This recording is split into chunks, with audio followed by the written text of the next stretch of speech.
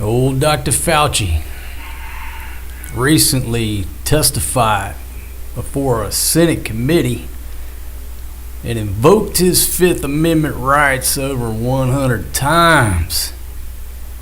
I ain't talking. You can't make me talk. I got my lawyers. I'm gonna remain silent.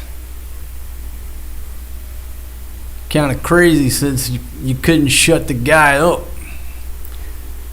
until now. While I will agree that you should remain silent when questioned by authorities, especially when you're guilty, Dr. Fauci's refusal to testify destroyed his last remaining thread of credibility. Old Dr. Fauci ain't talking. I ain't saying a word. Man, oh man. Alright folks, welcome to the show. Before I go on with the introduction, let me just make sure that all my technical equipment is up and running. Often I sit here and talk for 10 minutes and realize I don't have the microphone on. So if somebody will give me an audio check. Let's see, Midnight Alchemist, how are you? Benito, checking in from Texas. Y'all give me an audio check. And while y'all are doing that, let me come over here and see if I'm live on Kick. Have to check this out and see if I'm live over on Twitch. Oh yeah, it looks like I'm looking good on Twitch. Got 25 followers over there now. I'm still checking on the Kick stream here. Yeah, looking good over there on Kick. My goodness. Old single dad. 2 for 2. And obviously I think we're looking good on YouTube. Let's see, MD Pickman, how are you? Checking in from Virginia. And Derek says we're good. All right. Thank you very much. Thank y'all very much for tuning in to the show. So let me go ahead with the introduction here. I'll just start over. Once I get the technical stuff. Anyhow, Dr. Fauci invoked his Fifth Amendment rights over 100 times recently during this hearing.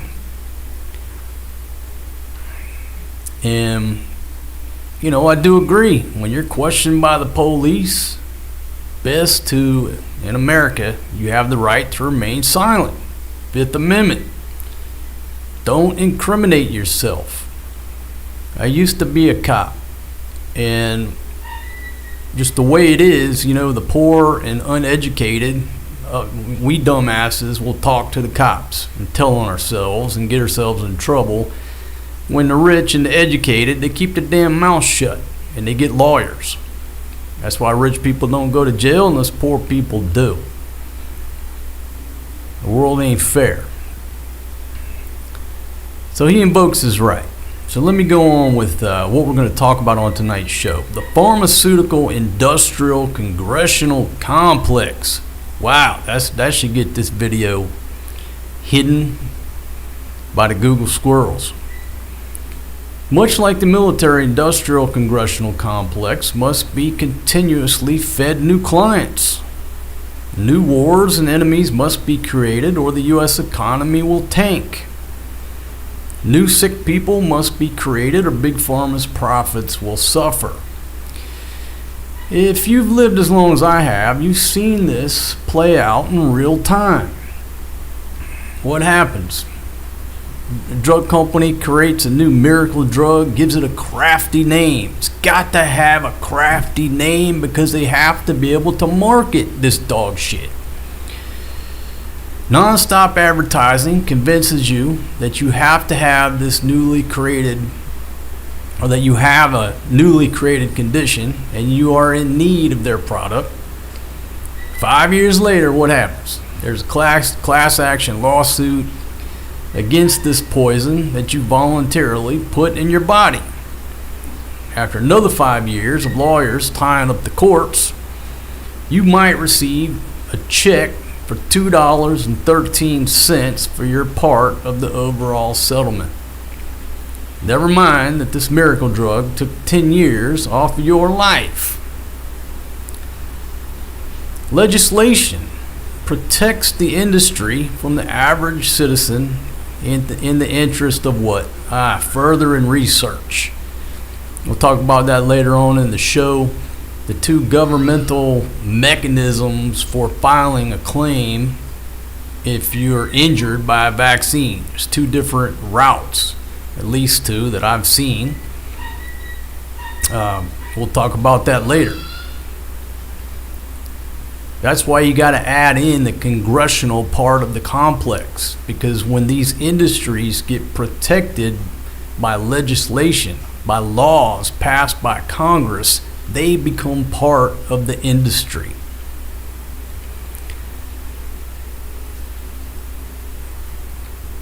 So again, legislation protects the industry, and it's like a license to kill.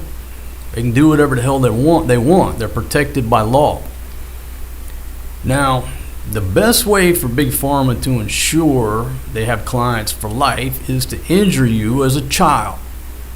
How do they do this? Damn, if I say the word, I'm going to get in trouble. Vaccines. Fuck it, I said it. That's how this system engineers sickness and ensures you'll depend upon them. You'll depend on them until death. They don't want you to die. They just want you to stay sick where you have to keep buying their bullshit. You see how that works? A healthy person, or a person who is against vaccines, drugs, fucking supplements, vitamins, all this shit, they make zero money off of me. I'm the worst demographic out there. They make fucking no money for me. They cannot stand a guy like me. They make zero fucking money for me. My entire life, they made very, very little money off of me. I don't give them my money.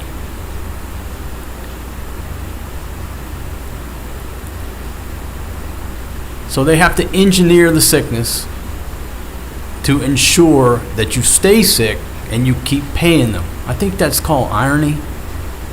Fear makes money. Wrote about this in my first book, talking about the military-industrial congressional complex. Fear will cause you to buy something or to not buy something. It'll cause you to take something, to not take something. Fear will cause you to inject yourself with something, even if it's questionable, or to not do so. Fear. They control the fear. They control what you buy. You control your money, and that's what they want. Doctors, agents of the pharmaceutical companies, generate fear, then subscribe the cure, and make sure you keep coming back for more. Okay, I've had family members in the States who are taking 12, 13, 14 medications a day. Point proven. On tonight's live stream, we'll discuss Dr. Fauci, talk about some suppressed studies that'll probably get me in trouble with the Google squirrels. Talk about autism, vaccines, and gain of function research. Holy moly. Welcome to the madness. And it's sort of taken this long. You know, you couldn't talk about this shit back in 2020, 2021, 2022. Being here on YouTube, there is obviously suppression of freedom of speech. That's obvious. The government leans on YouTube. Hey, this is the narrative. Shadow ban everybody who don't go along with the narrative. We saw that quite clearly back there in 2020 during all this madness. Well, now that the truth is starting to filter out, people are starting to be able to talk a little bit more. Now, this video might get 3 fucking views because of the topics. But I guess I asked the question, can we finally talk about reality and the truth without getting suppressed or banned or what have you? I hope we're at that point. But you know, the name of this game is advertising. And when I run a US VPN on my Apple box, I see the US commercials. For the most part, I don't watch US commercials.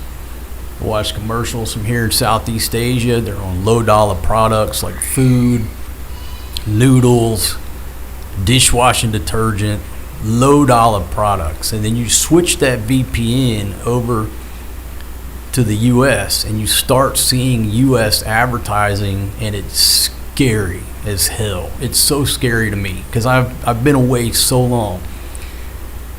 Every other commercial, let's say 80% is what I'm talking about.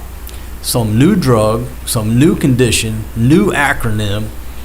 A lot of the conditions I haven't even fucking heard of because I've been gone for, between 15 and 20 years. I've never even heard of this shit, and I used to be in the medical field. And they're just bombarding you with all this crap. Then fucking car insurance. It's scary watching U.S. advertising. And I'll watch it for a little bit. I try to watch the free movies on YouTube. If you run a US VPN, you can get free movies. And I just can't take the advertising anymore. I got to go back to watching noodles and dishwashing detergent and, just everyday life products versus the programming from the pharmaceutical companies. So that's what we're going to talk about. And it's going to be a long stream, more of a hangout and a discussion. I've got some long videos that I'm going to play in their entirety for the record that we'll discuss as we go along. So if you're looking for a 20-minute what's the point video, you're in the wrong damn place. This ain't Burger King, and you don't get to have it your way. To all my younger generation, skinny jean wearing people that are going to complain I talk too long. Okay? My one buddy says I do talk too fast to slow down. I do agree with that. Let me go to your comments and catch up. And then we're going to watch this entire hearing and break it down with good old Dr. Fauci, who's been a motor mouth his entire career. And we recently got an insight into his diary, which he sounds like a 7th grade, almost like my daughter, but a little bit older, like a 6th, 7th grade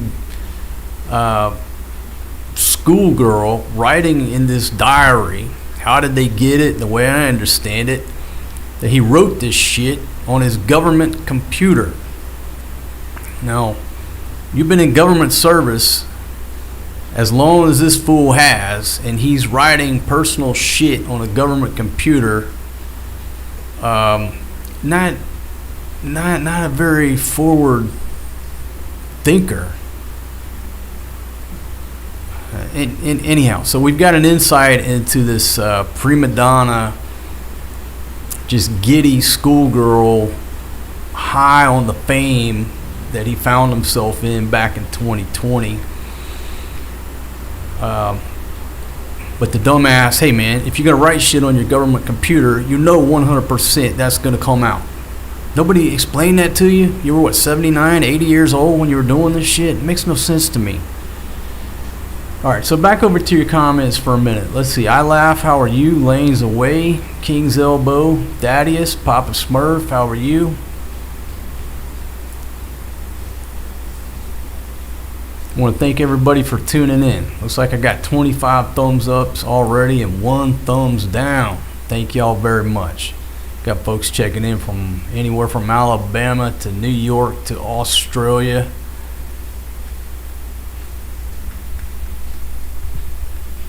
So anyhow, thank y'all very much. Alright, let me pull this up here.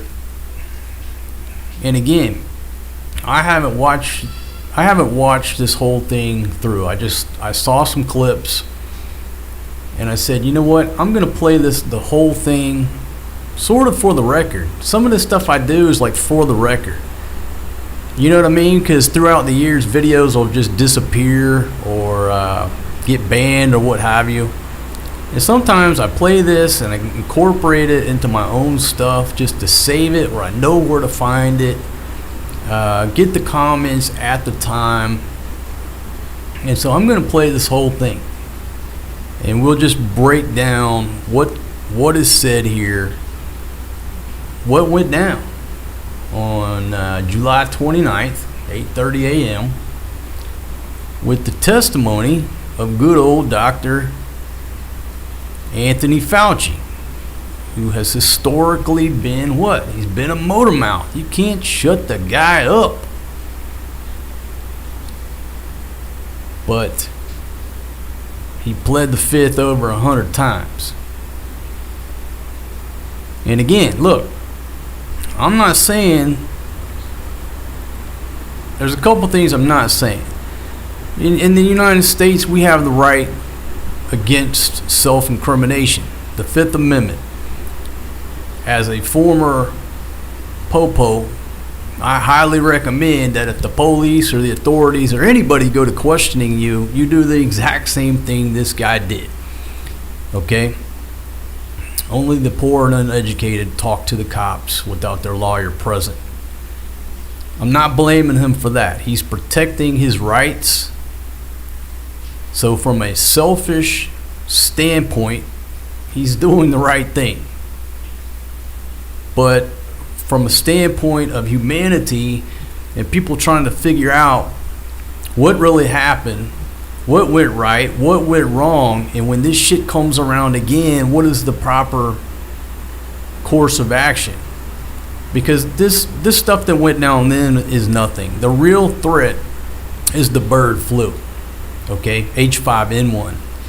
I've been saying that all along. We're going to see a video of Fauci from 2012 discussing gain of function research over what they were doing with the bird flu.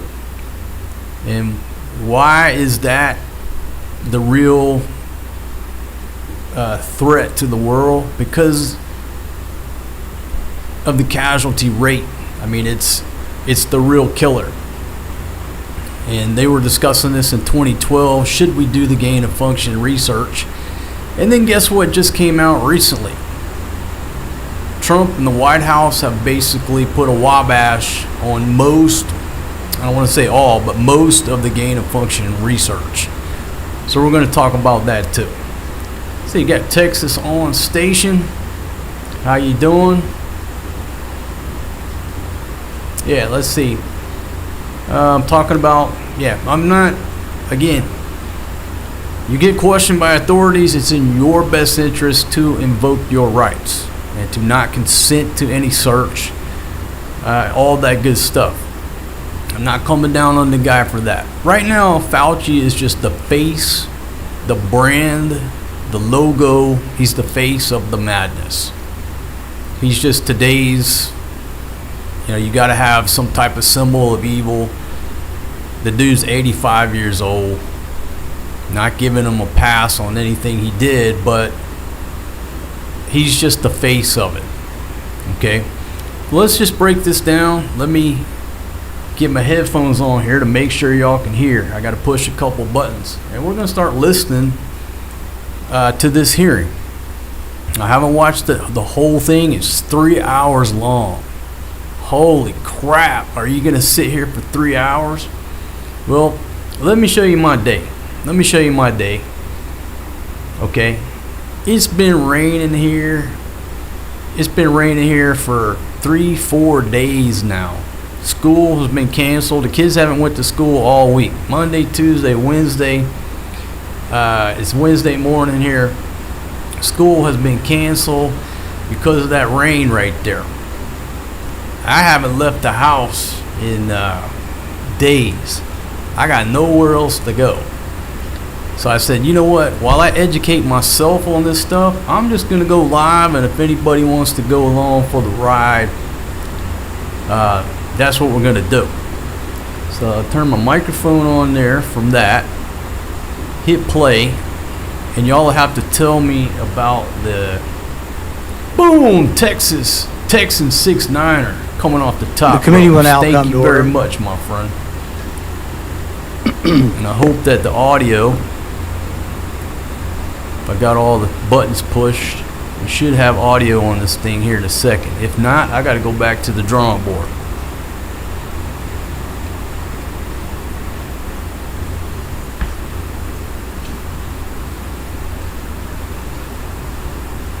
One million Americans died from COVID-19. Some estimate as many as 15 million people died worldwide from COVID-19. Publicly, Anthony Fauci promoted the theory that the virus arose naturally, while privately, he was well aware of a mountain of evidence suggesting the virus originated in the lab. The American people deserve answers. The American people deserve to know why dangerous research was funded by NIAID in a totalitarian country, in a lab that lacked acceptable safety standards.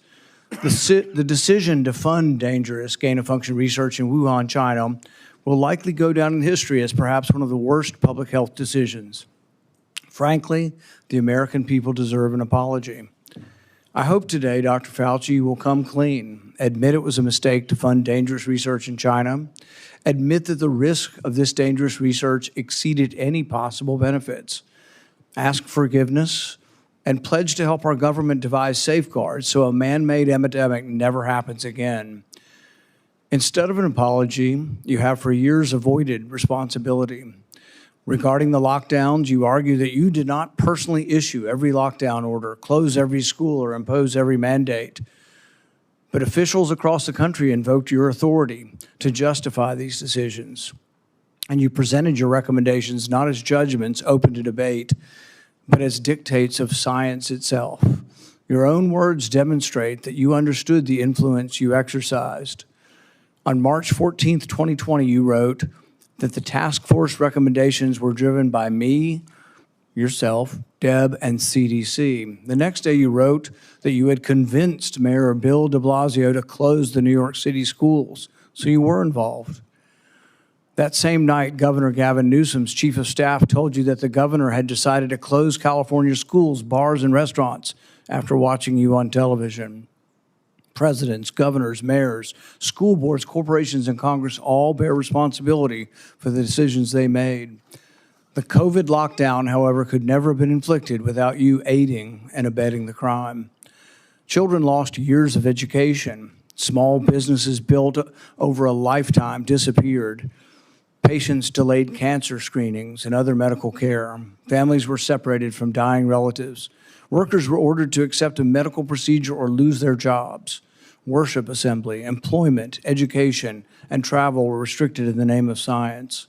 While you did not impose every restriction, you used your public authority to justify them. While you concluded publicly that COVID occurred naturally, your private record tells a different story. In early 2020, your hand-picked virologist warned that the virus appeared to have been manipulated in the lab. In a conference call concerning the origin of the virus, all but two of the participants believed deliberate insertion was possible. Your concern was not merely theoretical. That same week, you led an urgent effort to determine whether your own agency had funded the research related to these experiments that were now under suspicion. Hours later, your assistant reported that the Wuhan experiments had indeed been reviewed and approved by the NIH. Those were not the actions of officials who believed that a research-related origin was an absurd conspiracy theory. They were the actions of officials urgently trying to determine whether their agency funding was connected to the research under discussion, connected to the pandemic.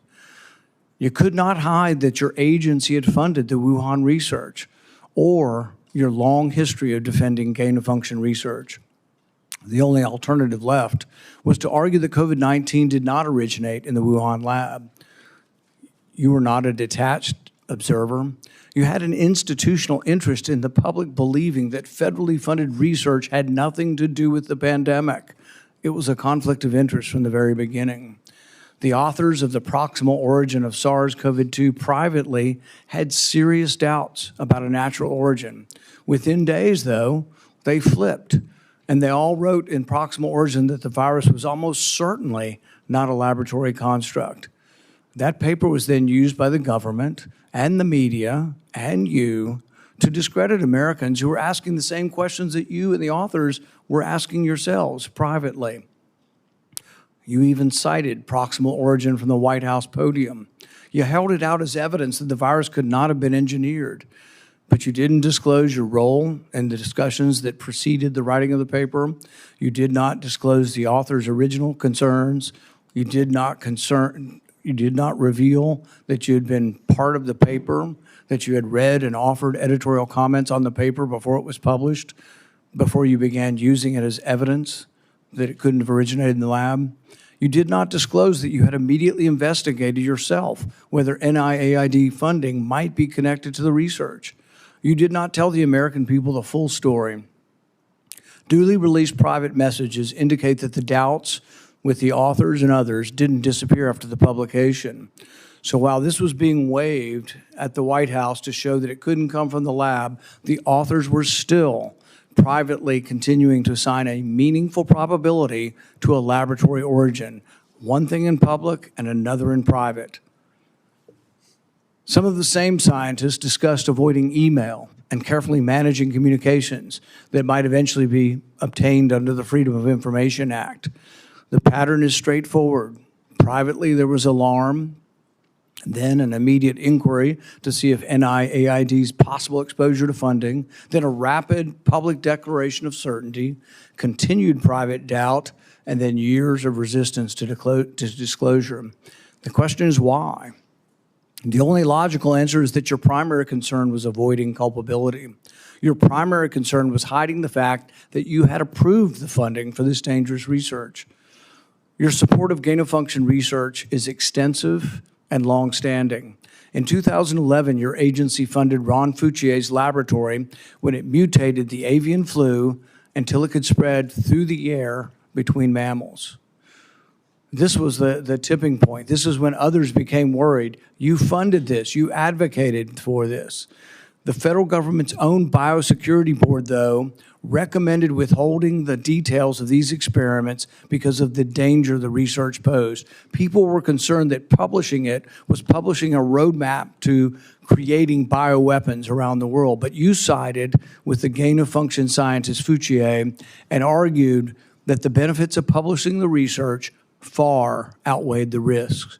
You defended this avian flu transmissibility experiments as critical research. You wrote that even if a scientist became infected and triggered a pandemic, the benefits of the gain-of-function experiments outweighed the risk. In 2014, your agency, NIAID, began funding the Wuhan bat coronavirus work.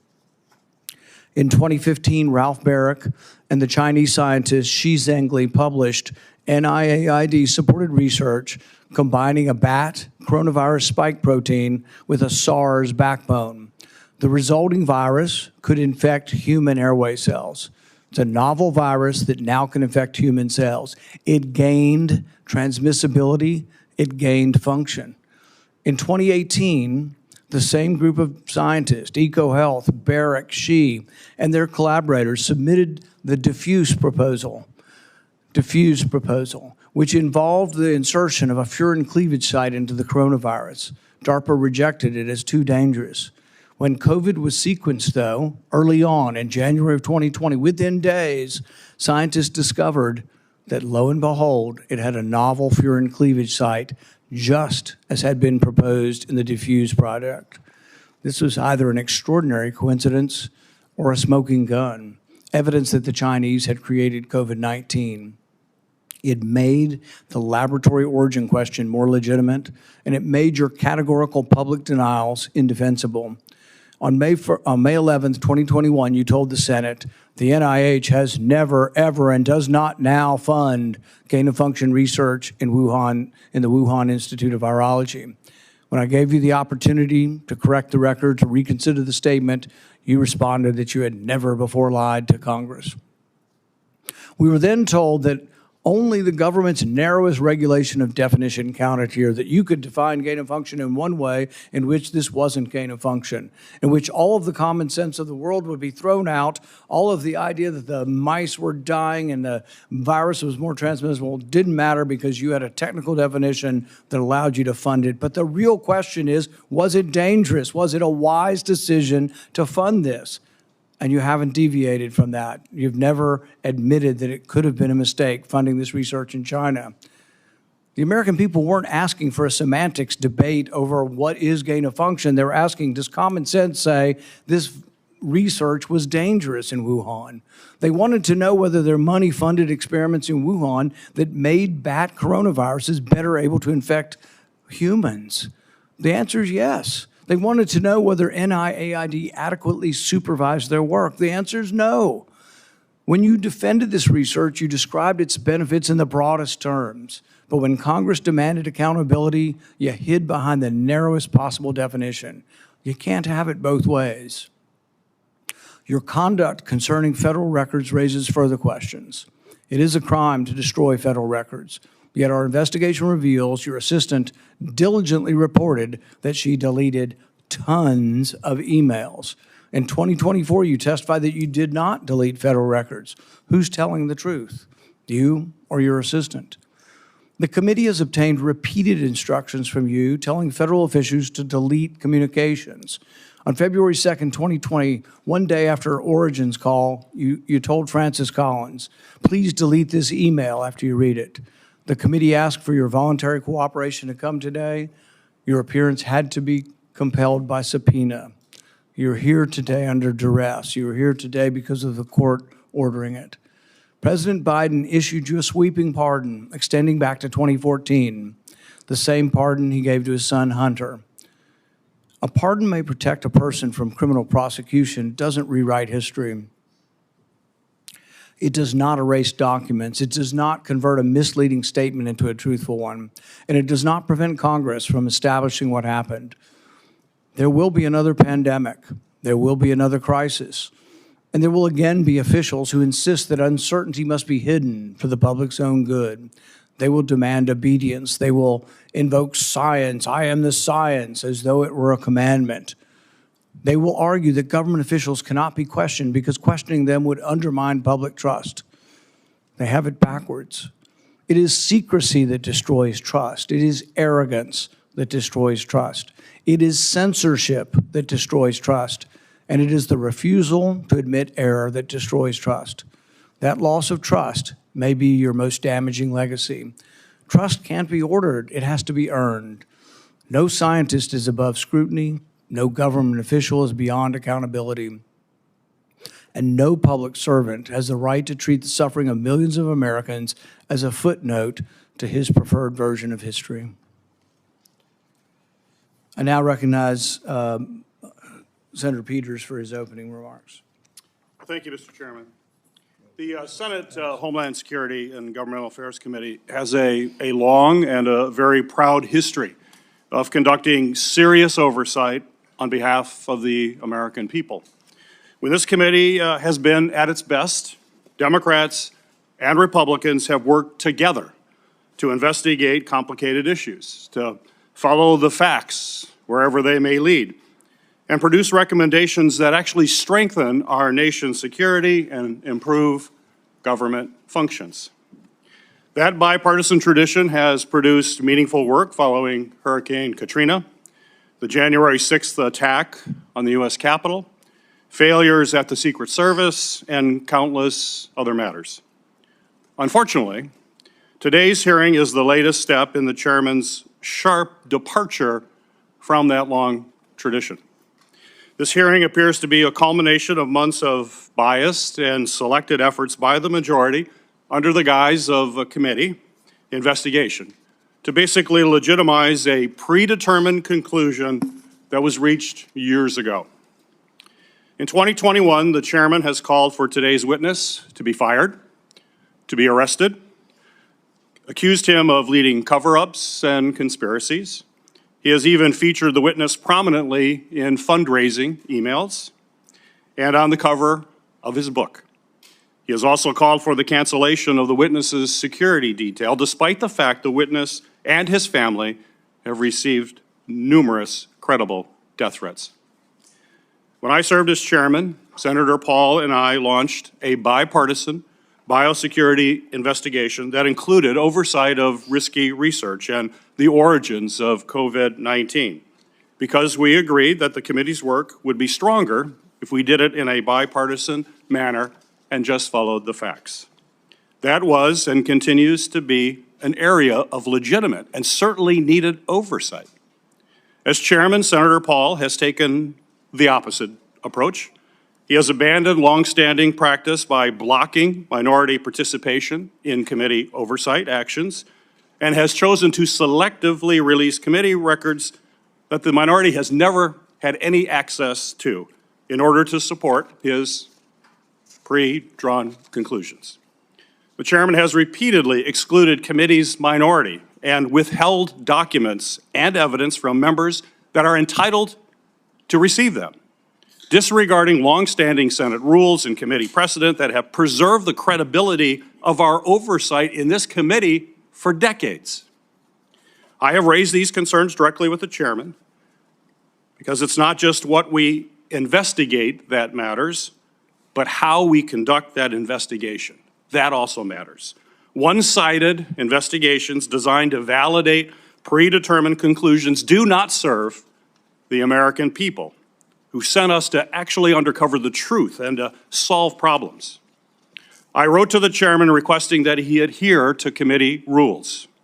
But instead of addressing concerns that I raised, he removed part of the committee's website from the public view. This move not only prevented the public from being able to view those lists of concerns, it adds serious questions about the desire for transparency and legitimate oversight of this matter. But what makes today's hearing particularly disappointing is not simply the chairman's actions, but what we could be using this committee's true and time oversight responsibilities to accomplish. This committee has not held its annual threats hearing at all in this Congress. We have not held a budget hearing for the Department of Homeland Security. There are important hearings that we would have the opportunity to discuss as to how to strengthen our Homeland Security across the board. No hearings on those topics. Instead of focusing on the national security challenges that we are facing in our country right now, today's hearing looks backwards, revisiting questions this committee has already examined, including through bipartisan work that Senator Paul and I conducted together when I served as chairman of this committee. But rather than building on that work to strengthen our preparedness against future disasters, we are instead relitigating the past. COVID-19 exposed serious deficiencies in our nation's public health infrastructure. We know that. More than 1 million Americans lost their lives, and this committee should absolutely continue to examine how we can better prepare our nation against future biological threats. Those are the kinds of forward-looking, life-saving questions that will help our nation be better prepared to protect the health and the safety of Americans when the next emergency occurs. Unfortunately, at this precise moment, we should be strengthening our capabilities. The Trump administration seems to be doing everything in their power to actually weaken our capabilities. The administration has hollowed out the public health workforce. They have fired, pushed out, and cut funding for public health personnel, shrinking the CDC workforce by a quarter. Thousands of experienced scientists have left government service, and with them has gone critical institutional knowledge that cannot be easily replaced, certainly not quickly replaced. The administration, thanks to political operatives like Russell Vought, has slashed or illegally withheld funding for life-saving medicines and cutting-edge technologies that let us rapidly develop them during an emergency. Mr. Vought is now further politicizing the federal grant-making process, proposing to subject all federal grants, including those for disaster relief, housing development, and cancer research, to the whims of political appointees, not nonpartisan experts. All of this has left the American people more vulnerable to infectious disease threats, and we are already tragically seeing the consequences. Staffing and funding cuts have slowed the federal, state, and local response to ongoing outbreak of a foodborne parasite, which has sickened thousands in my home state of Michigan, as well as across the country. At the same time, the administration cuts to global health programs and international partnerships have greatly reduced our ability to contain dangerous diseases like Ebola before they spread to our shores. We should be examining whether our federal health agencies have the personnel and the resources they need to effectively prevent, detect, and respond to these threats. We should be asking how to strengthen our biodefense efforts to deter our adversaries and prevent biological attacks against our country, and how our government can better coordinate and communicate during public health emergencies. These are the kinds of forward-looking matters that are worthy of this committee's time. Instead, we are here continuing the chairman's year-long focus on one individual. History tells us, unfortunately, another pandemic is all but inevitable. The question is whether Congress and this committee will work to better prepare our country for it, or continue looking backward while our public health infrastructure crumbles around us.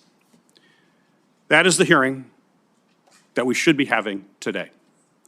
Unfortunately, I fear the intent of this hearing is only meant to further a purely partisan agenda and it will not make Americans safer.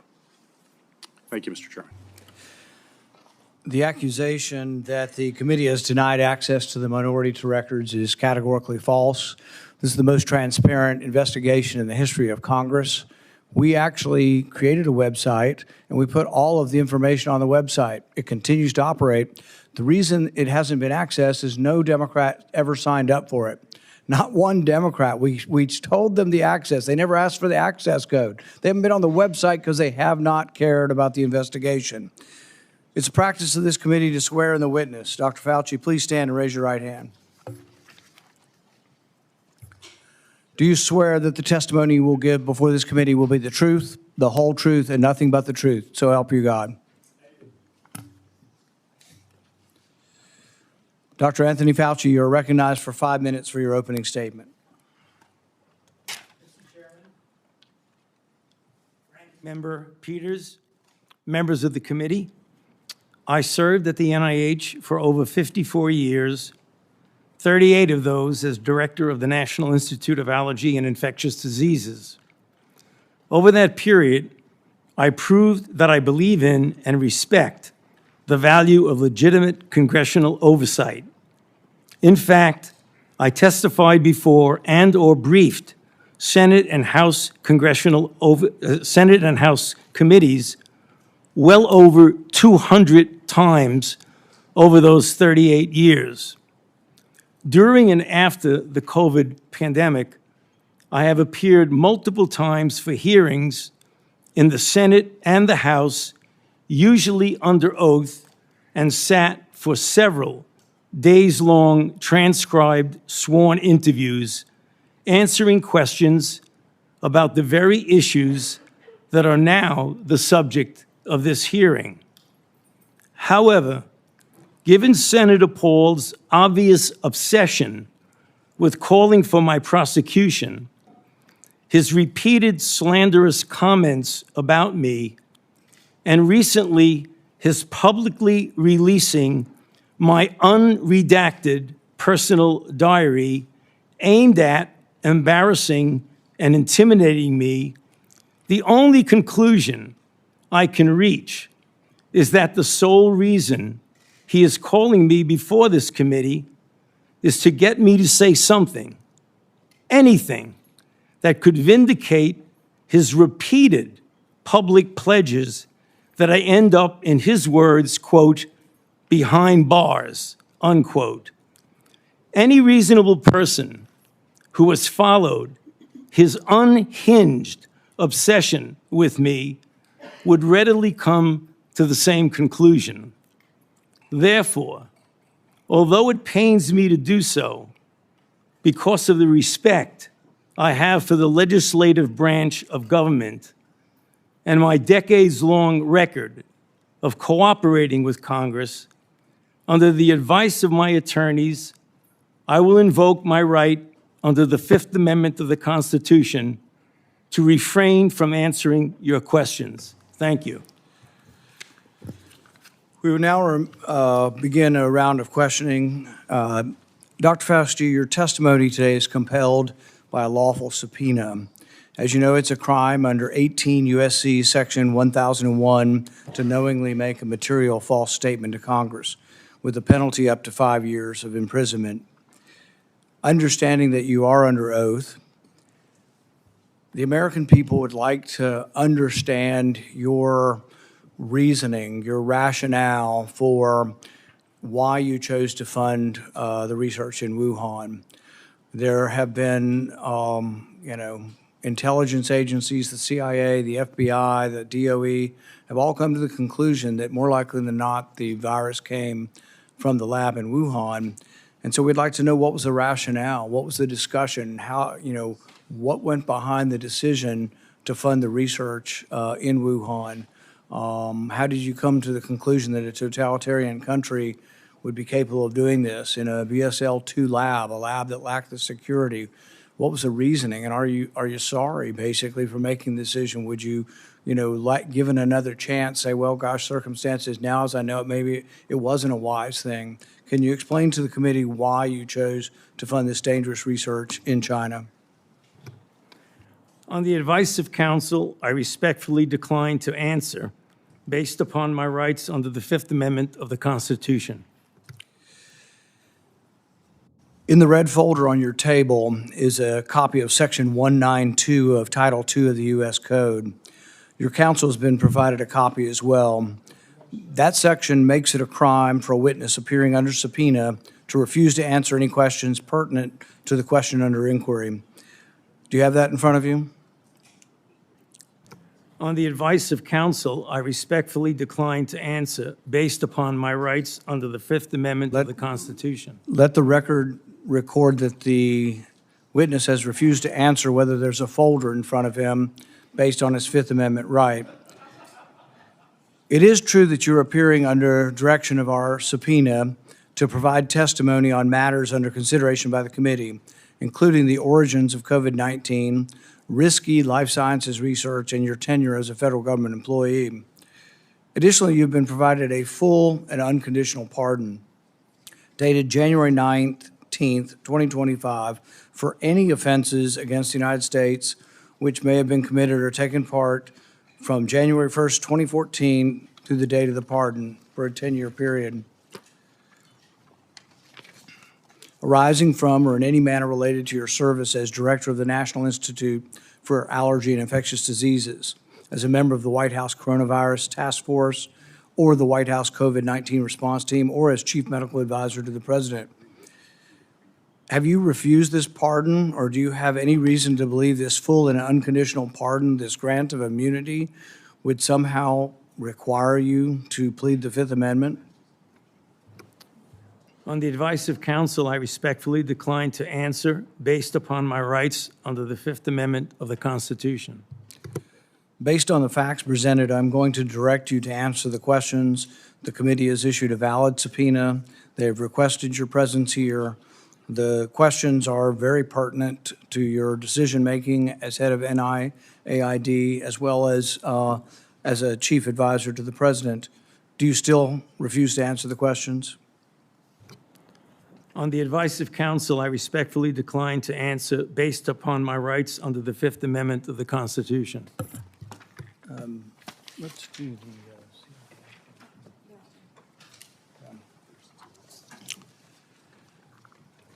Dr. Fauci, were you ever made aware of gain-of-function research on monkeypox being conducted at the National Biodefense Analysis and Countermeasure Center and back at Fort Detrick? On the advice of counsel, I respectfully decline to answer based upon my rights under the Fifth Amendment of the Constitution. Dr. Fauci, did the CIA ever transfer funds to NIH under an interagency agreement? On the advice of counsel, I respectfully decline to answer based upon my rights under the Fifth Amendment of the Constitution. I'm going to, but I need the long list of the gain of function questions. Dr. Fauci, did the NIH ever conduct research for or in coordination with any element of the intelligence community, CIA, ODNI? On the advice of counsel, I respectfully decline to answer based upon my rights under the Fifth Amendment to the Constitution. The reason why these questions are important is, President Trump has done a ban, and we're glad that he did a ban on gain-of-function research. So we're better off than we were when we had an advocate serving as head of NIAID, an advocate for gain-of-function research. There is still, though, a question, though, whether or not the intelligence community is adhering to that order. There's a question of whether or not gain-of-function research is still ongoing. And these are important questions the American people deserve to know. Dr. Fauci, have you been read into any classified Department of Homeland Security program, any prospective special access program concerning gain-of-function research? On the advice of counsel, I respectfully decline to answer based upon my rights under the Fifth Amendment of the Constitution. When we look at the research in China, the gain-of-function research that you've denied was gain-of-function, one of the things that startled the scientists when they saw COVID in the first couple of weeks was when they looked at the sequence of it, they said, oh my God, there's a furin cleavage site in it. And in this particular family of coronaviruses, the sarbecoviruses, they'd never seen this before.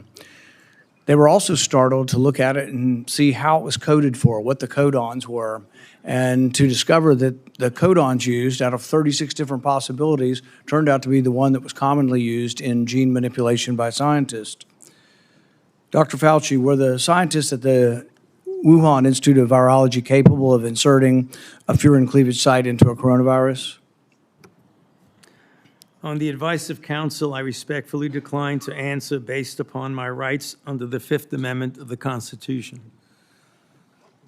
So one of the experiments that was pretty common was they would take the backbone of a SARS virus, and this would be a SARS virus that the backbone itself wasn't that dangerous, but then they would dig through guano, 300 feet underground, bat guano. They'd find other viruses, unknown viruses. They'd take the S protein off of an unknown virus and stick it on a backbone.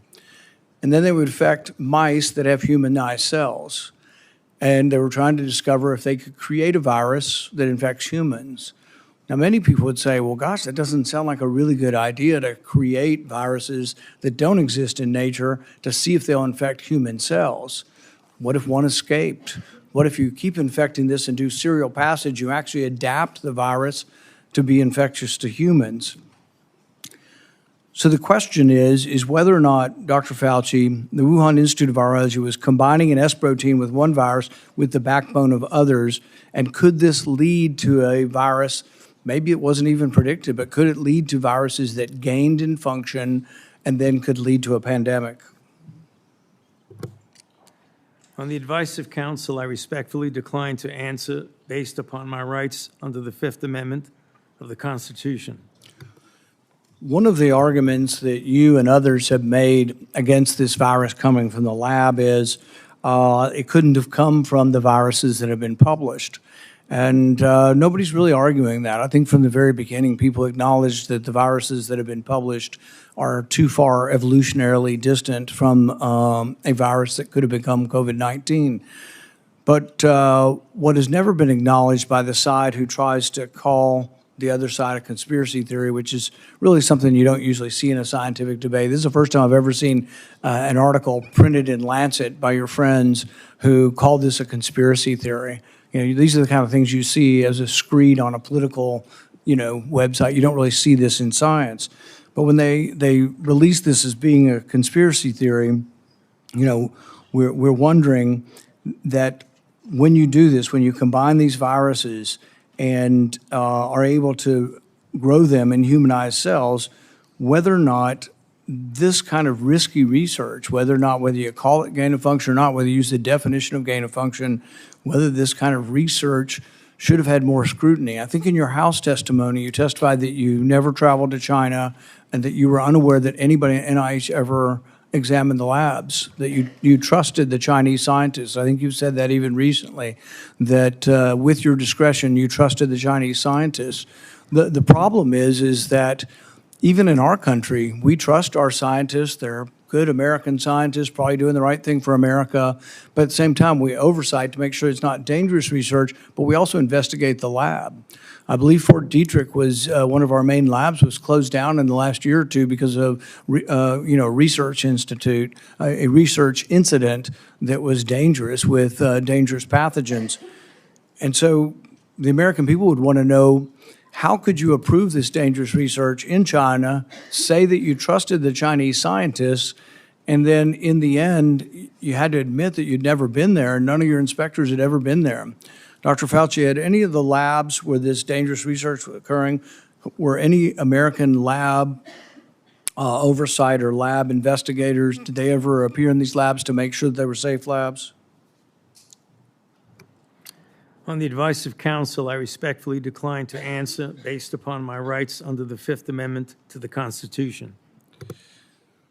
So one of the main theories for those who have looked at this being created in the lab was the idea that could have come from a virus not previously published. Dr. Fauci, are you aware that Dr. Shi, who worked for the Wuhan Institute of Virology, was said to, and I think in her own words, to have over 100 viruses that had not been previously published that could have been a close enough relative to create COVID-19? Are you aware of that?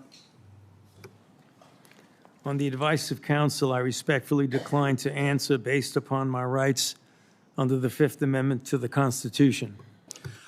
Under your testimony previously, when you denied ever having funded gain of function in China, it was so adamant as to be striking, to leave no room for any interpretation of what is or isn't gain of function research. But there's another important question. Did you fund gain of function research in other biolabs around the world? On the advice of counsel, I respectfully decline to answer based upon my rights under the Fifth Amendment to the Constitution.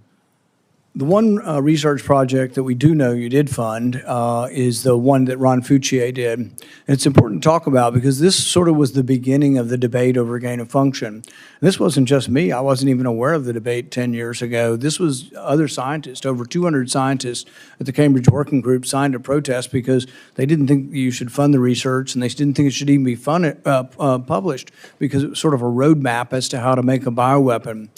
So what they did was the avian flu, and this is important. It may be the most important question we get to here today. The avian flu has about 50% mortality for humans. The good news, though, about animal viruses is they don't infect humans very well. It will infect humans, but doesn't go human to human very well.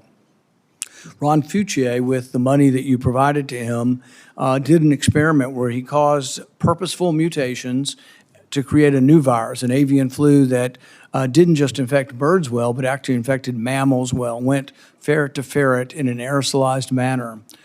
People saw this and were aghast, at the decision-making process that you decided to fund this. But this is when, the debate came about, and you wrote in support of this in the Washington Post, and you said, even if a scientist is bitten, even if a pandemic should occur, the knowledge is worth the risks. Do you still stand by that? Would you like to qualify at all whether or not the knowledge of gain of function is worth the risks, particularly in this case, since we now know 15 million people died worldwide? Many people believe this came from the lab. Do you think that the risks really are worth the benefits for gain of function research? On the advice of counsel, I respectfully decline to answer based upon my rights under the Fifth Amendment to the Constitution. All right. We're going to finish with this question, and it's based really on that statement, that general statement in your support for gain of function, the idea that the benefits outweigh the risks. So there are many other people who disagree, and they aren't politicians or not, I don't know what party they're in. David Relman is probably one of the most esteemed, and he is a scientist at Stanford. He, I think, has classified clearance. He's been a consultant to our government probably for a decade or more. And he's written about this publicly. He says the opposite. He said that the risks of this research do not outweigh the benefits. He said the risks, we shouldn't do it. Richard E. Bright, who's been involved in this debate for 2 decades, says the same thing. Says we really shouldn't be doing this at all. There's a quote also by, if the Kevin Esfelt quote is that at the very end.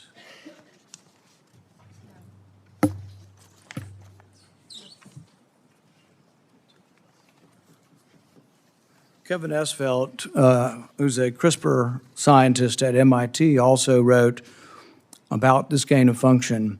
I implore every scientist, funder, and nation working in the field, please stop. No more trying to discover or make pandemic-capable viruses. No more experiments likely to disseminate blueprints for plagues. Dr. Fauci, would you like to at least answer this one question for us today and let us know whether or not you've changed your mind on whether or not the benefits of gain-of-function research outweigh the risks? On the advice of counsel, I respectfully decline to answer based upon my rights under the Fifth Amendment to the Constitution. The chairman has denied your assertion of privilege and directed you to answer, but you nonetheless refuse and stand on privilege despite the existence of the pardon.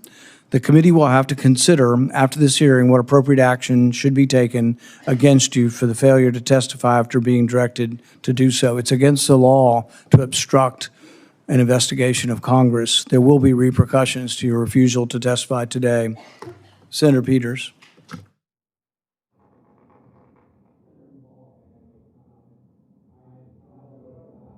You're not recognized. You're not recognized.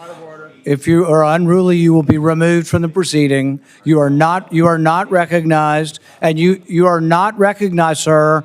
Sir, you are not recognized. You are not recognized. Security, we'll hold off. But you will respect these proceedings. You were told not to sit at the table. You insist on sitting at the table, and we told you you would not be recognized. You are not invited here for testimony, sir. You are being disruptive. Would you behave this way in a courtroom? No, because the judge would put you in jail. I can't do that today, but I can have you escorted from the premises. So I would say, sir, sit quietly and don't say another word. I said, sit quietly. You are not recognized. Another word and you're gone.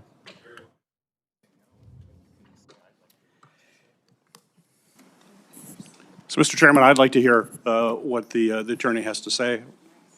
He is not recognized by the committee or the chair. If he speaks again, he will be removed from the room. This testimony is from Anthony Fauci. This is not a game with his lawyers.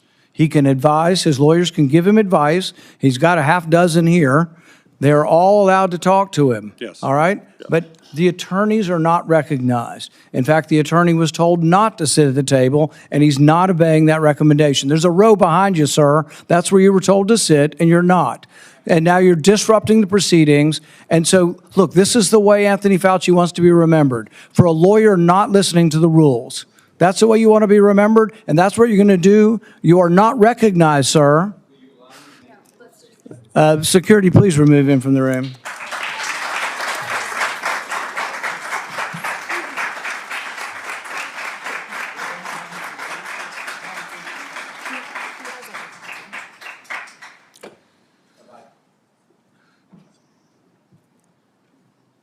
I just go into your...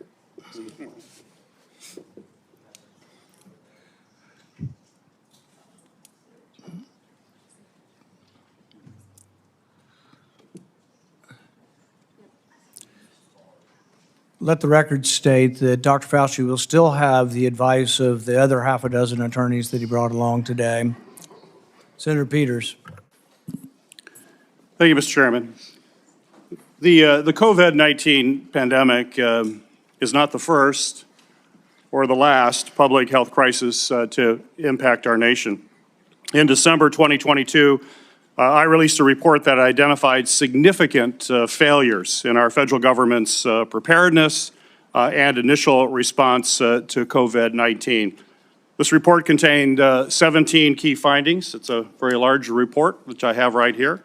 It contains 17 key findings and corresponding recommendations, including the need to invest in sustainable domestic manufacturing capabilities for critical medical supplies, build the infrastructure needed to surge testing capacity for infectious diseases, and robustly fund public health emergency preparedness and responses across all levels of government.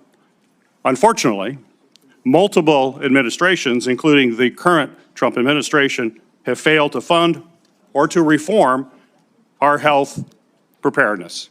This is something that I would hope the committee in the future would investigate. It needs to be taken a look at. It also feels like a new public health threat is hitting us every month.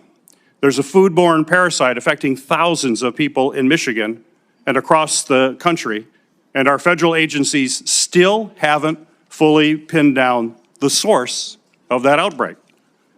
Measles cases in this country are at the highest they've been in 35 years. More children are getting sick and even hospitalized from this preventable disease.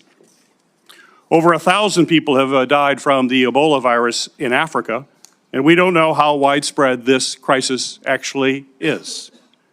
We have a hantavirus scare on a cruise ship, and though it hasn't made headlines in the way that the screwworm threatening our food security has, I remain concerned about bird flu that is also spreading and could one day cause a pandemic.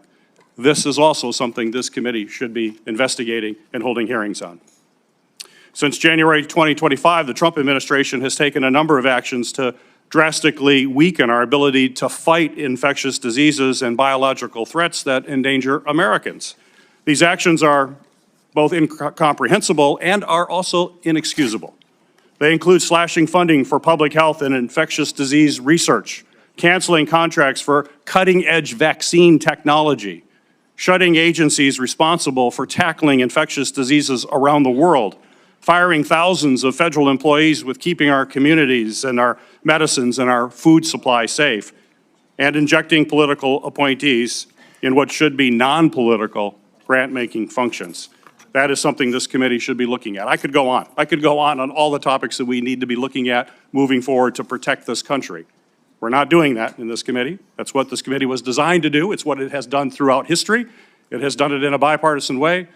We should get back to that and think about the future of this country and keeping this country safe. When a crisis like COVID-19 strikes, we have an obligation to examine what went right and what went wrong to provide accountability for the American people. Congress certainly has done that. Between the House and Senate, nearly 20 different committees, including this committee, as I mentioned, have conducted oversight of the COVID-19 pandemic, conducting transcribed interviews, holding dozens of hearings, and released more than 10 reports. Today's exercise, unfortunately, is a stark departure from those largely bipartisan, legitimate efforts. The chairman has shut the minority out of participating equally in these efforts, withheld information, selectively released documents, actions that completely undermine the credibility of this investigation. I will enter a record without objection, Mr. Chairman, a letter that I sent to you that detailed all of those areas that we have concern with and where we were shut out. Without objection. We'll provide other details as well. I think today's hearing unfortunately does real damage. It's tempting to turn one person into the scapegoat for a crisis that hundreds of officials across both the Trump and the Biden administration were responsible for handling. And it does so in a way that people that are facing death threats. This is only going to, unfortunately, deter other scientific experts from public service to understand that this is what they would have to go through as they provide their advice to us. We're not going to make our nation safer, and I hope that we can restore by doing these kinds of activities, and I hope that we can restore our legitimate bipartisan oversight that's going to help strengthen our public health and pandemic preparedness and other homeland priorities. That's what this committee needs to focus on. It hasn't the last year and a half. Let's hope it does in the future. Thank you, Mr. Chairman. Senator Johnson. Thank you, Mr. Chairman. Dr. Fauci, I hope the American people listen very carefully to Chairman Paul's opening statement. I think it's a stunning indictment of the actions you've taken that have been so destructive to global health. I certainly understand why you needed a pardon. I certainly understand why, on the advice of counsel, you're not answering any questions, because I think it'd be almost impossible for you to answer the questions truthfully without really demonstrating what you did, your culpability, self-incriminating. We have, all of us, has prepared a lot. I've been deluged with questions to ask Dr. Anthony Fauci. There are so many legitimate questions that deserve answers, and now you're not willing to provide those answers. So with my limited time, I'm going to talk about things that my investigation have revealed that have not been adequately answered and, quite honestly, haven't been adequately covered by the legacy media. I'll kind of combine the questions into kind of one, but you know, I certainly, let's put up the last COVID chart. I was warned pretty early on about the dangers of the experimental gene therapy that you've called a vaccine, but it really falls under the definition of gene therapy. So I was going to ask you, I mean, were you carefully monitoring the safety surveillance systems like VAERS and vSafe that literally were deluged with complaints? You know, currently, worldwide, there have been almost 1.7 million adverse events reported to the VAERS system. Of those, over 39,000 were deaths. And of those deaths, 24% occur on the day of vaccination within 1 or 2 days. 24%, which, by the way, just happens to be the same percentage that a Rasmussen poll pointed out the American public believe 24% of the American public believe they know somebody who died of the experimental gene therapy. So again, I was certainly interested in asking you whether or not you were following this as carefully as I was. It was not my responsibility to follow safety surveillance systems, but I did. And by the way, when I published, this is actual government information. When I published it and people had me on their shows, they would be censored by Facebook. They would be deplatformed, I think largely at the behest of the actions you took to make sure that disinformation wasn't spread. This wasn't disinformation. This was the truth. So I was going to ask you whether you knew Dr. Marks. I think you do know him. He's the head of CBER. He's the man who is in charge of approving vaccines and surveilling for the safety. My investigation shows that on March 1st of 2021, less than 3 months after the emergency use authorizations, he was warned by Dr. Anna Scharsman, data mining expert, that the algorithm they were using to analyze VAERS data was going to hide in mass safety signals. 26 days later, and 3 months consecutively after that, they did data runs with a new algorithm that unmasked those safety signals. They showed dozens of safety signals, including sudden cardiac death, cerebral artery occlusion, basal ganglia stroke, agonal rhythm, Bell's palsy, and pulmonary infarction.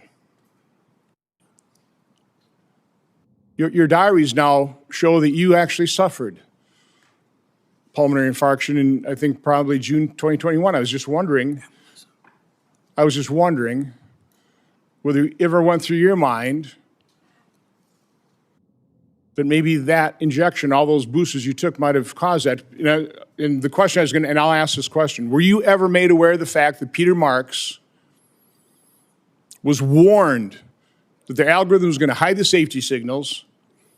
And were you told that senior FDA officials were given shown dozens of safety signals associated with the COVID injection? On the advice of counsel, I respectfully decline to answer based upon my rights under the Fifth Amendment to the Constitution. Next area I want to go through is in that same month of March 2021, an employee at NIH, Dr.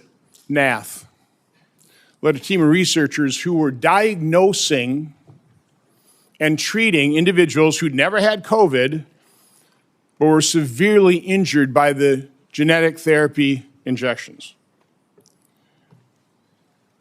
Dr. Nath told those individuals, stay quiet.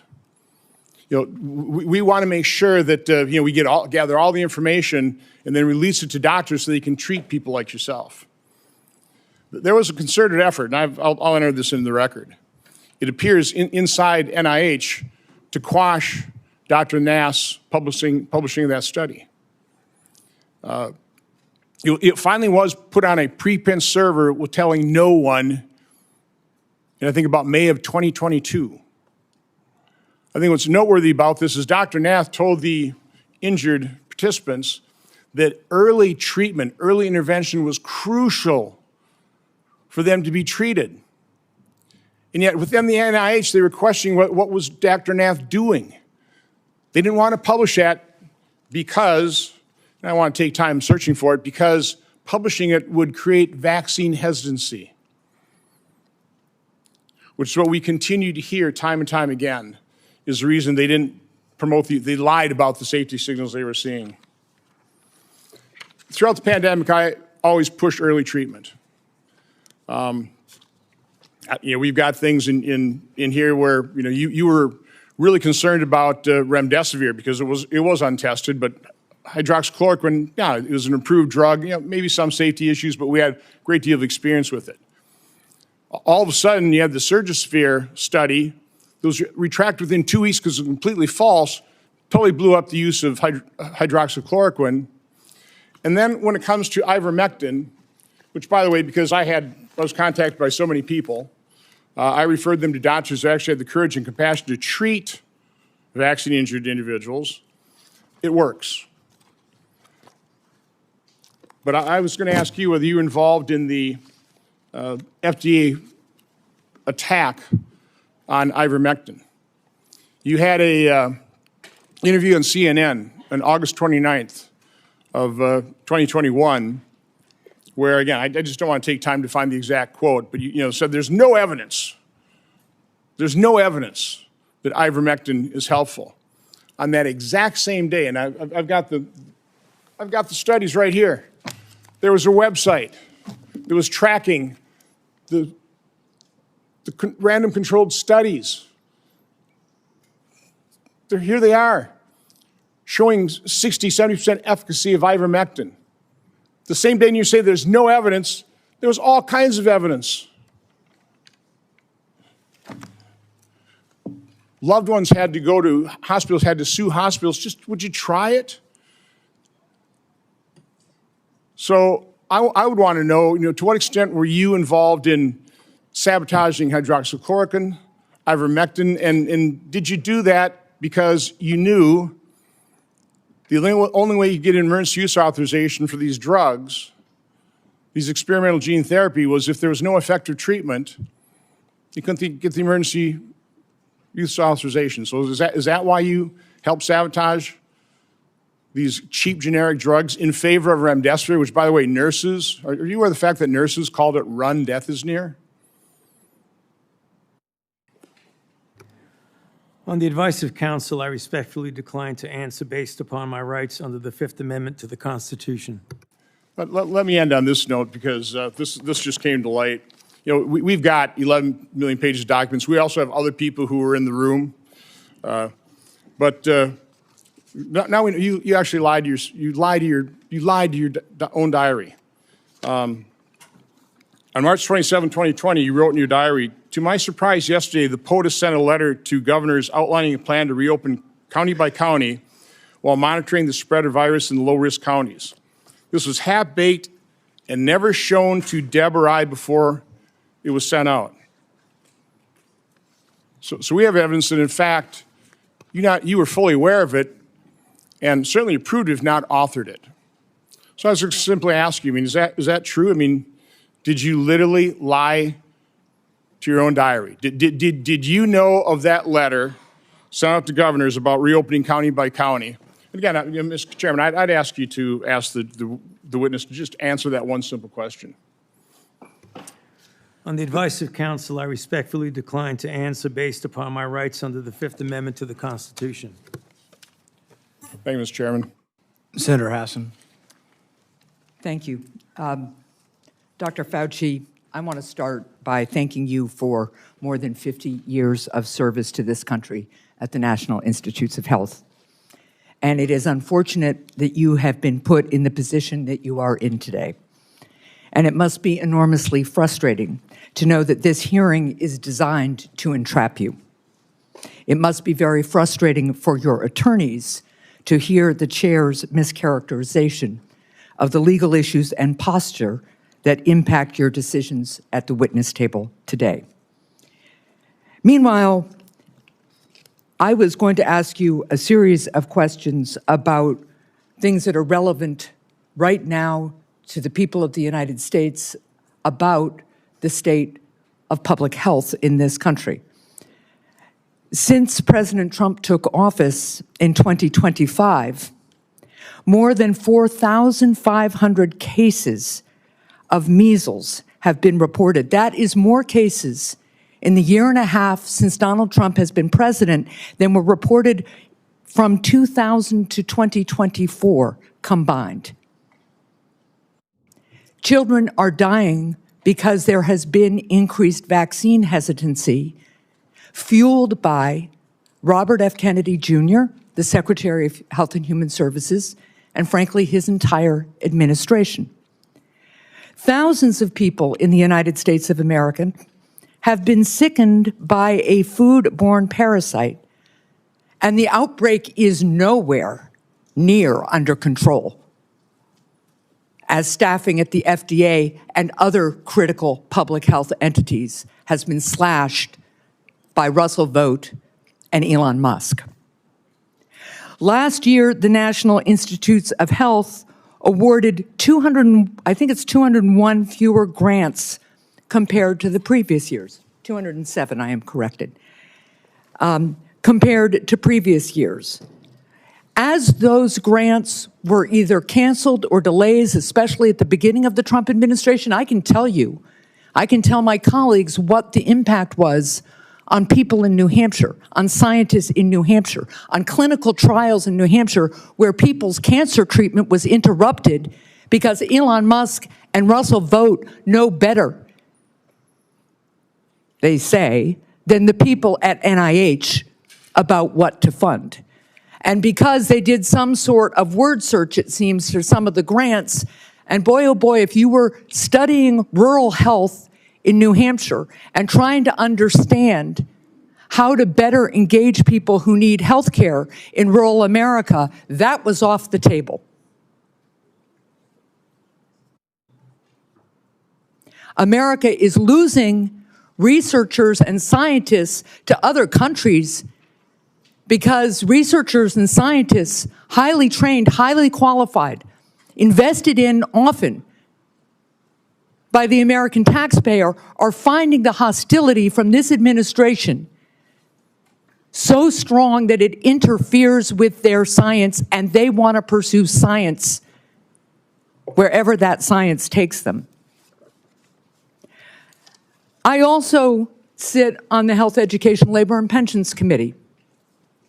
We have had a number of hearings with nominees recently to fill critical spots. One of those nominees is Dr. Erica Schwartz, a brilliant woman, medical degree, biomedical engineering degree. I think she also told us she has a law degree and a master's in public health. She was a two-star admiral in the United States Navy, an experienced doctor.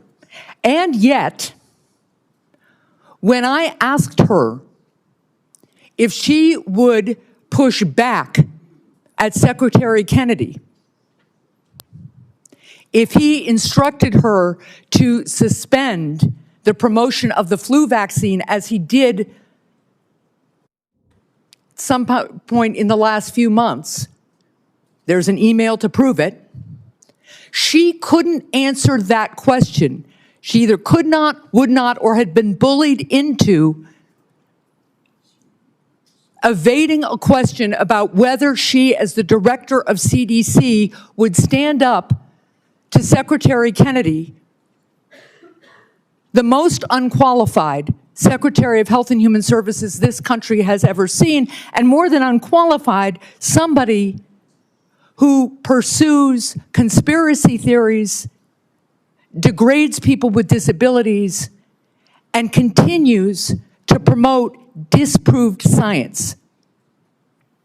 That's the state of healthcare and public health in this country right now, not to mention the $1 trillion or so of cuts to the Medicaid program that is decimating healthcare in my state and decimating it around the country, not to mention the refusal of my colleagues and this administration to extend critical tax cuts for people who are trying to afford insurance on the Affordable Care Act.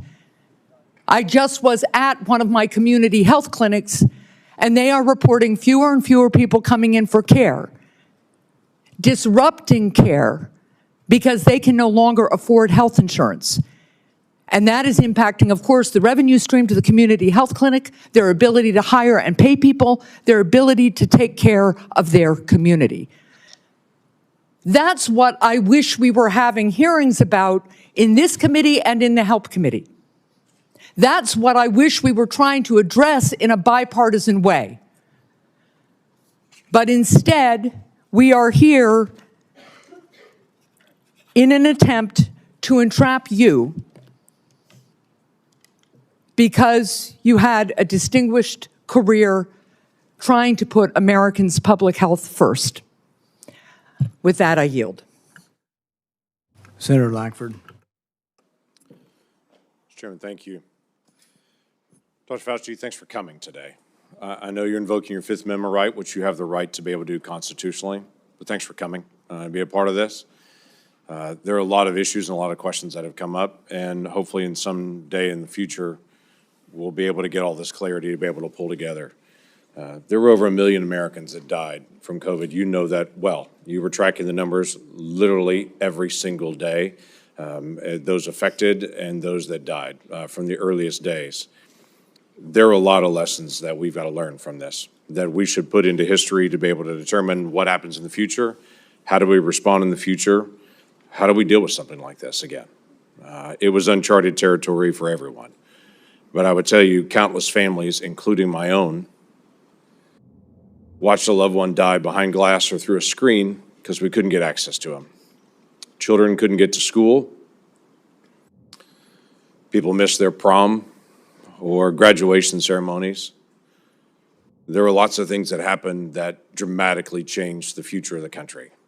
The mental health issues that we have continued to deal with from the isolation have been profound. Even something as simple as children that wore masks or around adults wearing masks for all that time are slower in learning language now because they couldn't watch someone's lips moving, and so they're slower in that. Amazingly enough, churches and places of worship were forced to be closed down.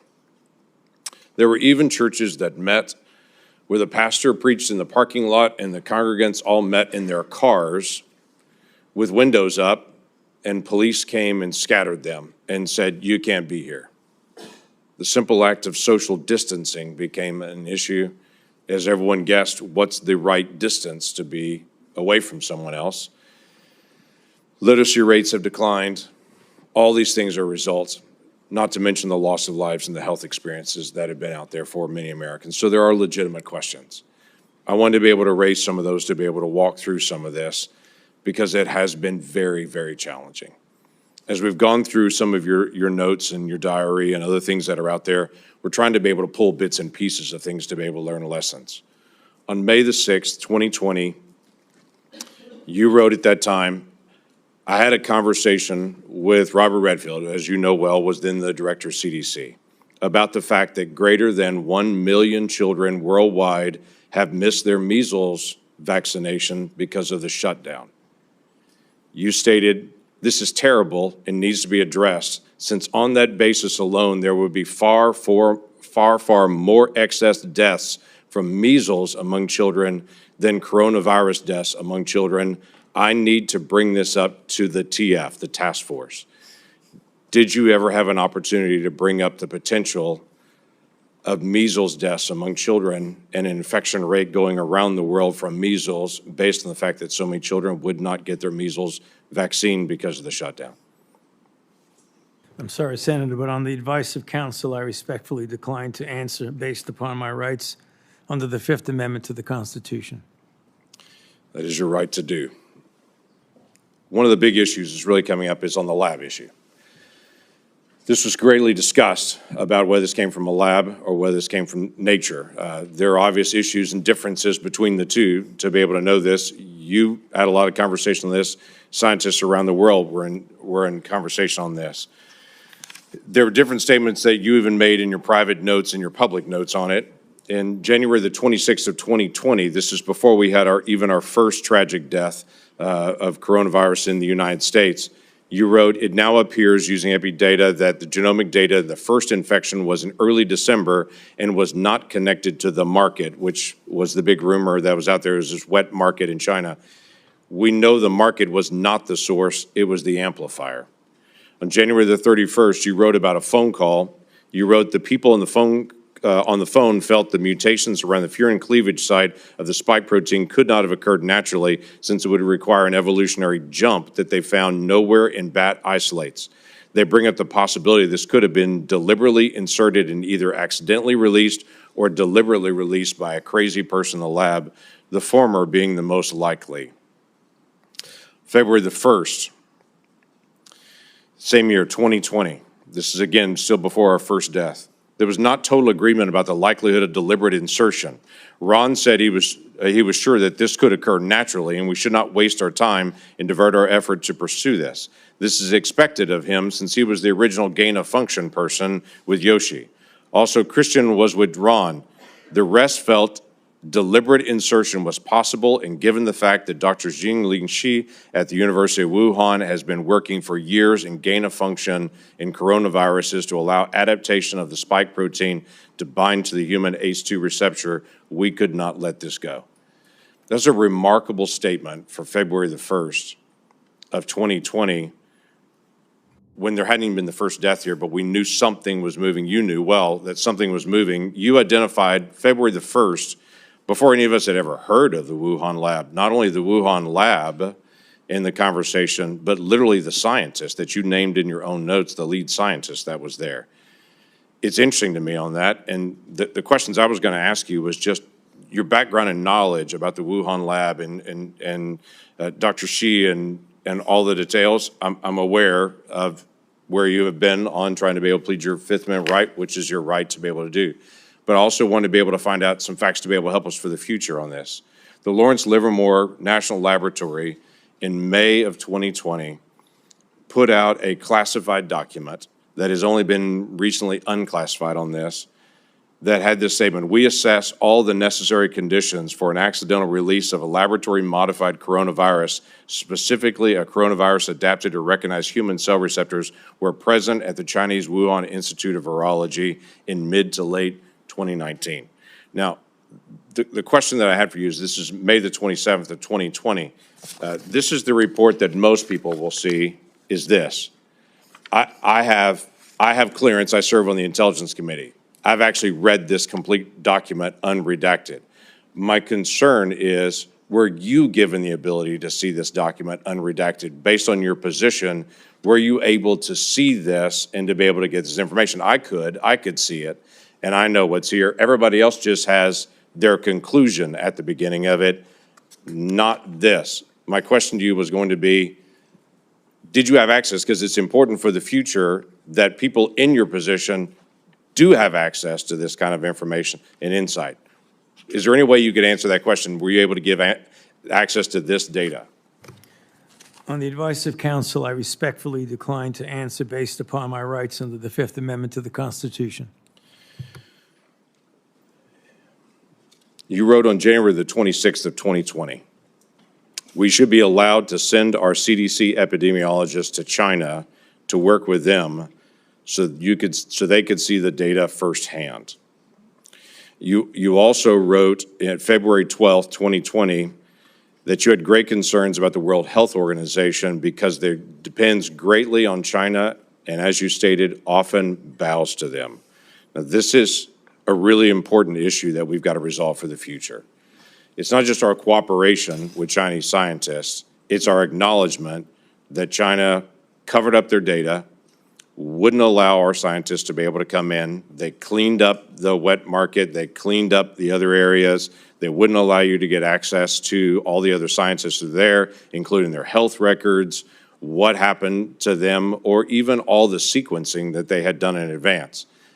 For the future of our research and our cooperation with any scientist around the world, I think it's really important that we resolve, if we're going to fund research and cooperate with you, we've got to have certain things from you. If things go sideways, we've got to have access to all information in all places. You were noting not only that China was affecting the World Health Organization and that China was bending them to their will, and so the World Health Organization was putting out data that you saw, at least at that point, as being from a Chinese perspective, covering up what was going on, but you also noted we weren't able to get access to all this information.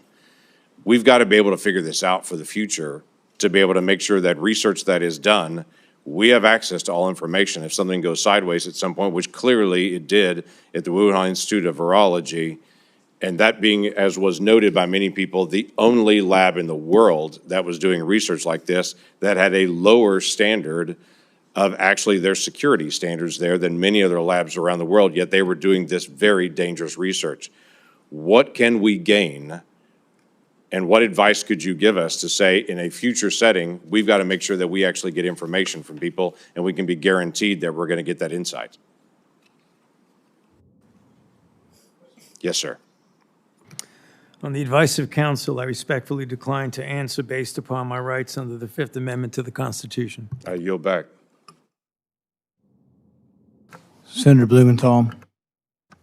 Thank you, Mr. Chairman. I want to go back to the dark days of the coronavirus pandemic, one of the darkest days or times in our history.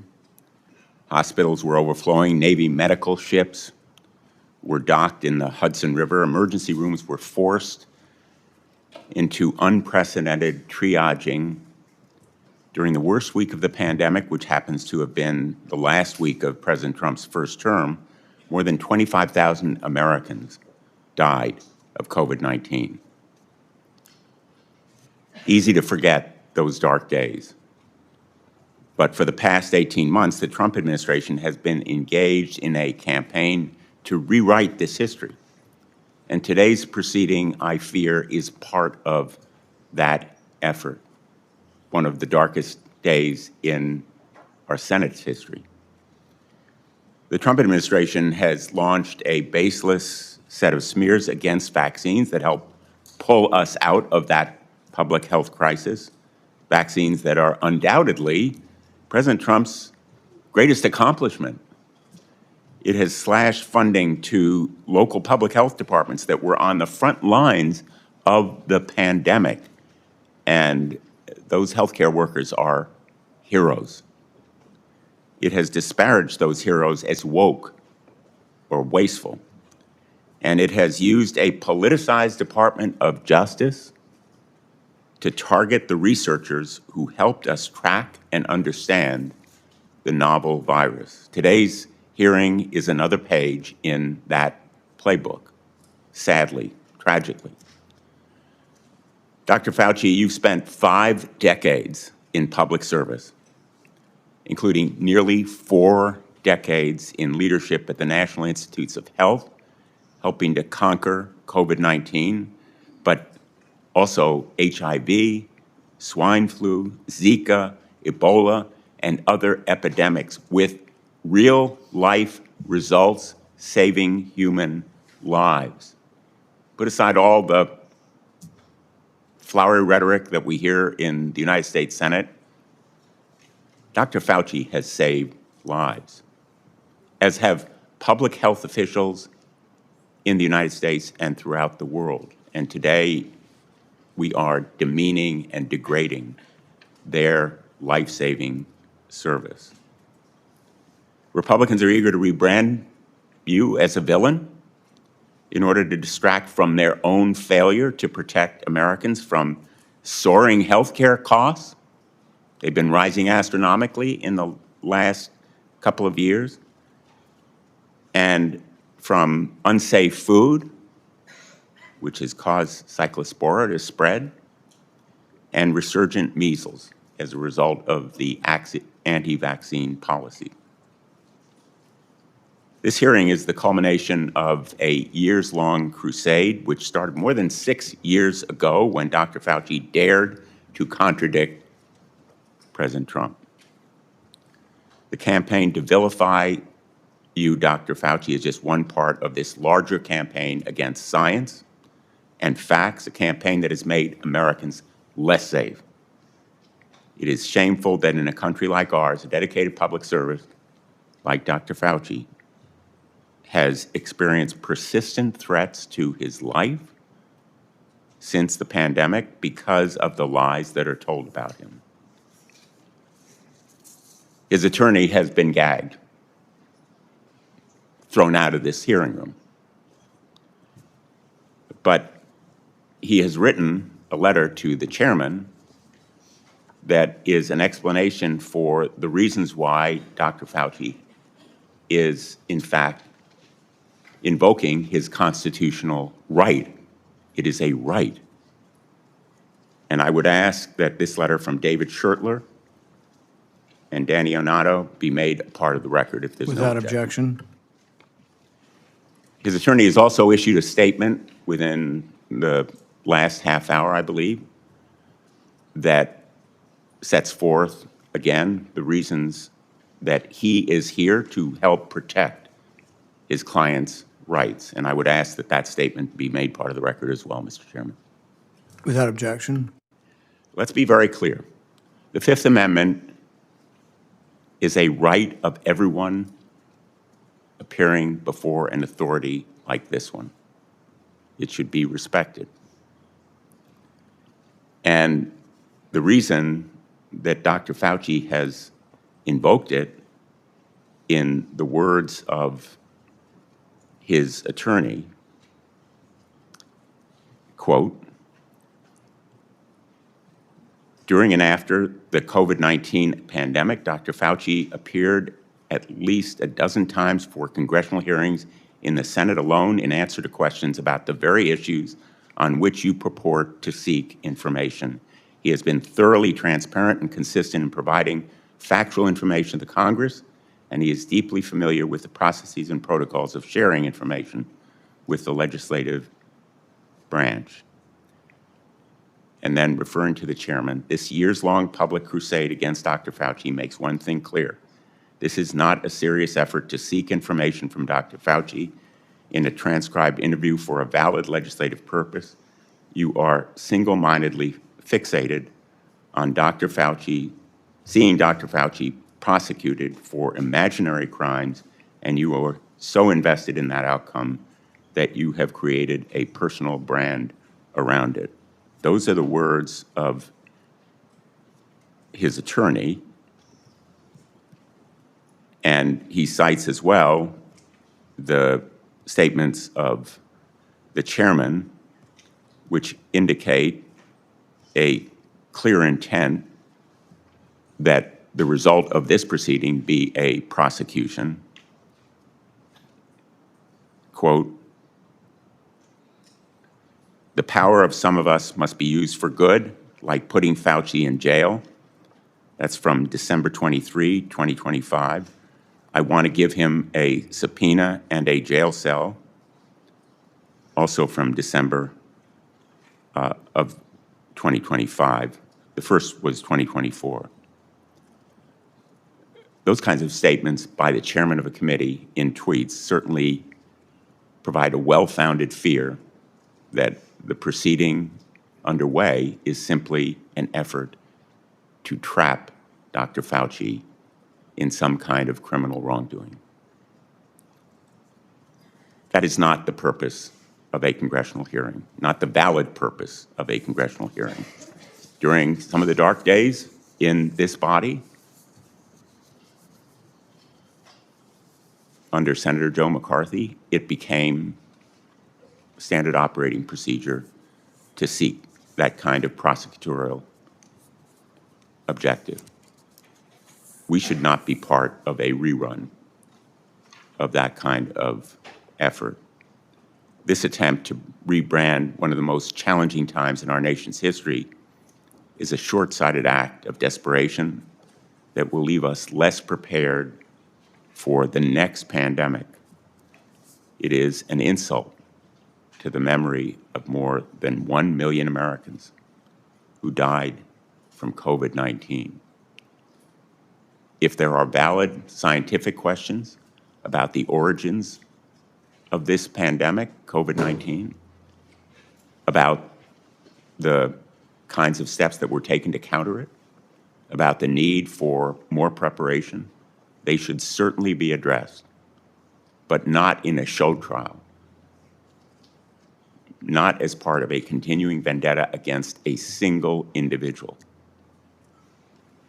And unfortunately, I fear that is what we are seeing today. America deserves better. Thank you, Mr. Chairman. In no courtroom in America can you have your witness plead the Fifth Amendment and then your attorney gets to testify. That's what that letter is. The attorney's complaining and testifying, saying, he didn't do it, the prosecution's unfair. You don't get to do that. That's one thing you give up when you take the Fifth Amendment. You say, I'm not going to testify. I'm not going to give you any information. You don't then get to put your lawyer forward to justify it. He can do it in the press, but you can't come and testify. He was not invited to testify, and he was out of order, and it was appropriate to have him ejected. Senator. Chairman Paul, thank you for doing this. I think, I know in my state, people have been asking questions about Dr. Fauci for years. So Dr. Fauci, your entry has made clear that you love being a hero, a celebrity, and here having the eyes of the world upon you. You loved every newspaper profile, every photo shoot, every fancy dinner with the elites. To many Americans who lost family members, who lost trust in our federal government, you're not a hero. Unfortunately, you're a villain. You made yourself the story and abandoned the American people to serve your own ego.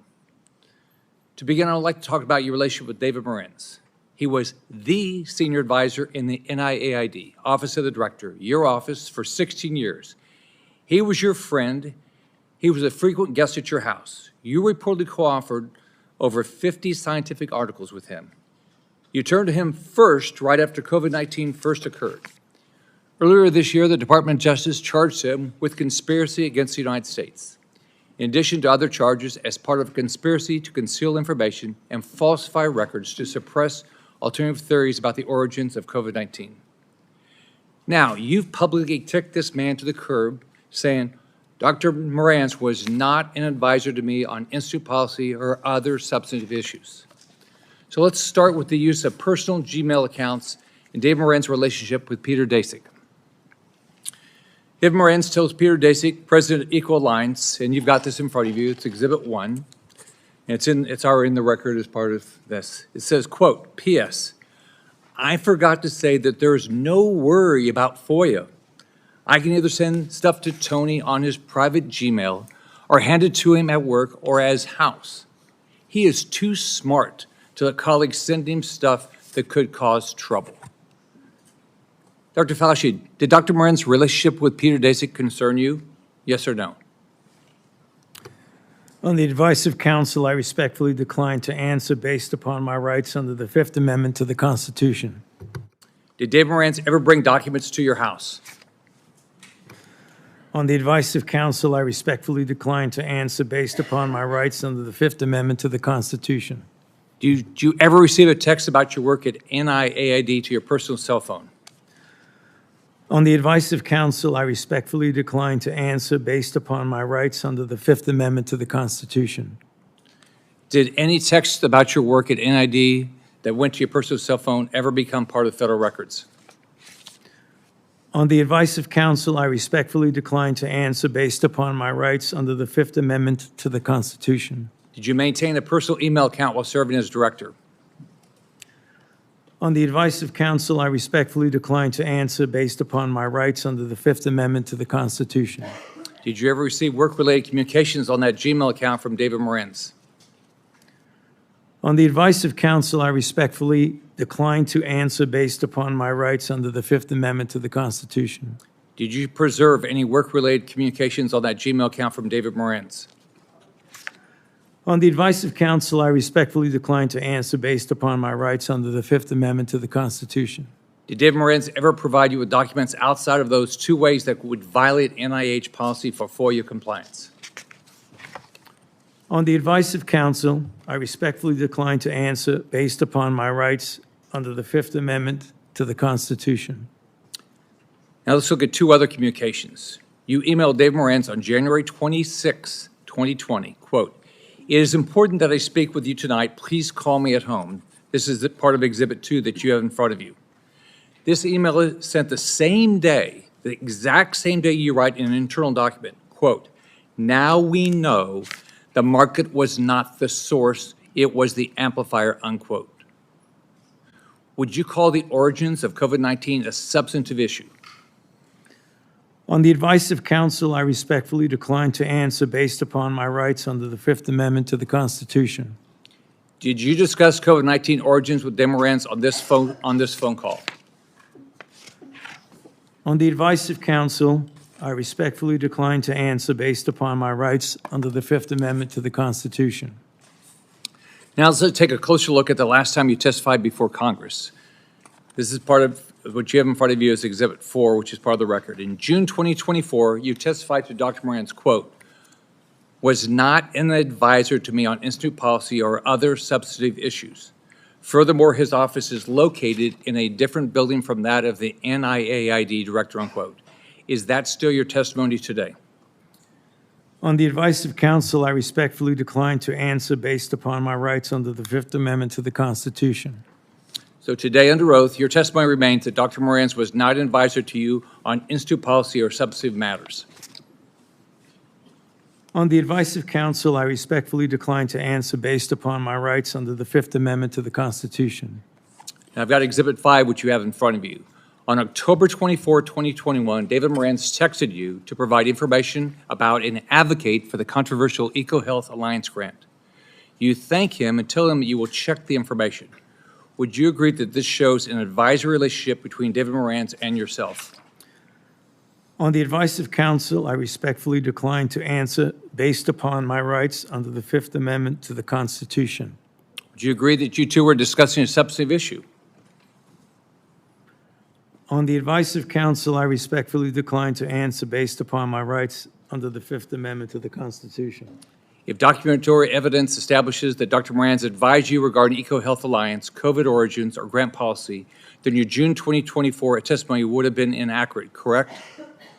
On the advice of counsel, I respectfully decline to answer based upon my rights under the Fifth Amendment to the Constitution. Is there any document in your possession today that would contradict your prior congressional testimony? On the advice of counsel, I respectfully decline to answer based upon my rights under the Fifth Amendment to the Constitution. Have you deleted, destroyed, or instructed anyone to destroy records after learning Congress is investigating these matters? On the advice of counsel, I respectfully decline to answer based upon my rights under the Fifth Amendment to the Constitution. Are you aware of anyone who did? On the advice of counsel, I respectfully decline to answer based upon my rights under the Fifth Amendment to the Constitution. As you know, Dr. Moran now faces charges related to destroying records while you distance yourself from him. Is that fair to a decades-long friend? On the advice of counsel, I respectfully decline to answer based upon my rights under the Fifth Amendment to the Constitution. When is the last time you spoke to him? On the advice of counsel, I respectfully decline to answer based upon my rights under the Fifth Amendment to the Constitution. In hindsight, are you disappointed how you handled COVID? Do you have any regrets? On the advice of counsel, I respectfully decline to answer based upon my rights under the Fifth Amendment to the Constitution. Dr. Fauci, I want to close with this. Here's how you impacted my family and people close to me. I have daughters with children. You can't imagine the questions they had around vaccines for their kids and themselves, and the pressure, the unbelievable pressure to make the right decision for their health. I can tell you pregnant women who worked with me were so scared because every time they went to the doctor, they were told something different about taking the vaccine, and you caused this. Imagine being a mom trying to protect their kids, or an expectant mother trying to figure out what to do. Every 3 weeks, a doctor tells you a new set of guidance on a vaccine. The haphazard information you released and pushed on the American people with little research is appalling, and why there's so much distrust in our institutions today. That trust is crucial to public health, and you, more than any person or event in my lifetime, have destroyed that trust for millions of Americans. You lied to hundreds of millions of people amid the worst public health crisis in a century. You failed to follow your own guidance. You forced people to watch their loved ones die alone over the phone. It's disgusting. You destroyed the federal government's credibility when it comes to public health. We have entire generations of Americans who, rightfully so, do not trust our institution to keep people safe because of you. This has destroyed decades of progress and lifetimes of work because you wanted to fuel your own ego and be the center of attention. What would you do differently knowing what you know today, Dr. Fauci? On the advice of counsel, I respectfully decline to answer based upon my rights under the Fifth Amendment to the Constitution. All the evidence is right here, and you still can't bring yourself to tell the truth or apologize because you received an auto-pen pardon from a staffer in the Biden White House. If we have another pandemic tomorrow, millions could die because of what you did to make Americans lose trust in their government when it comes to medicine and health care. How many families have you apologized to had to watch their loved ones die alone? You breached public trust, and now you're hiding behind a fraudulent pardon. Your legacy will not be as a man that saved America from COVID, but as a man who destroyed the public trust in America's public health institutions in exchange for 5 minutes of fame. This is how history will remember you. I yield back. Senator Kim.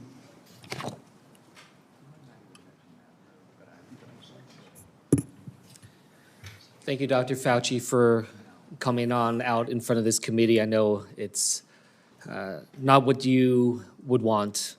It's not what you deserve. I just want to say and start by just saying thank you to you for your service to this nation. I didn't know much about you prior to the pandemic. I came to learn about you from however many Americans did, but I also had the opportunity to talk to you and engage with you as someone who is a member of the Select Committee on the Coronavirus Crisis over in the House of Representatives. When I learned about your background, 38 years as the director of the National Institute of Allergy and Infectious Disease, appointed by President Reagan, served under 7 presidents, 4 Republicans and 3 Democrats. I admire that greatly. I myself had a chance to serve in the executive branch, serve in government under both a Republican president and a Democratic president. And I believe that we need more of that type of work, a place where we can understand our jobs not as coming from a place of partisanship and politics, but that of just public service.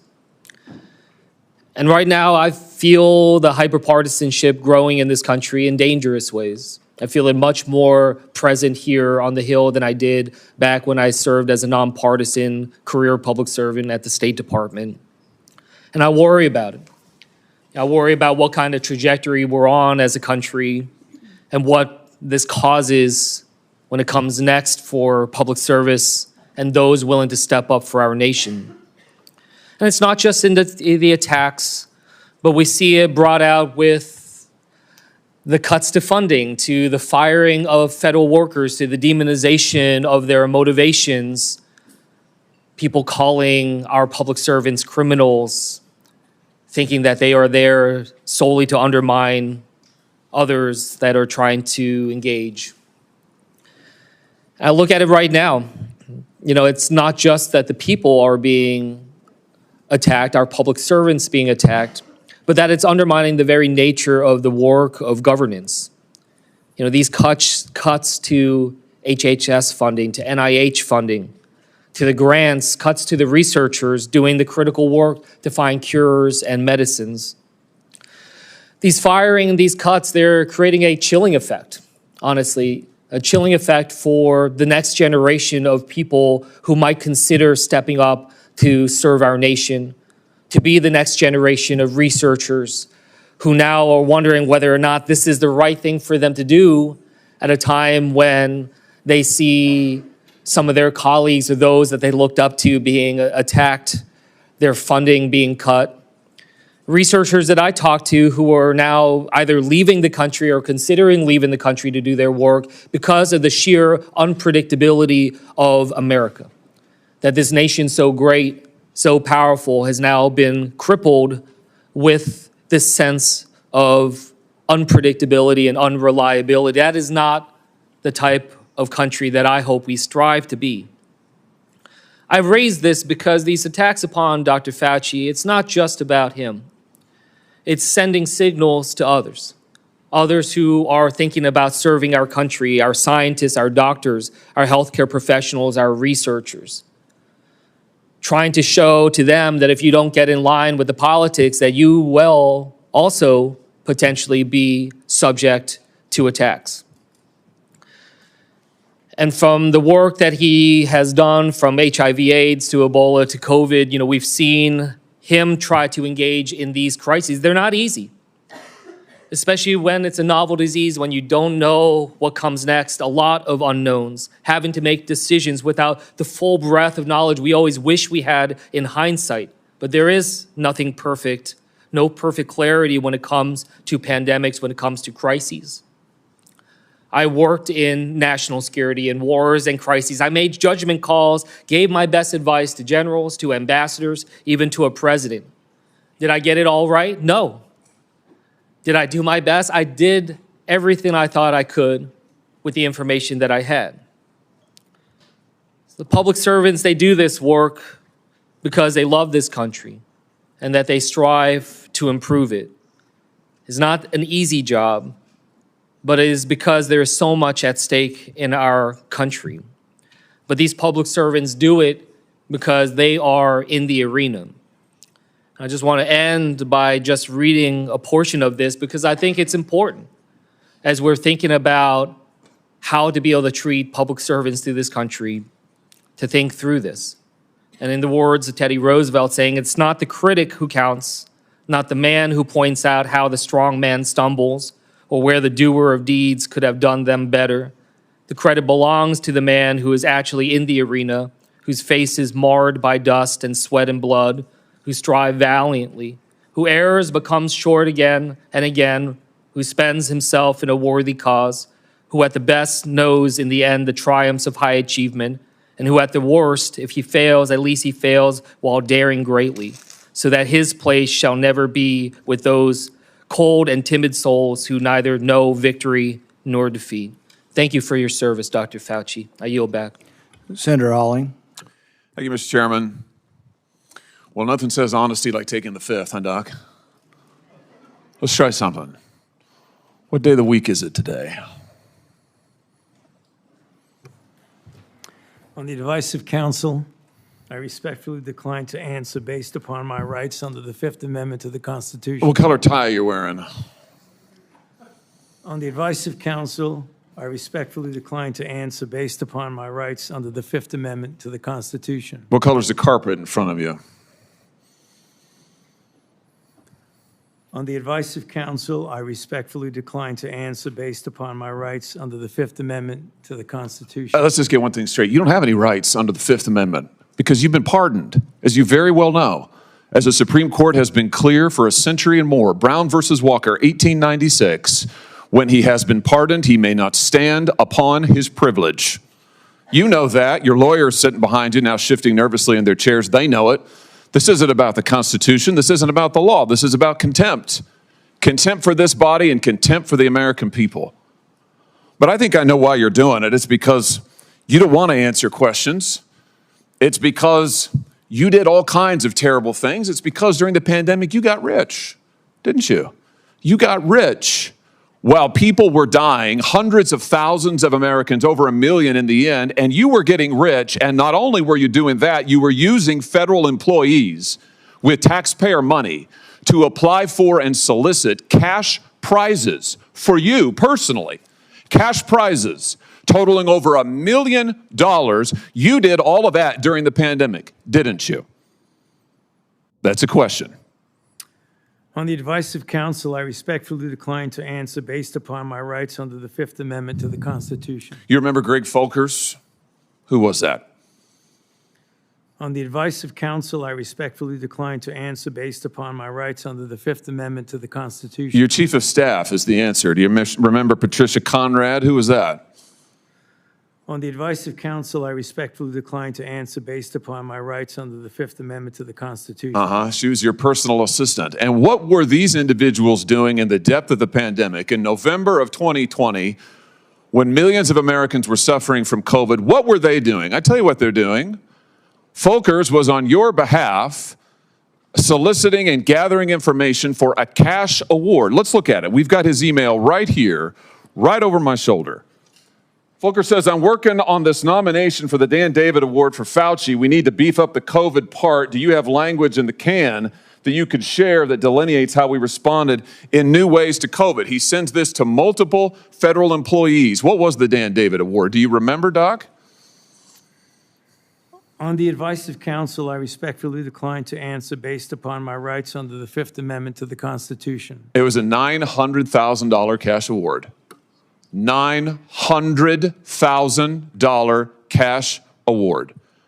And he got it because he used federal employees to get it. And this wasn't the only award, was it, Dr. Fauci? In fact, you applied for and received at least 8 other federal cash prizes on federal time using federal employees and federal resources. Here they are over my shoulder. Besides the Dan David Award, you've got the Partnership for Public Service, you've got the Adelson Prize, you've got the Smithsonian Award, you've got the National Academy of Medicine's Award, you've got the CDC Foundation. In fact, you turned your staff into a full-time application machine. You actually wrote to people and said, do you think maybe I'd qualify? And you got cash for all of this. And it wasn't just 1 or 2 employees, was it? In fact, you used 8 separate federal employees on federal time using federal resources to solicit cash awards. Isn't that true? On the advice of counsel, I respectfully decline to answer based upon my rights under the Fifth Amendment to the Constitution. Here they are right over my shoulder. Here's all of them. The people that you use, federal employees, so that you could go and get cash money. And the most hilarious part is that you weren't content to even dragoon them into applying for all of these cash awards. You then had them go out to the ethics agencies and ethics watchdogs and demand that you be able to get the money. That's right. We've got it in your emails. Your staff and employees on federal time, using federal resources, being paid with federal dollars, are soliciting cash for you. And then they're turning around and saying to the agency, we don't want just an answer, we want to get to yes. Because Fauci wants the money. He wants it. We want to get to yes, and yes takes time. This is your chief of staff again, using federal email to pressure the agency's own ethics people so that you could get money. So that you could get rich. And it violated the law, didn't it, Dr. Fauci? Didn't it? It violated the law, didn't it? Is that a question? It is a question. You can answer. Go ahead. On the advice of counsel, I respectfully decline to answer based upon my rights under the Fifth Amendment to the Constitution. Federal law, as you very well know, prohibits the solicitation of cash awards or other personal benefits for federal employees. And it certainly prohibits using your own employees to do this. 5 CFR section 2635-205B, it says it right there in black and white. You cannot use federal resources, federal dollars, federal employees, federal offices, federal email, federal time to solicit cash awards, and you did all of it, and the worst part is thousands of people were dying while you were doing it. You were supposed to be the nation's doctor, and you're playing one on TV, but this is what you were doing with your time. Isn't that true? On the advice of counsel, I respectfully decline to answer based upon my rights under the Fifth Amendment to the Constitution. Yeah, I can see why. I can certainly see why. You know what I can't quite figure out is that why you were so obsessed with it, because you're already rich. I mean, and your scheme worked here. I mean, your net worth now is north of $12 million. You got over $1 million in cash awards during COVID, during a 12-month, 24-month span during COVID. $1 million you knocked down in cash money using federal resources. Now you're worth more than $12 million. You've got a pension that in its first year paid out north of $400,000 a year. 1 million people dead, you're getting rich. 1 million people dead, you're using federal employees to get cash awards for you. 1 million people dead, and you're here taking the fifth because you don't want to admit that what really happened in all that time was a multi-month, multi-year course of self-dealing. Isn't that true, Dr. Fauci? On the advice of counsel, I respectfully decline to answer based upon my rights under the Fifth Amendment to the Constitution. Yeah, well, silence is admission. And here's the real thing. At the end of the day, it wasn't just about the money, really, was it? It was really about a power trip. I mean, through all of this, you want to be the most famous scientist in the world. You were so focused on getting every award and every drop of cash that you could, all because you wanted to be on TV. You wanted to be the sun god of science. You wanted to be the guy who was in charge of it all. You wanted to lambast Trump. You wanted to make sure that nobody else stole your spotlight. You wanted to be the guy. You had time to sit for InStyle magazine. Here's what you were doing with your time. You could sit for InStyle magazine, but you can't answer questions for the American people. You could sit for InStyle magazine, but you're here taking the fifth. You could sit for InStyle magazine and get $1 million in cash awards, but now the cat's got your tongue. I bet he does. I tell you what, here's my conclusion from all of this. This was really all about you the whole time. Somewhere along the way, you lost your way. You may have been a good public servant at one time, I don't know. But what I can tell you from reading your emails now, from looking at what you did, how you used your employees, somewhere along the line, it became all about you. You became a narcissist and a megalomaniac and a liar. And you've lied to the American people, and you've lied to this body. And you've disgraced your profession by doing it. You called yourself the most famous scientist in the world. You've done more to harm science than anybody in my lifetime. And I hope you'll go home and write that in your diary. Thank you, Mr. Chairman. Senator Fetterman. Thank you, Mr. Chairman. Dr. Fauci, I'm not here to perhaps attack you or defend or anything. It's really just more, honestly, I just want to acknowledge I have had members of my family die from COVID, and now I also grieve for people that I've met that have lost their business through the pandemic, and they'll never been the same. Now, as during the pandemic, I was the lieutenant governor, so we were in the middle of all of that maelstrom, trying to find the right balance between protect life and protect the economics and for all of it. And I'm not sure if we got it all right or wrong, but without a doubt, I can continue to question myself. But one that it's not about much more your regrets, but I have one, and that is early on that there was the theory that the virus could have emerged from the lab. And early on that became like a right-wing kinds of theory, and I thought it seemed to make sense. Now there was a really advanced lab that was close by, and then you have this unknown virus out.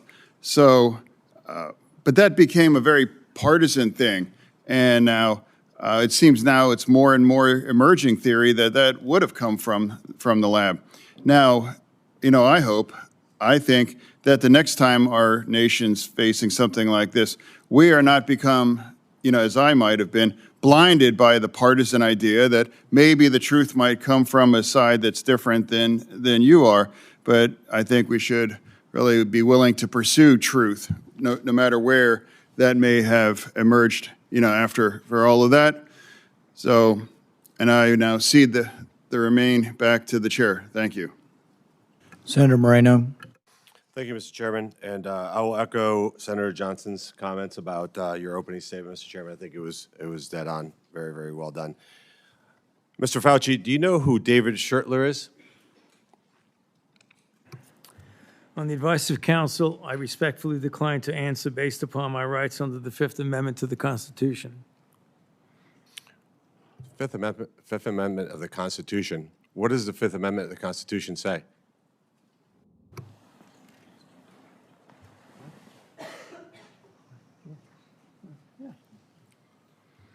On the advice of counsel, I respectfully decline to answer based upon my rights under the Fifth Amendment of the Constitution. No, I'm just asking you what it says. On the advice of counsel, I respectfully decline to answer based upon my rights under the Fifth Amendment to the Constitution. I'm going to give the Constitution to my aide. He'll bring it over to you so you can have it for future reference. I think it's something that every American should know what the Constitution says. Do you know who wrote the Fifth Amendment? On the advice of counsel, I respectfully decline to answer based upon my rights under the Fifth Amendment of the Constitution. So you're invoking a right that you don't know who wrote it or what it says. Is that correct? On the advice of counsel, I respectfully decline to answer based upon my rights under the Fifth Amendment to the Constitution. Wow. All right, let me tell you who David Schertler is for the audience, because he was ejected by the chairman. He's a high-profile criminal attorney. He's represented some really great people, like Senator Bob Menendez. Maybe that's somebody who my Democrat colleagues may remember took gold bars as bribes from the Egyptians.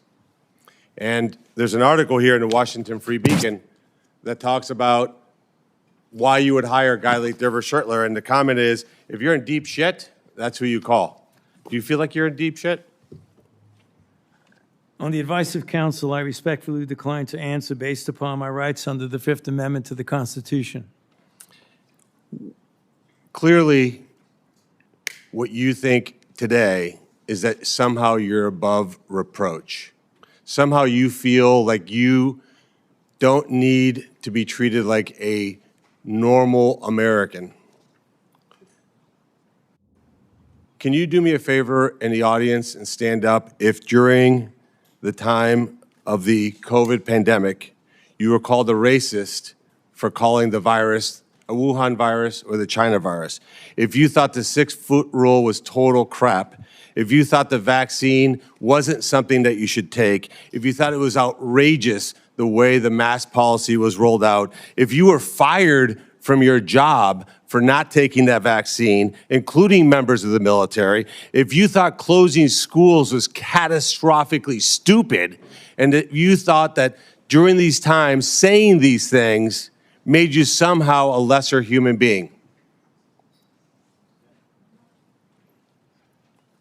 Dr. Fauci, can you just turn around and look at the people behind you?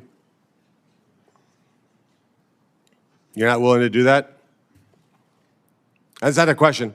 It's not a question. To your lawyers, not a question. It's a request.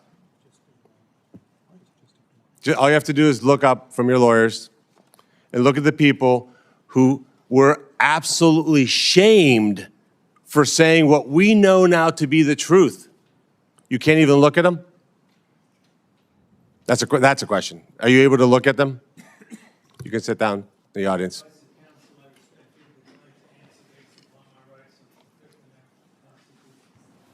There was a mom in Ohio during the depth of the coronavirus pandemic,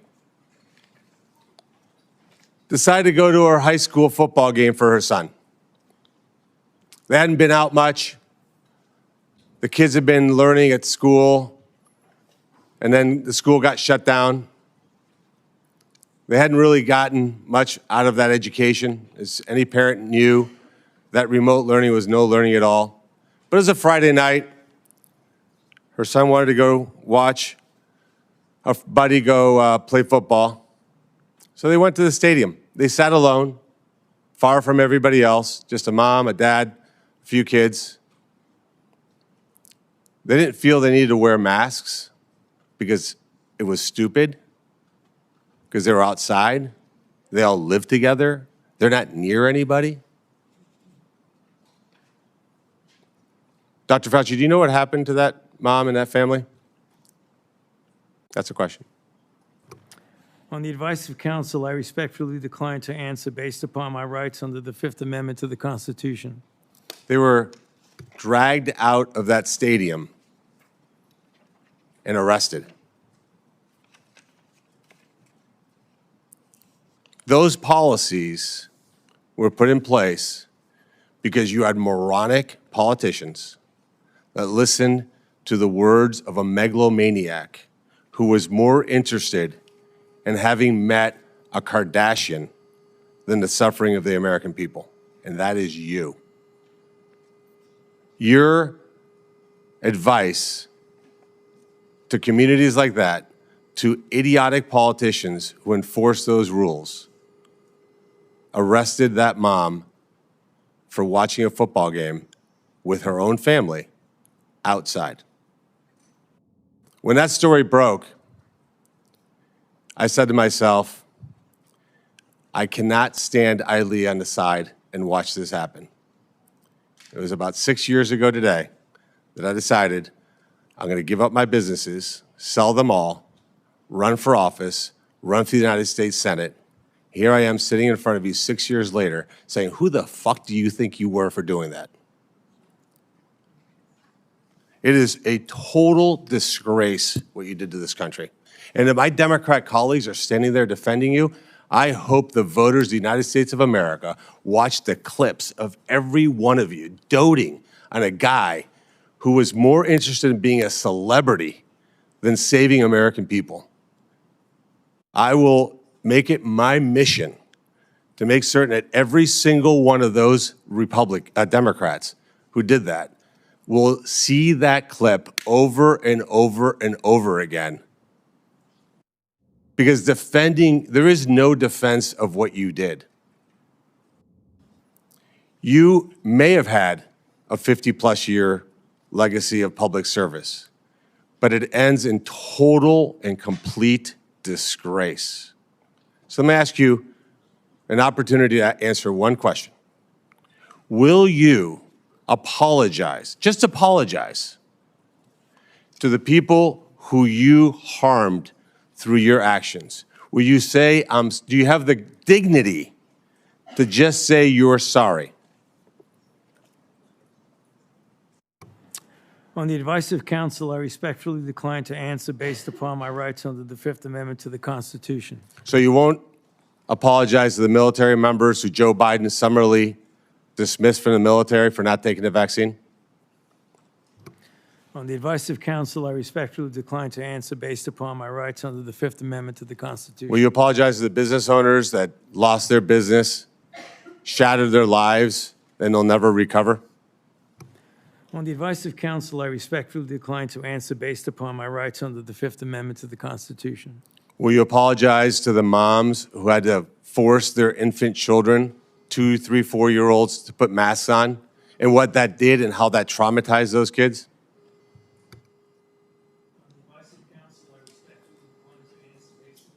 Under the Fifth Amendment to the Constitution. Will you apologize to the family members of the people who died because they took your advice and not only got the first vaccine, but the 5, 6 other boosters that they did not need?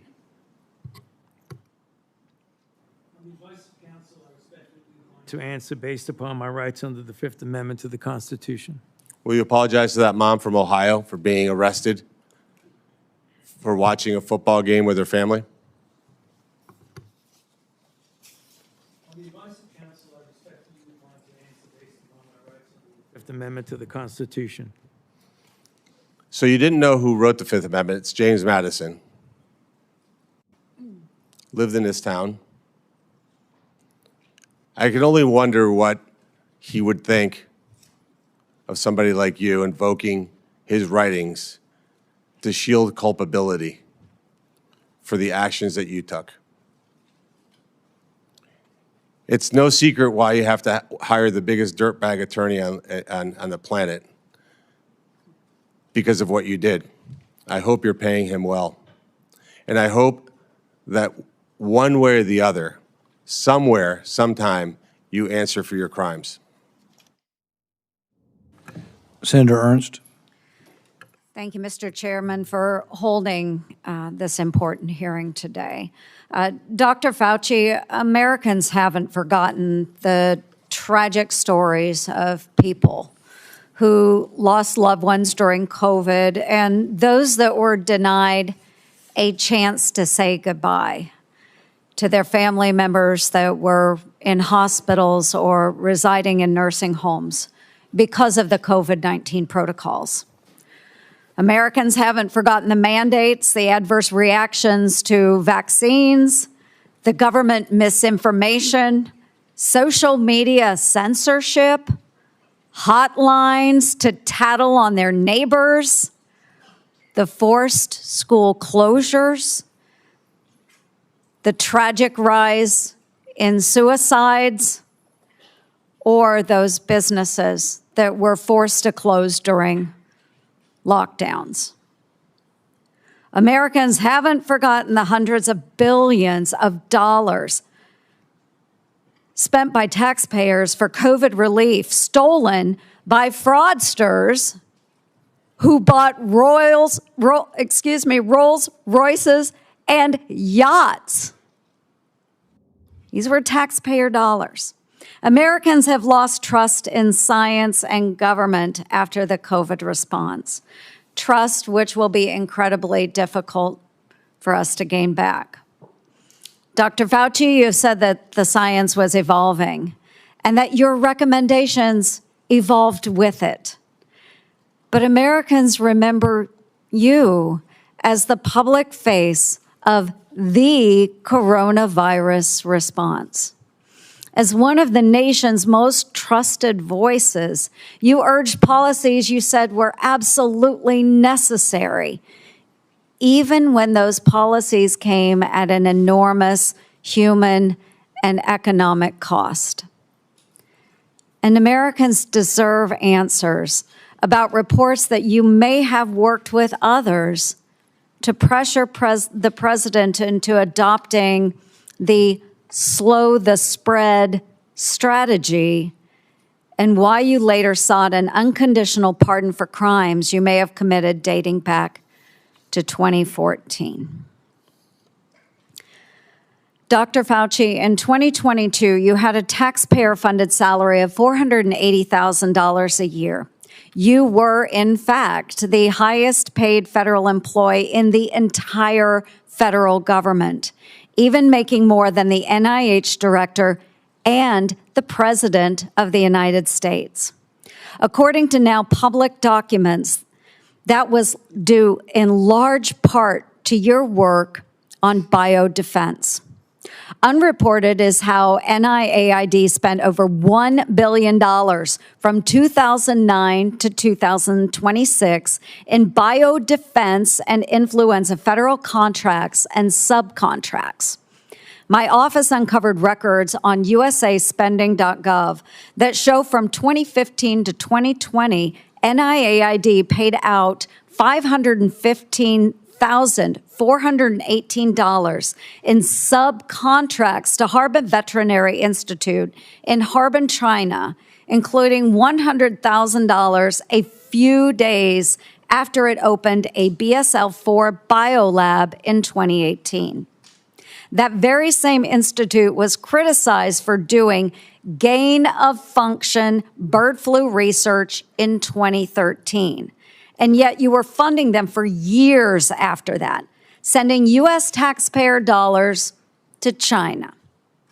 These contracts, which we also trace to NIAID, show U.S. taxpayers funded gain-of-function researchers in the Netherlands and in Wisconsin, funding the same folks whose controversial work led President Obama to pause this exact type of dangerous pandemic research.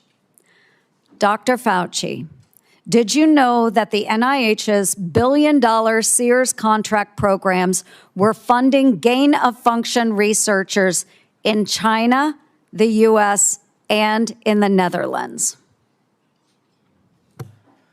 On the advice of counsel, I respectfully decline to answer based upon my rights under the Fifth Amendment to the Constitution. Dr. Fauci, Dr. Deborah Birx wrote in her book that you and President Obama's former CDC director were at a Saturday, March 14th, 2020 meeting at her home 2 days before the president announced his 15 days to slow the spread effort. Your now released diary said the meeting was a week before that. Dr. Birx said you all were trying to trap the president into having no other options. She wrote, your plan was to, quote, block any of the president's escape routes So, quote, he'd have no choice but to agree to our flatten the curve measures. Yes or no, Dr. Fauci, did you try to block or trap President Trump into the slow the spread, flatten the curve measures in March 2020? On the advice of counsel, I respectfully decline to answer based upon my rights under the Fifth Amendment to the Constitution.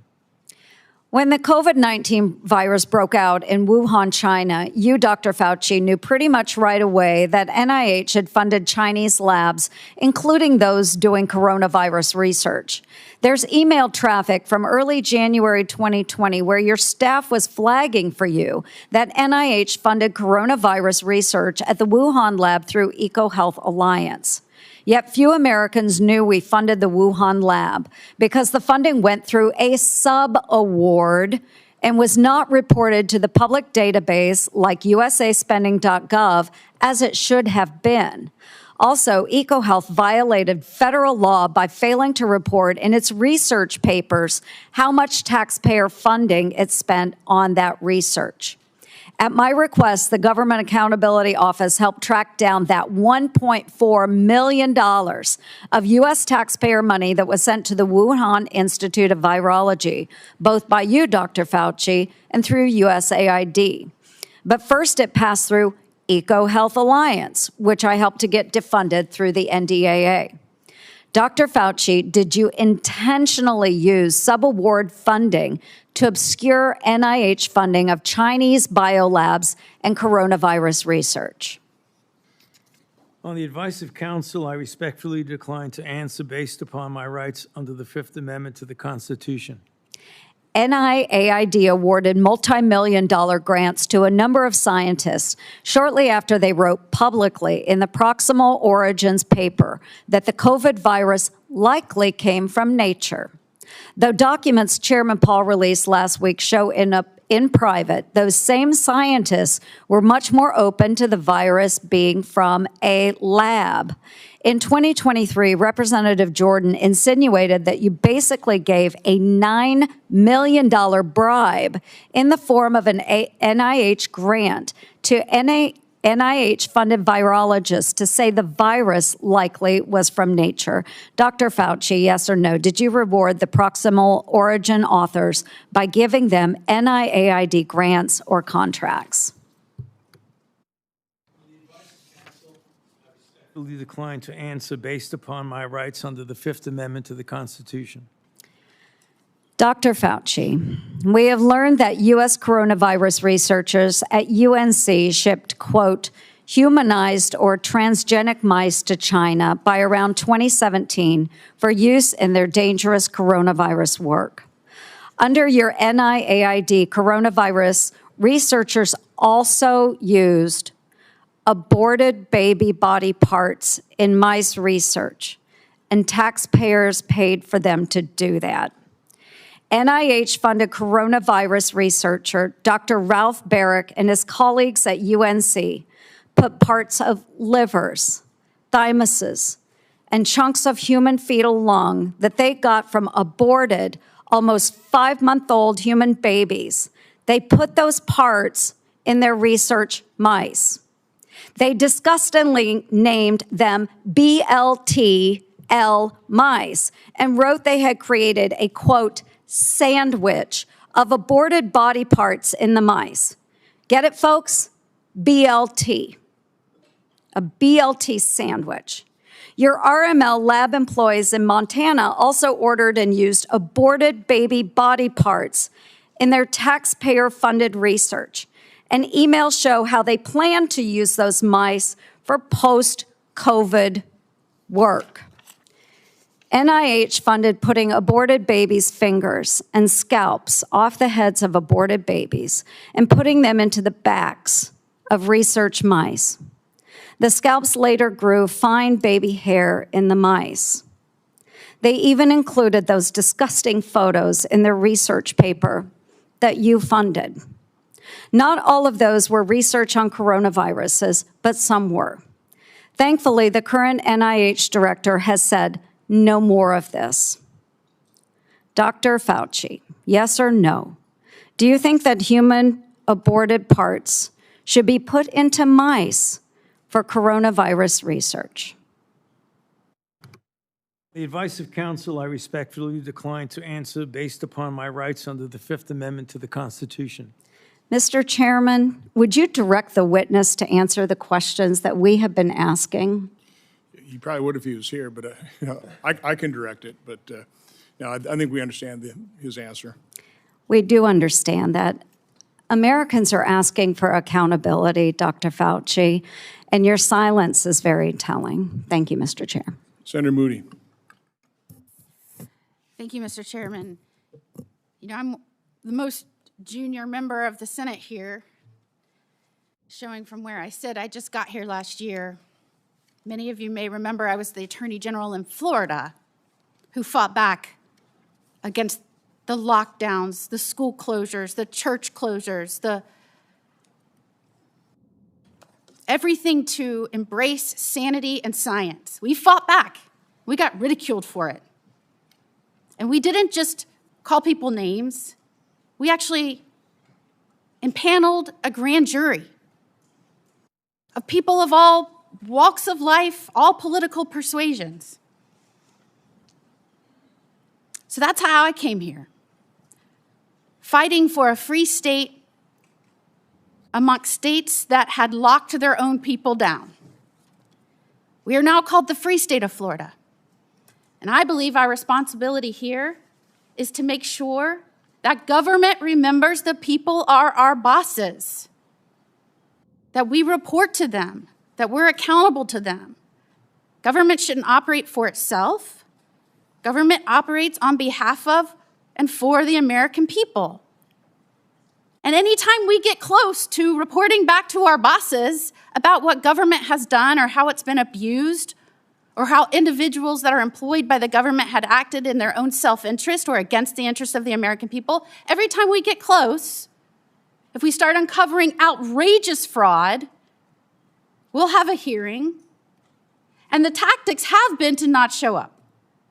So you'll have all of us over here trying to drill down on why we've been giving money that actually works against American citizens, and no one shows up. Today nobody's here at the moment. Today there seems to be a different tactic. Today we have Democrats showing up and trying to spin why we shouldn't even be having this hearing to report back to our bosses. As one said, today's hearing does damage. It will deter others from public service. Another said, this hearing is designed to entrap you. Another said, one fell all over himself flattering you, thanking you for your service multiple times, quoting man in the arena. Another said that we are demeaning first responders, and today is a sad play in a repeated playbook, or we're going after one man. I mean, all of their time was used on why we should not be having the hearing to report back to our bosses and give the people accountability. So I would like to talk about that because I believe that the trust the American people place in our public health institutions and what happened to that trust during COVID is important. Because in a public health emergency, they are asked to make extraordinary sacrifices based on advice given to them by the government that is supposed to be working for them. And for that system to work, the public has to be able to trust the people giving them instructions. That trust depends on candor. Would you agree with that, Dr. Fauci? On the advice of counsel, I respectfully decline to answer based upon my rights under the Fifth Amendment to the Constitution. And when the evidence is uncertain, officials need to say so. When recommendations are based on assumptions rather than hard data, they need to say so. And when they get something wrong, they need to own it. And when the trust is lost and the consequences extend far beyond any single pandemic, the next time public health officials genuinely need Americans to listen, millions of people may simply ignore them or not believe them. And Dr. Fauci, you were undeniably the face of the federal government's COVID response. You said so yourself in your diary. You said it's not hyperbole to say, I've become the most famous and talked about person in the country. So I want to understand how we got here. Let's start at the beginning. On March 8th, 2020, you appeared on 60 Minutes to discuss the spread of COVID-19. You were specifically asked to clear up the confusion and misinformation surrounding masks. You told the American people, right now in the United States, people should not be walking around with a mask. The interviewer immediately stopped you and said, "Are you sure of it? Because people are listening really closely to this." And instead of walking back or qualifying your statement in any way, you doubled down. There's no reason to be walking around with a mask. When you're in the middle of an outbreak, wearing a mask might make people feel a little better. It might even block a droplet, but it's not providing the perfect protection that people think it is. And often there are unintended consequences. People keep fiddling with their masks. They keep touching their face. Just a few weeks later, the CDC released its guidance recommending that Americans wear masks in public. You were asked to explain your original recommendation. You emphasized a very different consideration. You said, well, back then, the critical issue was to save the masks for the people who really needed them because it was felt there was a shortage of masks. So I want everybody to sit with that. The critical issue driving your initial recommendation to the American public was scarcity, logistics, not medical evidence. So when you told the American people there was no reason to wear a mask, what was your principal objective? Giving them an honest assessment of the medical evidence or discouraging them from consuming a scarce supply of masks? On the advice of counsel, I respectfully decline to answer based upon my rights under the Fifth Amendment to the Constitution. Well, unfortunately, that was just the beginning of a broader pattern. Let's talk about the 6-foot distancing rule. In April 5th, 2020, interview on CBS said, "Every time I get to that podium in the White House briefing room, I always essentially plead with people. Please take a look at those very simple guidelines of physical separation, and they're very, very clear. Physically separate 6 feet away." Yet when Congress finally asked you in 2024 what science supported that evidence, 6-foot distance rule for COVID, you admitted you were not aware of any studies supporting it. Incredibly, you said the 6-foot rule sort of just appeared and described it as an empiric decision that wasn't based on data. That rule had real consequences. Schools didn't open back up. Businesses didn't open back up. Churches didn't open back up. I could go on and on and on. And Americans were kept physically separated from one another during the most difficult moments of their lives. Many lost loved ones during that time. So, Dr. Fauci, did you have any evidence to support a 6-foot separation rule when you gave that advice to Americans? On the advice of counsel, I respectfully decline to answer based upon my rights under the Fifth Amendment to the Constitution. All right, well, let's look at the lockdowns then. By 2022, the consequences of prolonged COVID lockdowns on our children were clear, from delayed development to social isolation, which is probably why you were asked in July 2022 whether you would recommend locking down schools again. And you said, first of all, I didn't recommend locking anything down. But now we have your diary. And it tells a very different story from the one you told the public. And I will quote, "I spoke with Bill de Blasio, the mayor of NYC, and convinced him based on what I was saying publicly in my conversation tonight to close the NYC schools. He had already decided based on what I was saying on TV. I went on to tell him he should close the bars and restaurants in NYC, and he said he would do this based on my recommendation. You even said that you told the president we should shut the whole country down." So, Dr. Fauci, how do you square telling the American people publicly that you didn't recommend locking anything down with your own diary entry kept on federal government equipment saying that your recommendation is what convinced the mayor and the president to lock things down? On the advice of counsel, I respectfully decline to answer based upon my rights under the Fifth Amendment to the Constitution. Now, I just want to make clear that when in Florida, we were pleading with people to give us advice based on scientific evidence, that we were getting these conflicting statements by you that didn't match scientific data. And in fact, when we impaneled a grand jury, the grand jury's conclusion, not surprising to anyone, and by the way, we're still the only state to have impaneled a grand jury. I was the only attorney general to do this. We did this in 2023. That conclusion was the lockdown, mask, and social distancing advice ministered by federal agencies and implemented by certain local, state, and federal agencies was not based on the best available scientific data. In fact, many recommendations and their accompanying mandates departed significantly from available research. Again, people from all walks of life, all political persuasions, that is what they found. And yet, during that time, while you were giving those statements, knowing there was no scientific basis for it, and we know now you knew it because we have your diary entries, you called the governor that I worked with to fight to keep Washington and D.C. out of our state so that we could indeed respect the rights of our citizens. You called our governor, Governor DeSantis, and I'm going to quote this so I get it right out of your journals, a total jerk, that he is a complete disgrace, that he is blocking local authorities from mandating masks in various locations, including schools.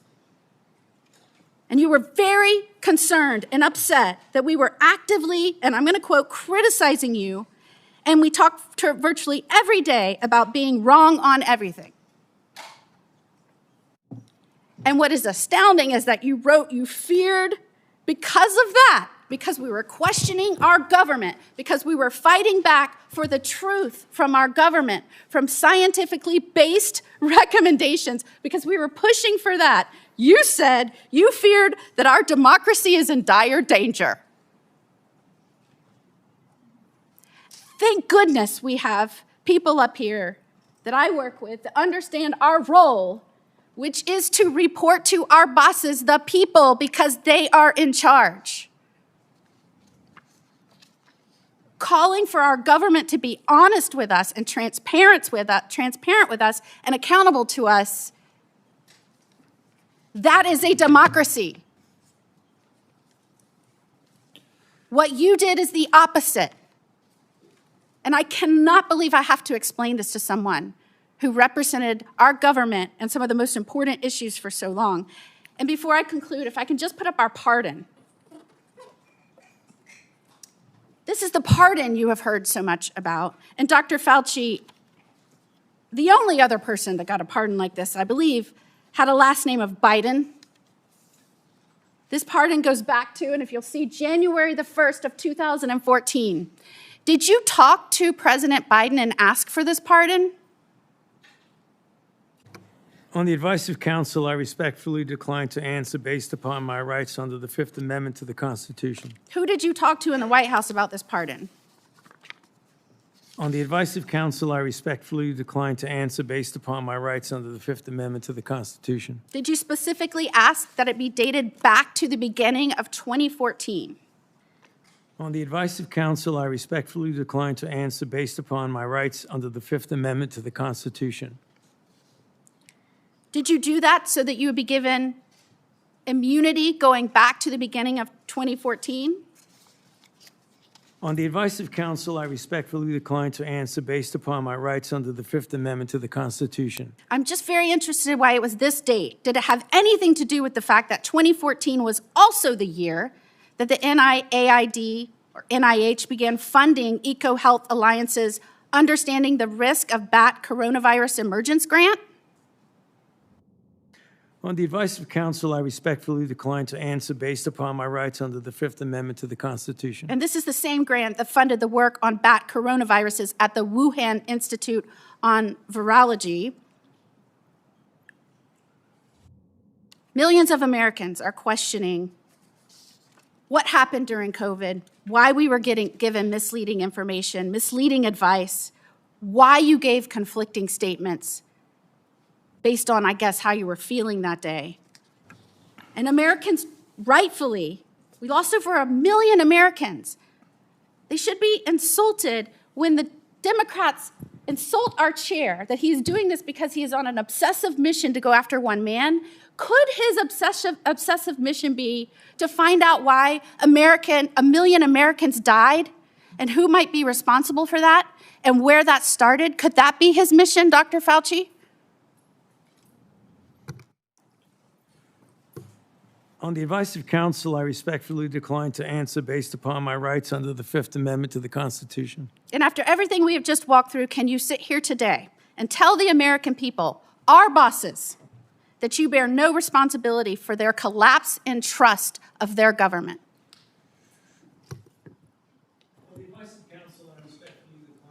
Based upon my rights under the Fifth Amendment to the Constitution. Time has expired. We're going to do another quick round for those who remain, about 5 minutes. Any questions that haven't come up that are pressing? Let's try not to go over territory that's already been done. I'll begin by asking unanimous consent to insert into the record documents show that the CIA transferred funds to NIAID through interagency agreement. Hearing no objection, so ordered.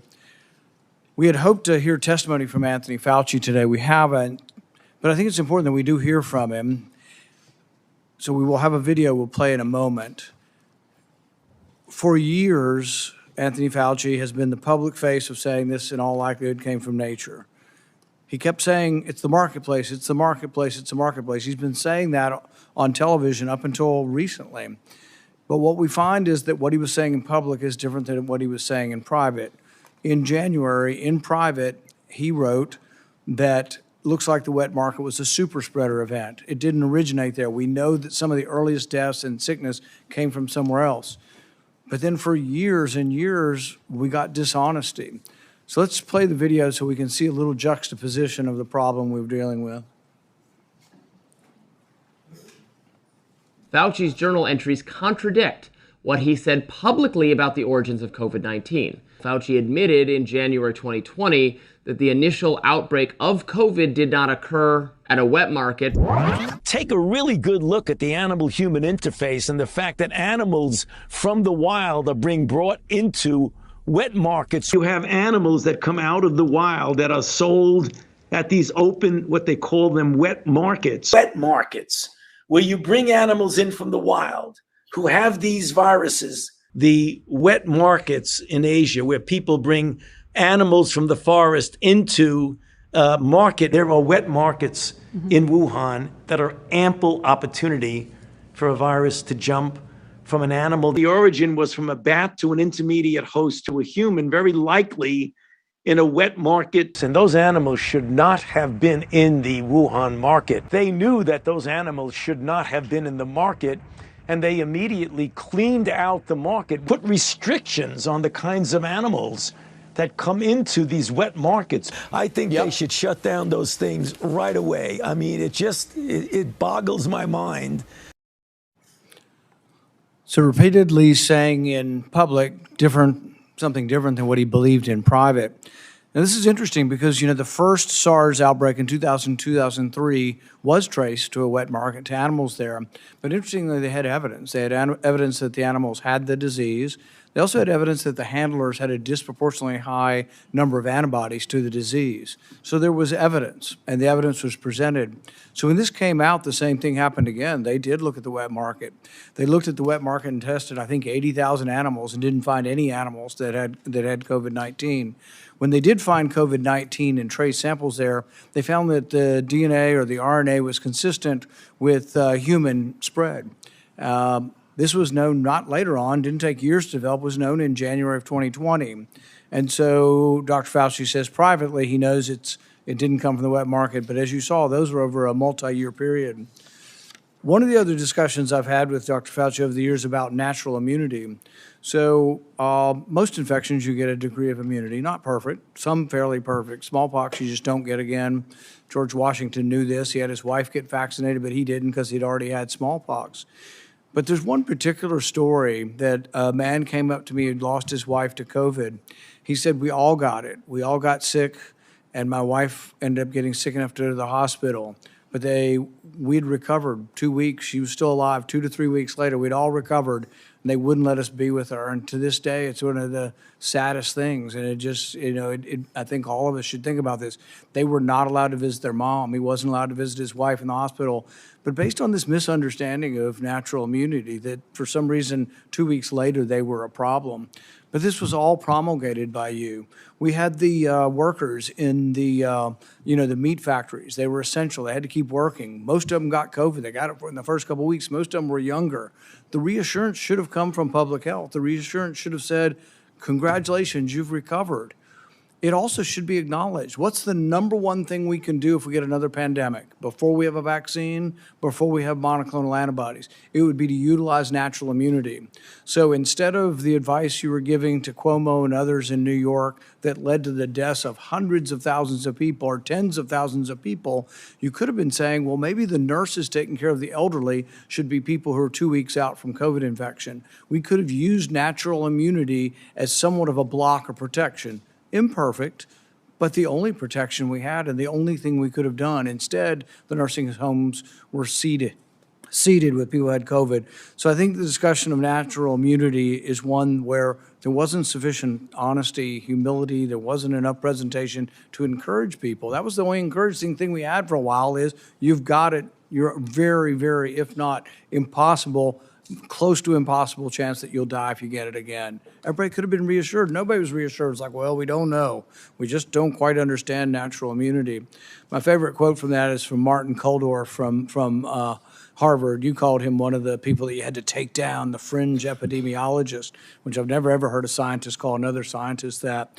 But he jokingly said on Twitter, he said, yeah, we knew about natural immunity from 486 BC, from the time of the Athenian plague.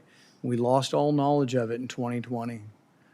The good news is it's slowly coming back. 24 to 2025, we're beginning to understand what natural immunity is again. Not something perfect, but a useful tool that could have been used, but also something that could have helped people by telling the public, my goodness, you're not going to die now. You have a chance. If you've already had it and you're 85 years old and you're at risk for it and you're wanting to feed your wife and they're telling you to wear 4 masks and not be around your wife when you've already had it, it made no sense.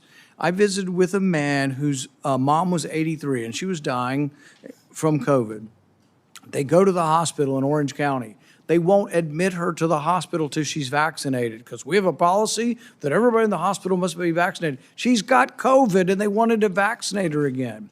At one point in time, the CDC understood this. They told people, don't get vaccinated if you've had COVID within 3 months. Why? Because it may give you a heightened immune response when you've already got a heightened immune response. But giving a person very sick, and many of the people who died from COVID died from sort of this storm of response, this immune storm. The answer wouldn't be try to stir up their immune response more by giving them a vaccine. The answer was actually steroids. And good old-fashioned steroids, 37% reduction in death. It turned out to be way more valuable than remdesivir, way more valuable than any of the other treatments.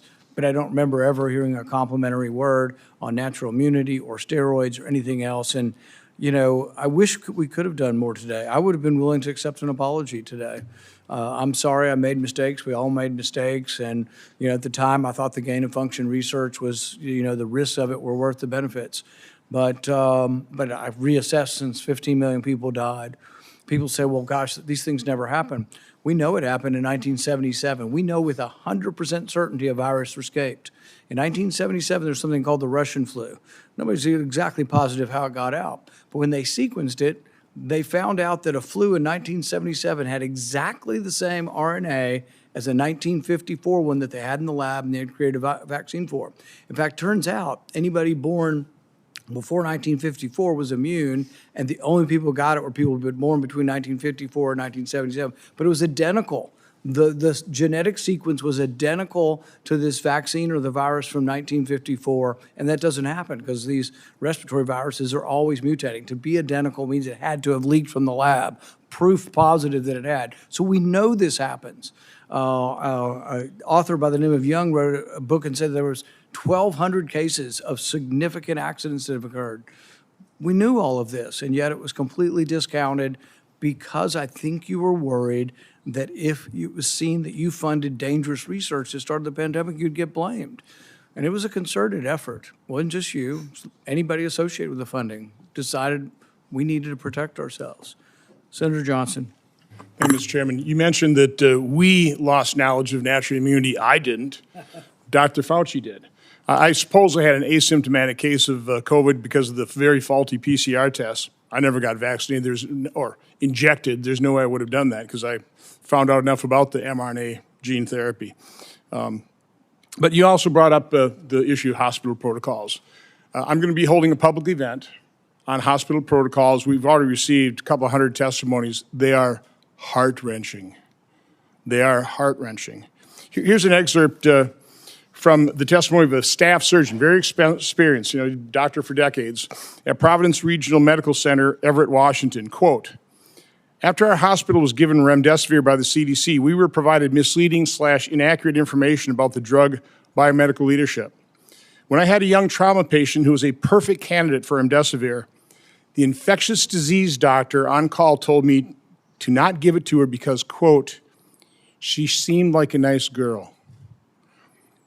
He concludes it was known early the remdesivir kills. As I said, nurses referred to it as run, death is near. So again, I've always been, because it never made sense to me that we put all of our eggs in the experimental gene therapy. If you knew anything about it, you would have avoided it like a plague. And we sabotaged early treatment. But the only treatment we really approved, monoclonal antibodies, which I think basically worked pretty well, but those weren't particularly available. They were denied an awful lot of patients. It was all remdesivir. Based on a study that the NIH changed the endpoint from mortality, because it had no impact on mortality, to days of recovery. A drug that the WHO recommended against its use in COVID in November of 2020, but a drug that cost over $3,000 for a course of treatment, versus things like ivermectin, hydroxychloroquine, who even Dr. Fauci, I should have got that one out because I want to take this time to enter things in the record, said that, we need to have a very tight protocol on remdesivir because it's unknown, but hydroxychloroquine, that's approved, some side effects, but we have a long history of it. Let's put up my latest chart. Again, I was tracking adverse events on the experimental injection, but I use this chart as a comparison. So you've got ivermectin, hydroxychloroquine. These are average, again, VAERS doesn't improve causation, but there's correlation. It's there for a safety signal. So ivermectin, over 30 years of FDA reports, 17 deaths per year. Hydroxychloroquine, over 38 years of reporting, 142 deaths per year. Remdesivir, over 5.5 years, 546 deaths per year. The COVID injection, almost 7,000 deaths per year. Which is safest? What did the FDA freak us out about ivermectin, hydroxychloroquine, when they turned a complete blind's eye toward the injection's injury? So I want to enter the quote from the surgeon. By the way, here's the answer. Cheryl Atkinson in an interview said that when it comes to money, we check financial ties among experts on the government panel devising coronavirus treatment guidelines, which had the effect of dialing back hydroxychloroquine use and giving an edge to remdesivir. We found the 11 members reporting links to a drug company. 9 of them named relationships to remdesivir's maker, Gilead. 7 more, including 2 of the committee leaders, have ties to Gilead beyond the 11 months they had to disclose. 2 were on Gilead's advisory board. Others were paid consultants or received research support and honoraria. By the way, within the study, I think one of the study participants was an employee of Gilead. A bunch also had conflicts with Gilead. So, I wonder why. There are conflicts of interest. Gilead made billions of dollars off of remdesivir and people died. In terms of ignoring safety signals, you can probably put that down now. This has come to light. This is Dr. Drew Weissman, who got the Nobel Prize for the mRNA platform. He wrote to Dr. Fauci on February 8th of 2020. Tony, I wanted to alert you to some new data we generated with our mRNA LNP vaccine. Now, it was a higher fold dose, but that mRNA LNP go to the placenta and fetus measured by translation of the mRNA and cause of immune response in the amniotic fluid. So that same day, Dr. Fauci responds, it'd be interesting to see what human dose levels given intermuscular do. So about a month later, Dr. Weissman replies, he said, we still have some concerns over the data after they tested it IM. Now, again, there's more documentation in terms of the FDA blew it off. It's like, don't worry about that. That was the whole thing. That's what Peter Marks did when he was shown that his algorithm was going to mask safety signals. The last thing I want to enter in the record here is, and I want to make the point, why is this important? That they buried the treatment of severely injection injured. The fact that we haven't acknowledged these injection injuries, these people can't get treatment. They're being gaslit by their doctors. So it's all in your head. The rate of the injection injured of suicides is increasing because they've given up hope, because our medical establishment and federal health agencies completely failed them, failing to acknowledge it. So again, Dr. Nath was diagnosing and treating injection injured in March of 2021. This concerned people. So you got Dr. Walter Koroshitz, writes Dr. Fauci. One of the points he made, there's been a steady, slow stream of reports to me of post-vaccination neurological conditions. Dr. Nath has been collecting a bunch. He has reports sent out to publish. Well, that alarmed everybody. Boy, you can't let the public know what's actually happening. You can't actually let the public know what the science is showing. So on April 29th, a email from Francis Collins, head of NIH, to Dr. Koroshitz, says, I find this approach troubling and will have the main consequence of feeding vaccine hesitancy and social media overreaction. Then Dr. Lawrence Tabak writes to Francis Collins, I don't understand why Walter does not shut this thing down. Why don't you shut down Dr. Nath, who's actually treating injection injured? Why? Because of vaccine hesitancy. And because we haven't acknowledged that, and the reason I've been advocating for this is because I know the injection injured.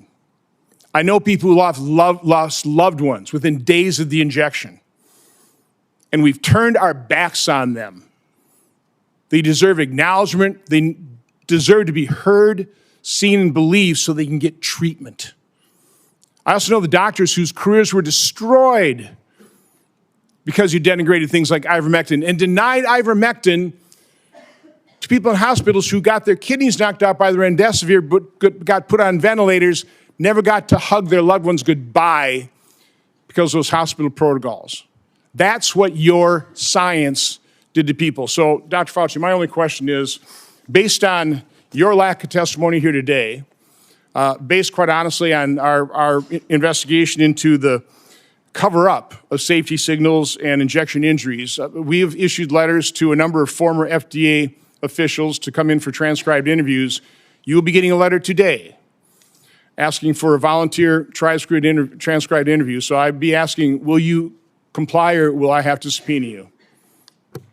On the advice of counsel, I respectfully decline to answer based upon my rights under the Fifth Amendment to the Constitution. Expecting a subpoena. Thank you. Senator Scott. Dr. Fauci, did you personally receive any royalty payments connected to COVID-related intellectual property? On the advice of counsel, I respectfully decline to answer based upon my rights under the Fifth Amendment to the Constitution. Given that NIH receives royalty payments from certain pharmaceutical companies, why would any American believe these financial ties did not influence decisions about which treatments were promoted or restricted? On the advice of counsel, I respectfully decline to answer based upon my rights under the Fifth Amendment to the Constitution. Why doesn't NIAID publicly disclose these payments? On the advice of counsel, I respectfully decline to answer based upon my rights under the Fifth Amendment to the Constitution. Did you partner with Bill Gates on global health initiatives or vaccines? On the advice of counsel, I respectfully decline to answer based upon my rights under the Fifth Amendment to the Constitution. How much did Bill Gates entities provide in funding to NIAID collectively since 2005? On the advice of counsel, I respectfully decline to answer based upon my rights under the Fifth Amendment to the Constitution. To your knowledge, did Bill Gates partner with China on sensitive research? On the advice of counsel, I respectfully decline to answer based upon my rights under the Fifth Amendment to the Constitution.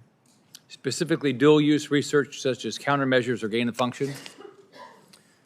On the advice of counsel, I respectfully decline to answer based upon my rights under the Fifth Amendment to the Constitution. Do you know if Bill Gates' entities partnered with U.S. government classified programs? On the advice of counsel, I respectfully decline to answer based upon my rights under the Fifth Amendment to the Constitution. Do you know if Bill Gates maintains an active national security clearance? On the advice of counsel, I respectfully decline to answer based upon my rights under the Fifth Amendment to the Constitution. Did you advocate or request for Bill Gates to receive a security clearance?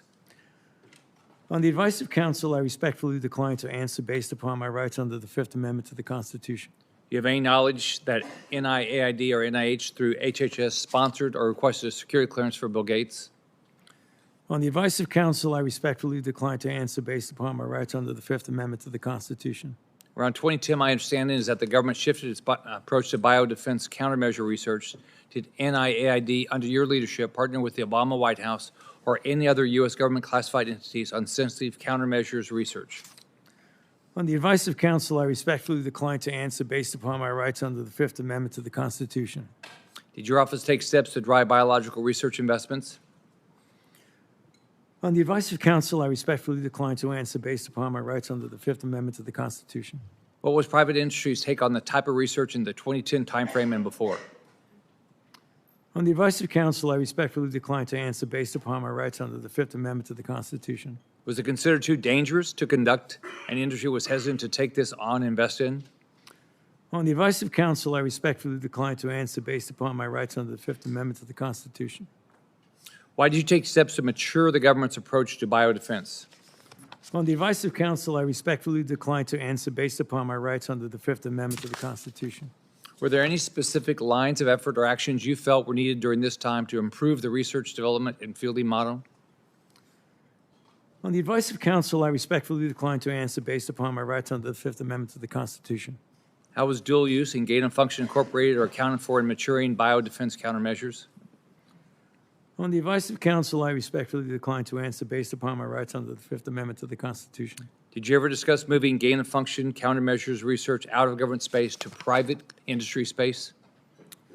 On the advice of counsel, I respectfully decline to answer based upon my rights under the Fifth Amendment to the Constitution. How were these private organizations regulated through government oversight while conducting risky research, including gain of function or gene editing technology? On the advice of counsel, Folks, I got to take a short break. Let me put my sign up there.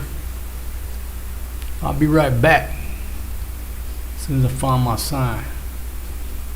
There you go.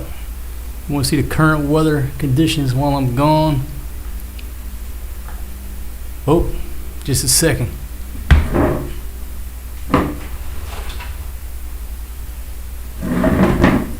There you go. Enjoy the current weather conditions here near Civic Bay. I'll be right back. I gotta take a 10-100. If I'm not back in 5 minutes, just wait longer.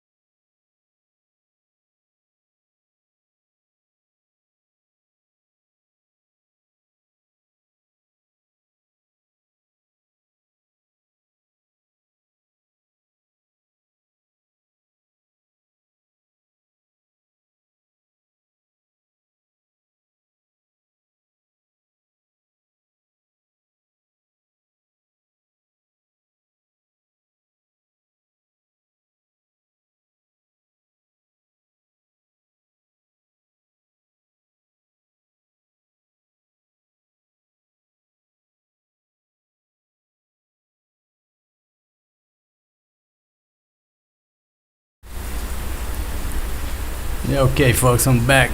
Take my sign down here.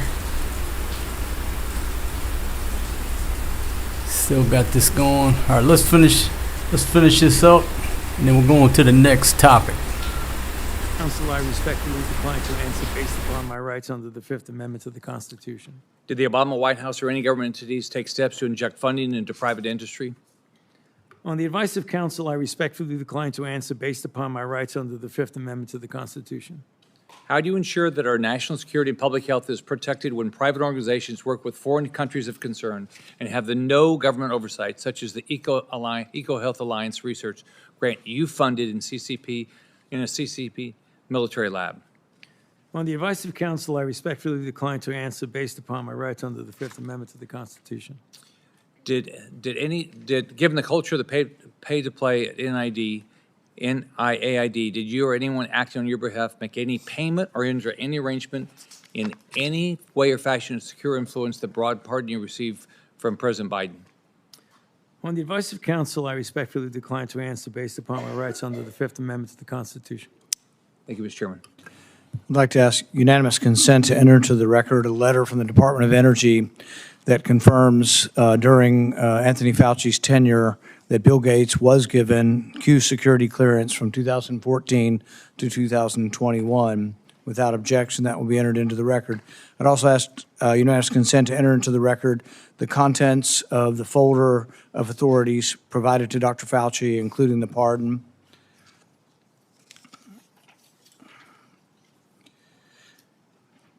Let's be clear today, what we've seen.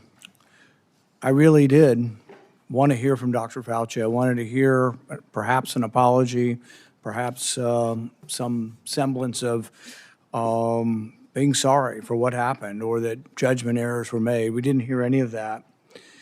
But he was subpoenaed here to testify, refused to answer any questions, even after being directed by the chair and being advised of the law requiring him to do so. He has cited a privilege that is unsupported because of his blanket pardon and because he waived the privilege by testifying at the start. I'm going to give you one more opportunity to comply with the law, limited to the period of your pardon. At any point between January 1st, 2014 and January 19th, 2025, did you destroy any federal record or tell anyone else to?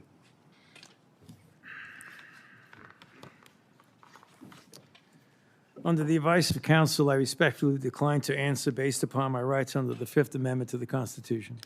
Given that you have a unlimited presidential pardon, what is your specific objection that you are making?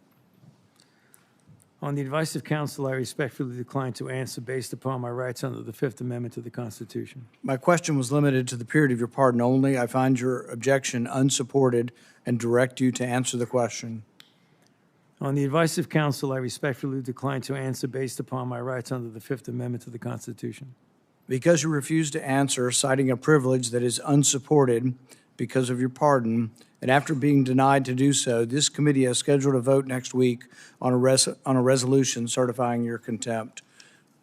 I think we have another question or two from Senator Langford. Mr. Chairman, really, this is a question for you, and it's a question to try to figure out how do we get a good answer on this? Because clearly Dr. Fauci's attorneys are saying that he has a Fifth Amendment right.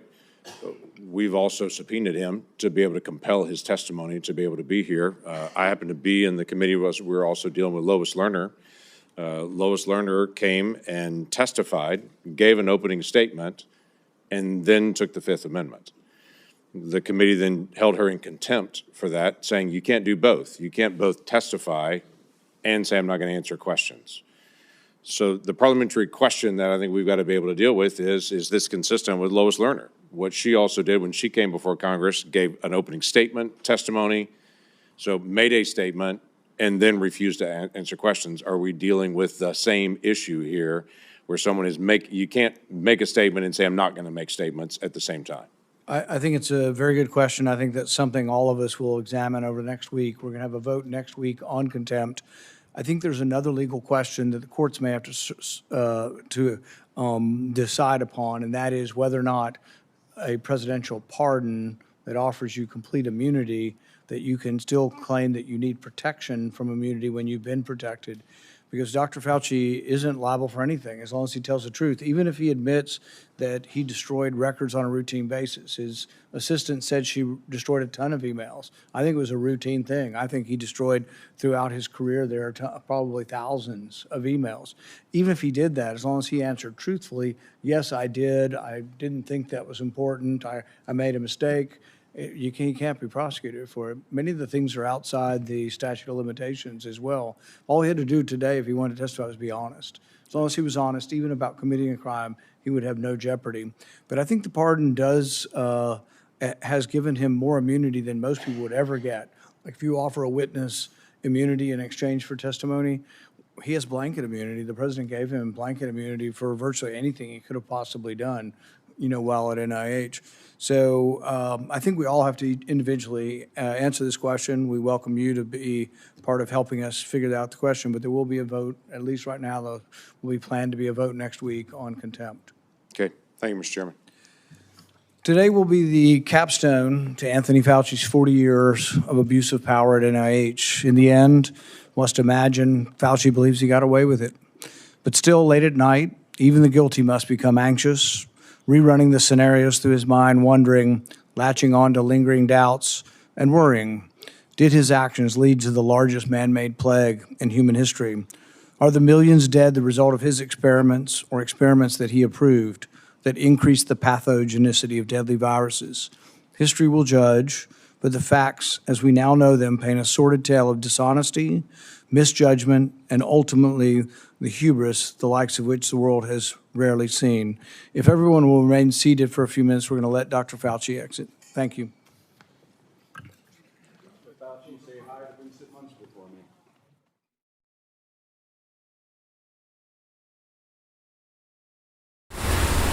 Okay.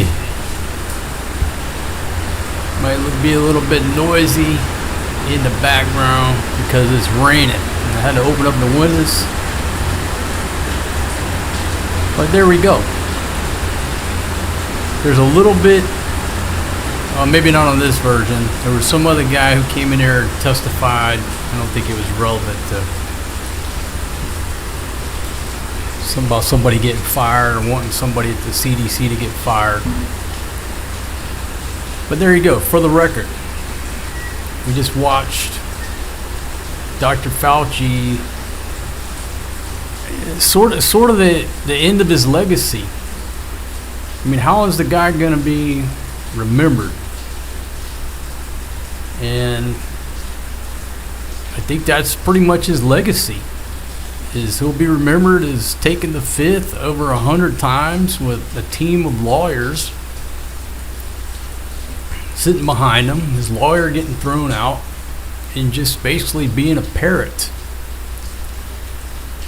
So, do I think that he's going to get prosecuted? He's 85 years old. He's got a team of lawyers, rich people, rich old people like that. And it's not worth our tax money.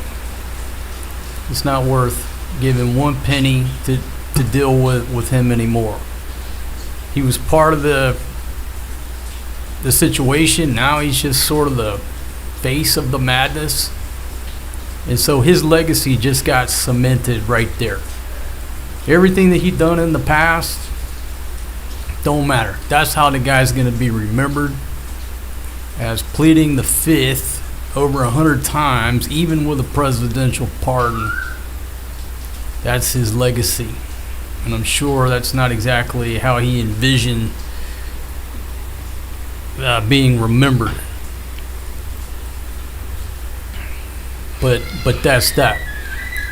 So if you're just joining me, basically a couple reasons I'm doing this. Number one, I wanted to watch all this stuff in its entirety. I said, hey, I just run a live stream and watch it with my friends out there, so we can watch it together. Number two, what's the overall message here? This was 2020, talking 6 years ago. In a lot of these situations, you wait long enough. All you got to do is have an event go down, wait 6 years, and this is the ending. So, what's next? So now when I look at these incidents, right, Just pick a topic going on in the world, and you just wait 5 or 6 years, and the idiots involved, this is the ending. You know what I mean? They're defending themselves. They get called out. The truth starts leaking out. It's just rinse and repeat.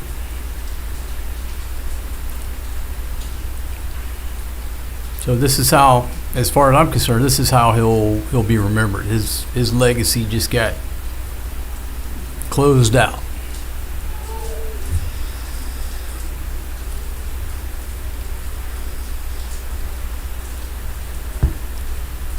Now, so before we go forward, there's a couple of things, and I'll just start going through these tabs here.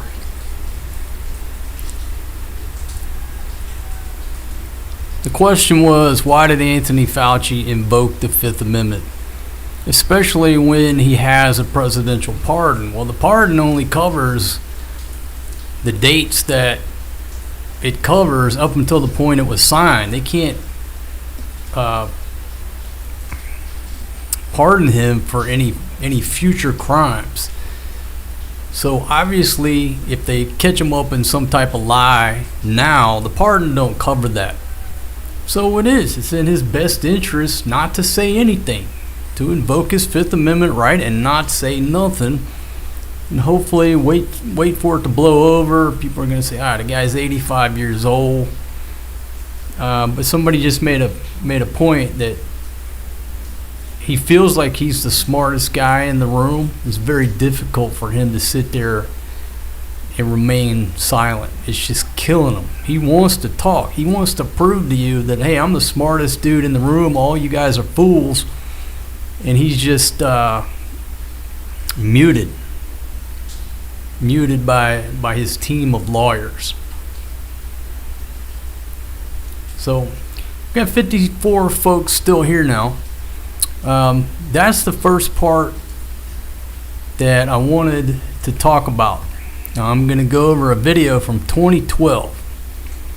One of the big issues is whether or not this gain of function research was going on, whether or not he paid for it. And I don't know why the guy got defensive about it when it was obvious that this is what's going on.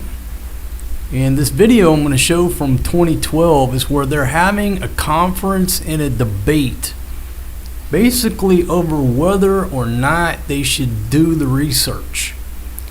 Okay, should we do the research and amplify these viruses with the risk that if they escape the lab, humanity's got a problem? Or should we not do the research at all? And there's that debate. Do we get ahead of it so we're prepared if it evolves naturally in nature? Half the people say, no, don't do it. You could create a monster. Half the people say, yeah, we got to do it because at some point nature will eventually create the monster.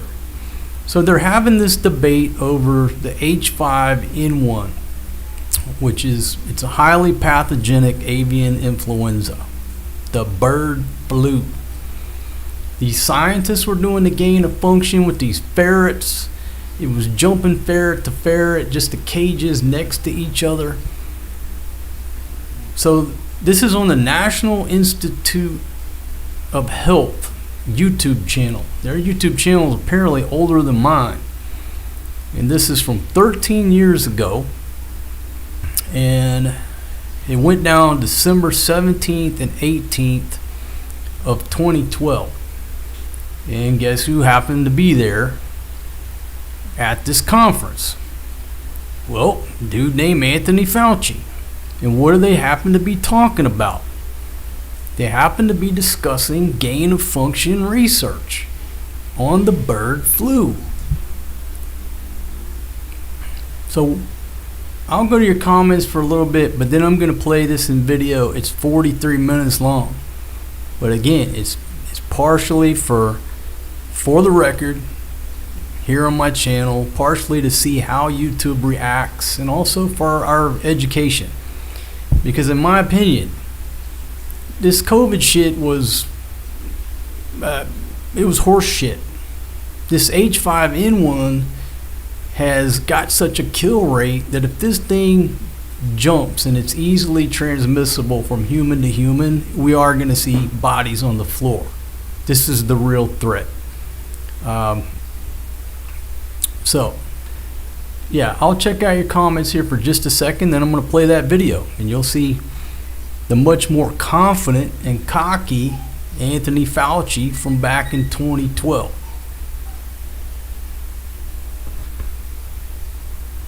Let's see.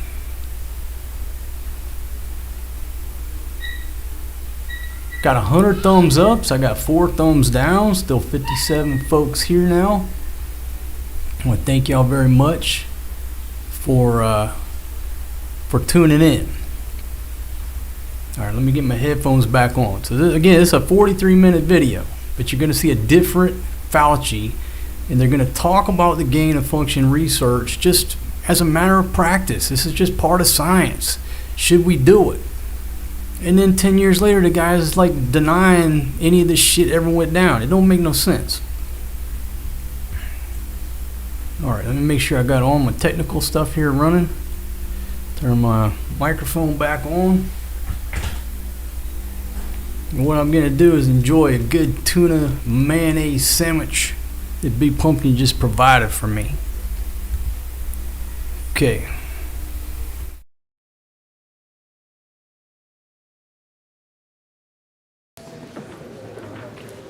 Good morning. Welcome to NIH Natcher Center. My name is Sally Howard. I'm the Chief of Staff to Secretary Kathleen Sebelius here at the United States Department of Health and Human Services. It's my distinct honor to welcome everyone to this international consultative workshop on highly pathogenic avian influenza H5N1 viruses. I hope you're all getting yourself situated. It's a nice early start to the day, on a nice drizzly day at that. The Department of Health and Human Services is the United States government's principal agency for protecting the health of all Americans and for providing essential human services to those in need.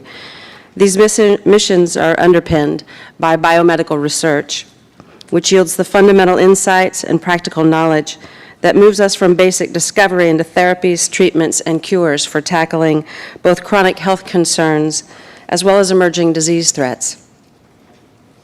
The biomedical research mission of the department is carried out by the Centers for Disease Control and Prevention, the Federal Food and Drug Administration, as well as the National Institutes of Health, the host of today's meeting.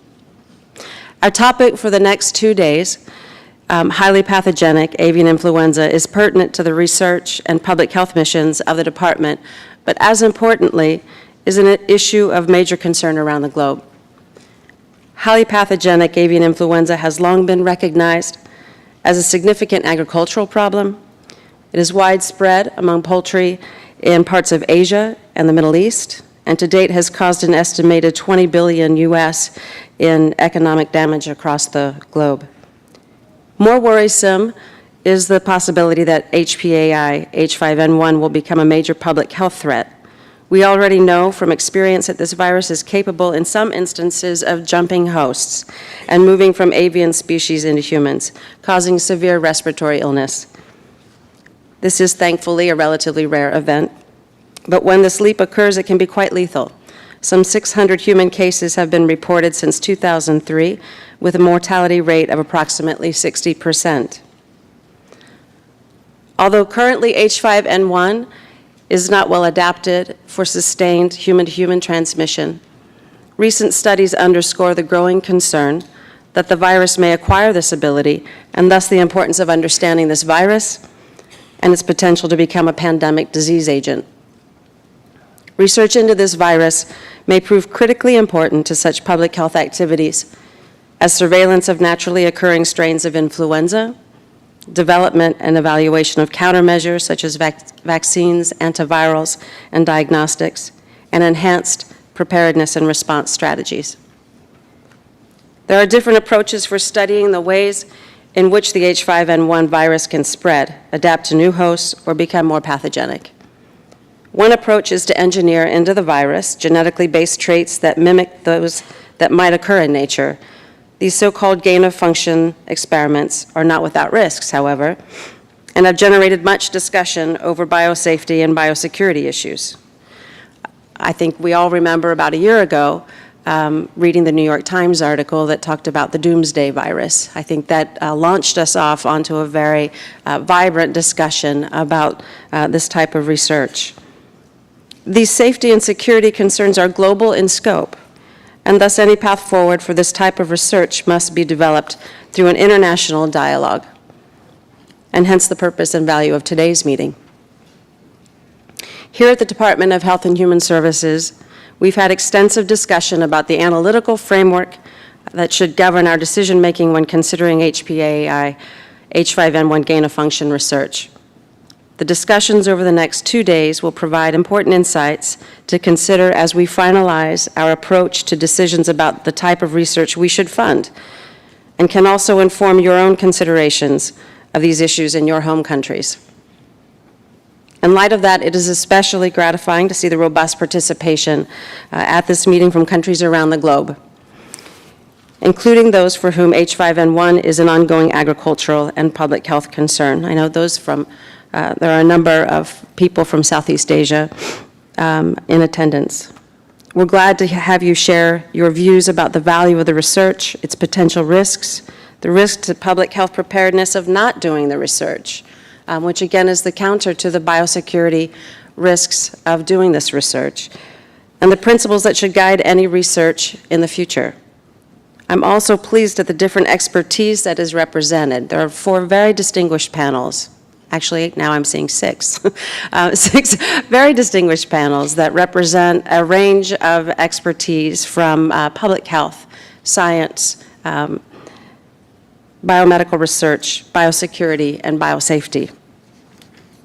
In concluding my remarks, I want to express the gratitude of the United States Department of Health and Human Services to everyone for making the journey to be here today and to be a part of advancing this dialogue. I know it will be very helpful as we move forward. Without further ado, I'm now going to turn the proceedings over to the co-moderators of this meeting, Dr. Robert Dijkgraaf and Dr. Harvey Feinberg. Dr. Dijkgraaf is co-chair of the Inter-Academy Council, past president of the Royal Netherlands Academy of Arts and Sciences, and director of Institute for Advanced Study at Princeton. Dr. Feinberg is president of the U.S. Institute of Medicine and professor of health policy and management emeritus at Harvard University.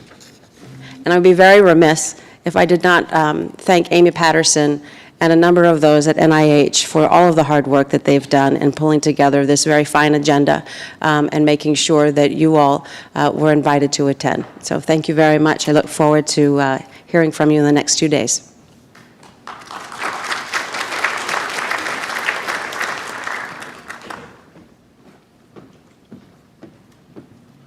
Thank you, Ms. Howard. Ladies and gentlemen, it's a great honor for me to serve as co-chair of this important meeting, and the subject matter, gain-of-function research on highly pathogenic avian influenza H5N1, is a topic of special concern, of course, to scientists across the world, but also one which the scientific community in the Netherlands has given a lot of thought, since we had very active researchers working on this and understanding the agricultural and public health threats. In fact, in the Netherlands, we had a very active public discussion, wide-ranging, including many opinion leaders and policymakers. It's also of interest because some of this work fits perfectly the characteristic of dual-use research of concern. A reference to important scientific work that can nonetheless yield information and technologies that in the wrong hand could be misused to cause great harm to the public health or global security. This dual-use question has been a topic of concern to the Royal Netherlands Academy of Arts and Sciences, which actually spearheaded the development of both nationally and internationally, the development of a biosecurity code of conduct that emphasizes awareness raising, oversight and accountability among scientists. And these are themes that have great pertinence to our aims today as well. In charting a path forward, it's essential that scientists enter into a dialogue with those who have other perspectives, including security experts, safety experts, and the public at large. And the opportunity for that is what makes this meeting, I think, so significant. It's a unique occasion to have the kind of transparent conversation among our communities that's essential if we are to safely and responsibly advance science while continuing to earn the public's trust. This is a conversation that must cut across not only many disciplines, but which are widely represented today, luckily, but there are also many countries and intergovernmental organizations, which is a global problem. On that point, I'm particularly gratified to see an ample representation from countries across the world. I expect that we will hear very diverse points of view, and that is a good thing. The organizers have made every effort to represent a balanced representation of the issues as possible. And it's important to emphasize there are no foregone conclusions in this workshop. All points of view are fair and will be taken into account by the US Department of Health and Human Services and by all of us at this meeting in charting the best course forward. And certainly this issue is a prime example that I would say motivates a coordinate global approach. Because of this diversity of views and the challenges posed by balancing the hoped for benefits of this research against its potential risks, I'm confident that the next 2 days are going to be extremely interesting and very enlightening. So with further ado, I'm now going to turn the proceedings over to my co-moderator, Dr. Harvey Feinberg, President of the US Institute of Medicine, who will say a few words as well. Thank you.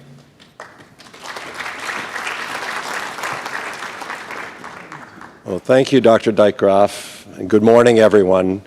It's my pleasure also to serve as a co-chair for today's program and tomorrow's. In one sense, we're dealing with a very circumscribed topic, highly pathogenic avian influenza H5N1 virus. But in a larger sense, the subject of this meeting literally affects every individual in the world. Every citizen in every country has a stake in the research that will or will not go forward with respect to these highly pathogenic agents. For those of us here today, we have an extraordinary opportunity to share with one another our perspectives, our ideas, our concerns, our aspirations with respect to this research. Our aim, in a sense, over these 2 days is twofold. On the one hand, we do have a draft framework prepared by the government through the Department of Health and Human Services, for which we will all have an opportunity to comment in these days and beyond. So we are eager to seek your views on that framework. But in a larger sense, this meeting is about advancing a global dialogue on the issues that directly and indirectly emanate from research with this highly pathogenic agent that has the character of dual use that Professor Dijkgraaf referred to.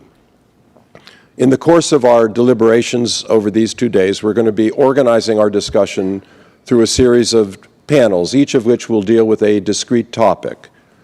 Each of those panels will have an opportunity for the individuals to present their views, and we will then have the opportunity, indeed the desire, to hear from those of you who are here, for you to express your perspective, your opinion, your concern, and your desires. We want this meeting to be a place where we can invite every point of view to be expressed openly, candidly, in a forthright manner, and respectfully. We invite you to think and to share. Dr. Dijkgraaf and I will be very active listeners in the course of this discussion, and we urge that all of you also be active listeners in the course of this discussion. In the concluding panel tomorrow, we'll have the opportunity to hear from the co-moderators of each of the other panels and to offer an overall perspective on insights and lessons from this gathering. It's very important for us to keep in mind that our aim is not to reach a consensus amongst those here or amongst the panelists or in any group that is represented here. Our goal is to share and to hear individual points of view so that they can inform both the framework and the larger dialogue that surrounds these issues. Our topic, of course, is centrally focused on the safety and responsible conduct of research. And the research program in the United States government is focused particularly on the work of the National Institute of Allergy and Infectious Diseases here at the NIH. And we are very privileged in opening our conversation over the course of these 2 days to be able to hear the perspective of the director of the NIAID, who in this audience needs no introduction. But it is for me a great pleasure and a source of privilege to be able to introduce to you the director of the NIAID, Dr. Tony Fauci.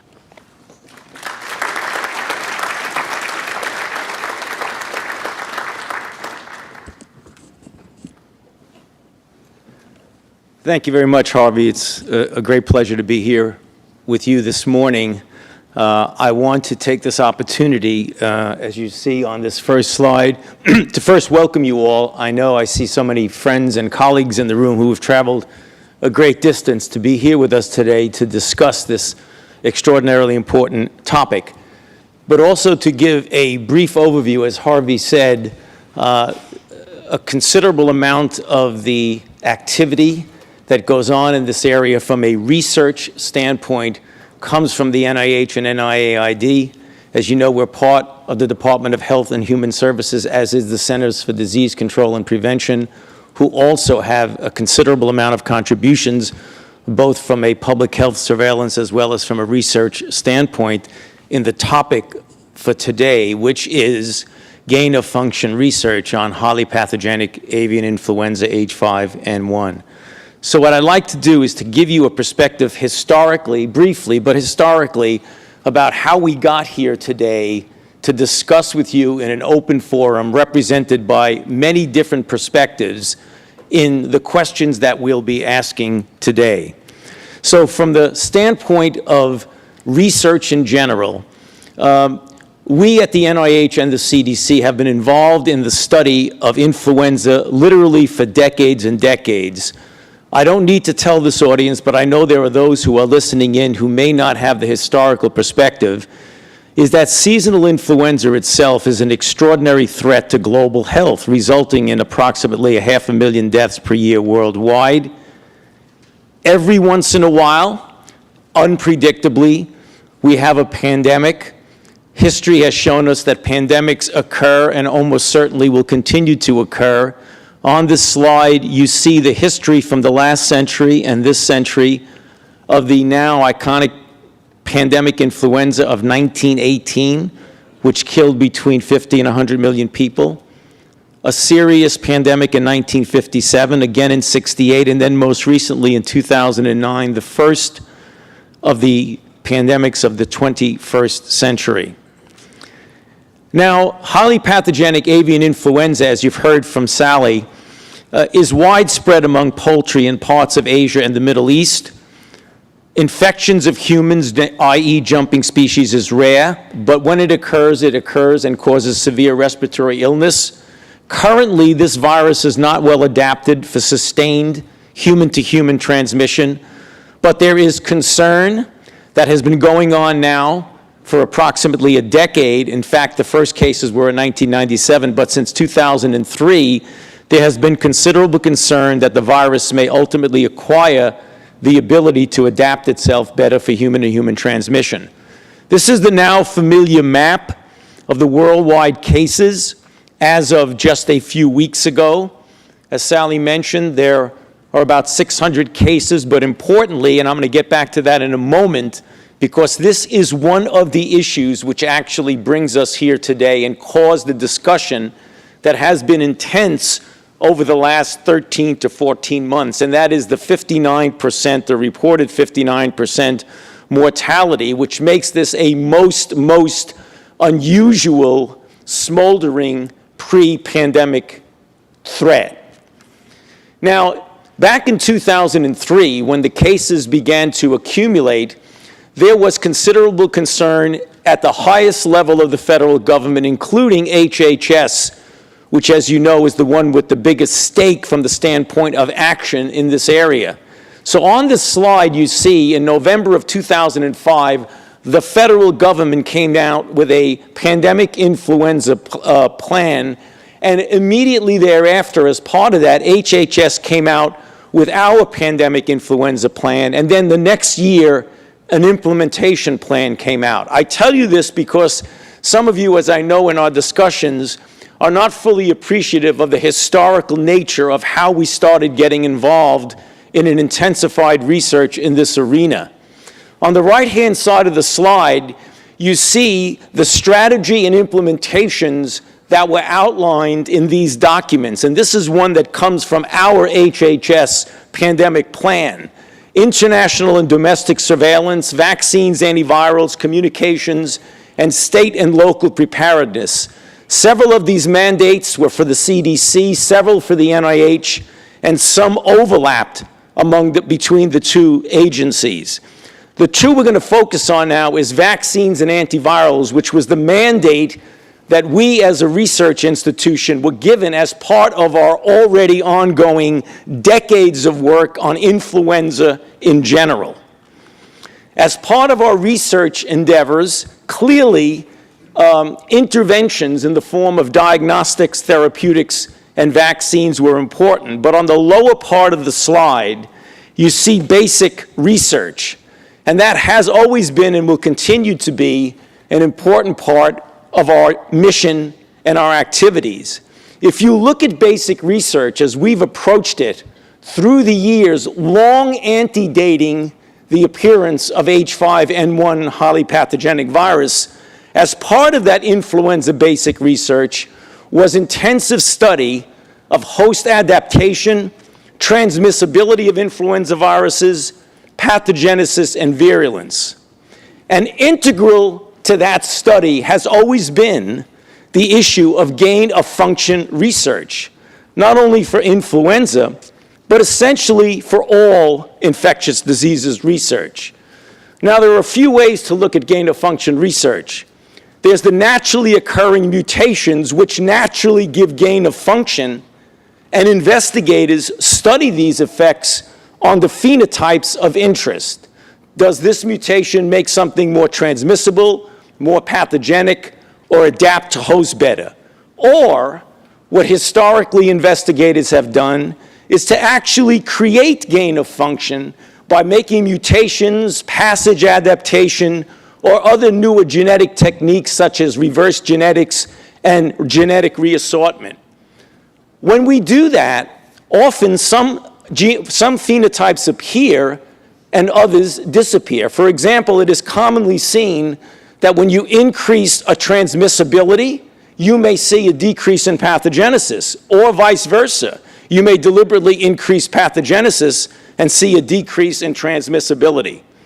But the bottom line is that gain and loss of function research is critical to understanding disease pathogenesis, antimicrobial resistance, and host responses, as well as to developing better techniques of surveillance, vaccines, and therapeutics. Specifically, to gain of function research on HPAI H5N1. What we're talking about now is the gain of function research in studies that increase predominantly the transmissibility, as is the case that I'm going to get into in a moment, as well as pathogenesis and alteration of host range of the virus. Now, the reason we are here today in this room with H5N1, highly pathogenic influenza, and we're not in this room discussing so many of the other gain of function research that we do, is because naturally occurring HPAI H5N1 viruses cause a reported almost 60% mortality in humans, which triggered a concern, understandably, clearly, that if you give a gain of function of a pathogenic virus to make it more transmissible, that's a whole different story than some of the other things we faced. So let's get down to what happened very briefly. You know historically, and I'm going to go very quickly through the historical perspective that brought us here today. There were studies done by two NIH, NIAID-funded investigators, Ron Fouché and Yoshi Kawaoka, in which H5N1, a strain from Indonesia and a strain from Vietnam, were altered in a gain of function, either by direct mutation or by reassortment.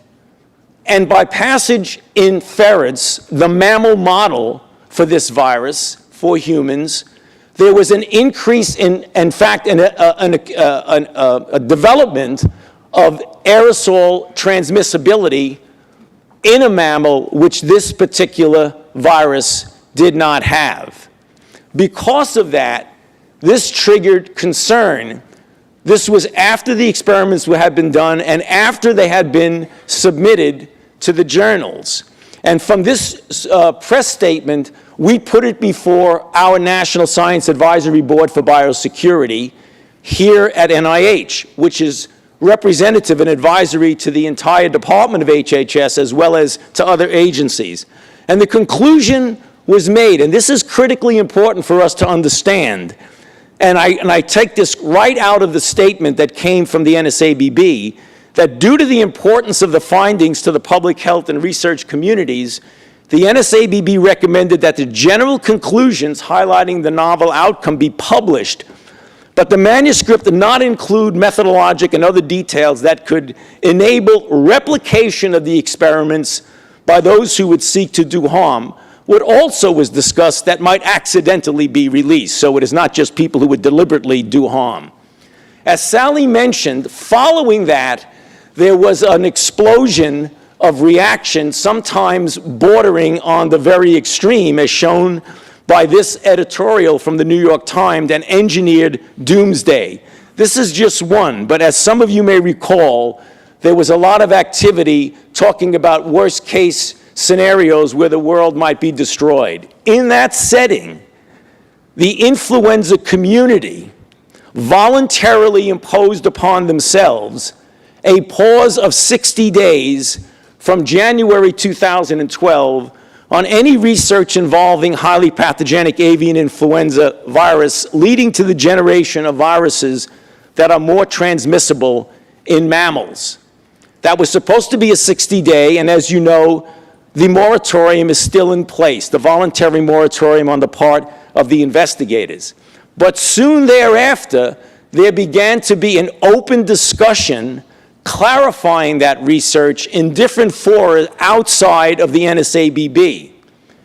The NIH and the CDC, because we do similar work, also agreed that we, in our own intramural investigators, we would refrain from these types of experiments and essentially abide by the moratorium that was signed on by a significant number of our extramural investigators. And I'm talking about the investigators at NIAID and other institutes as well as the CDC. From there came open discussion. Many of you remember the meeting in Geneva in February of 2012, where importantly new data were presented and even more importantly original data was substantially clarified, which led that group, which was predominantly influenza people, with a consensus to delay publication, but ultimately to publish them after there had been some more emphasis and discussion of safety, public health, and communication issues, but also they recommended to extend the moratorium in order to have further discussion, as well as reaffirming the PIP agreement. Then back in the United States, what happened was a series, as you can see from the dates on these, of open discussions in different forums. There was a meeting sponsored by the ASM on biodefense, shown here, the people who were a part of the panel, myself included, Bruce Alberts of Science, Mike Osterholm of the NSABB, and Ron Fouché, one of the investigators, and we discussed openly the situation of the publishing of these data and the experiments that would be performed. The NSABB re-met the next month, and they examined the revised manuscripts with the clarification of data, and they voted unanimously to have Kawaoka manuscript be communicated in full, and in the 12-6 decision, also that the Fouché manuscript be communicated after appropriate scientific review and revision, which, as you'll see in a second, actually occurred. Then we had a National Academy of Science workshop where we looked at the lessons learned. How did we get to where we were, and what do we need to do in the future to proceed in a responsible manner? The next day, the publication of the manuscripts occurred, as shown here in the Nature and Science titles. But the discussion continued, and one of the questions that was asked by the investigators, since this was a voluntary moratorium on their part, is how long is this moratorium going to go on, and what are really going to be some of the guidelines that we could actually follow on the basis of this? We at NIAID, being the major funders of most but not all of these people, we obviously were connected to that because they wanted to know, since you're our major funders, what kind of research will you fund? There was a major meeting of the Centers of Excellence for Influenza Research and Surveillance this past summer, at the end of July and the beginning of August. And as many of you know, I went up there to address the group. And what I recommended is that they continue the moratorium, but that we have the opportunity to discuss in an open fashion that is not only influenza researchers, but people like yourselves. And in fact, the transcript edited of my discussion at the Sears was recently published in MBio, in which I referred to this workshop. And I said the meeting participants would consider the general principles concerning the rationale for risks and benefits of such experiments and what lines might be drawn in their conduct and the reporting back and forth with the funding agencies. And so here we are. And this is the workshop that I was referring to that will take place today and tomorrow. And the purpose from the standpoint of, and I'm speaking from a pure research standpoint, is to review the key issues related to the gain of function of these viruses, scientific, public health, biosafety, biosecurity, and importantly for the decisions we have to make now is the considerations of the possible criteria for funding by HHS, i.e. NIH, CDC, of gain of function research on highly pathogenic avian influenza. As you know, there's a draft framework that Harvey referred to that we will be discussing in detail, and you'll have the opportunity to comment on, to guide funding decisions. And that's the critical point I want to make from the standpoint of the NIH about this gain of function research. Now, just to put it in perspective, are we talking about a major chunk of what we do? No. As a matter of fact, this is relatively small, because the research, gain of function of transmissibility, et cetera, on H5N1 highly pathogenic is a very minor part, but an important part of our portfolio. It's part of 4 flu research projects that contain this. It's around 10% of the entire H5N1 portfolio and less than 1% of the total NIAID flu research funding. But it has triggered a very important question. Now, I want to close on these last 2 slides because I believe it's important that you keep this in consideration. First of all, questions have come up about the concern of the danger of people that you fund.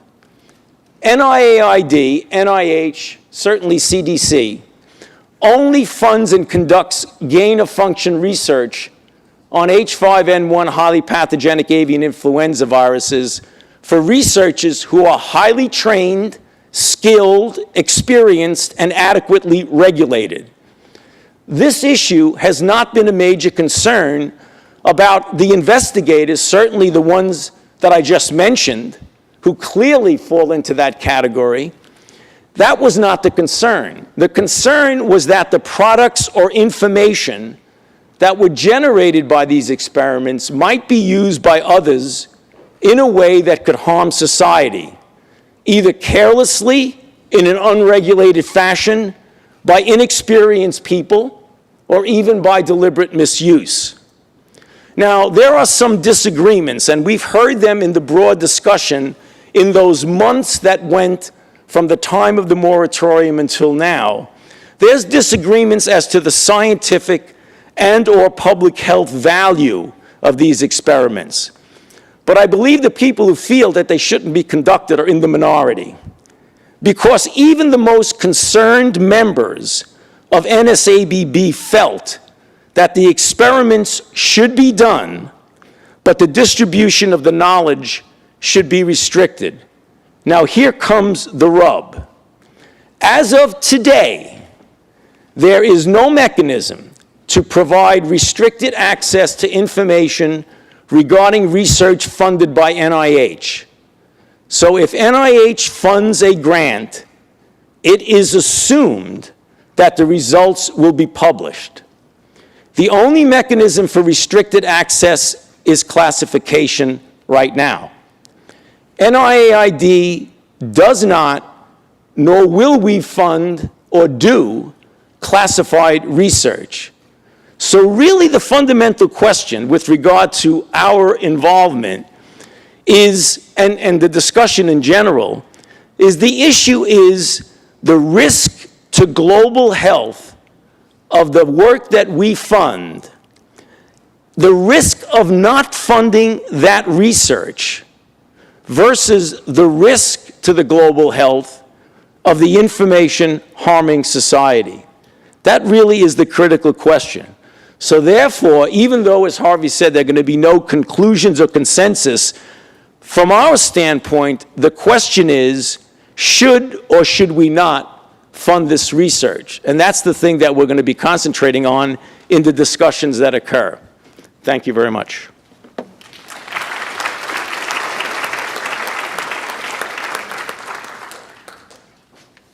Good morning. Okay. So there we saw Dr. Fauci back in 2012 at a conference, and these videos are still on the National Institutes of Health YouTube channel. There's a total of 6 videos. We're not going to go through all 6. I'm going to watch them all 6 again myself, but there he is, just openly discussing gain of function research.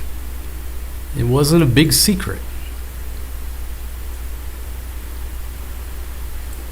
So, obviously a different person with a different mindset back then. And then here we are, what? It's that 2012, 14 years later, the dude is pleading the Fifth Amendment over 100 times.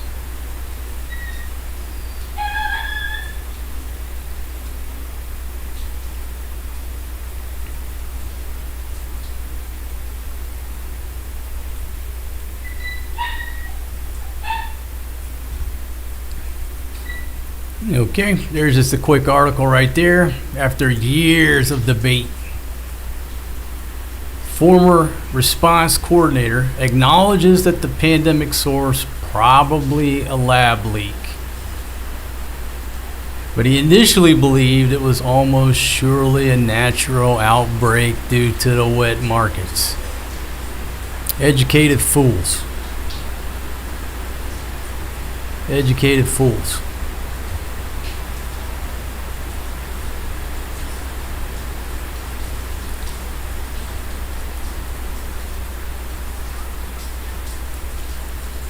All right, so the next topic I want to go to, I got a couple more hours here. There's another video, and I'm going to play the video, and it's called How the Corruption of Science Has Impacted Public Perception and Policies Regarding Vaccines. Now, what happens here with anything or anybody who tries to go against the pharmaceutical industry? They're going to be discredited. I mean, it's just the way it is. They're going to be discredited. The information is going to be debunked. Whenever you hear the word debunked, it should raise a flag to say it's bullshit. Debunked means, if I'm using that terminology, oh, that's been debunked.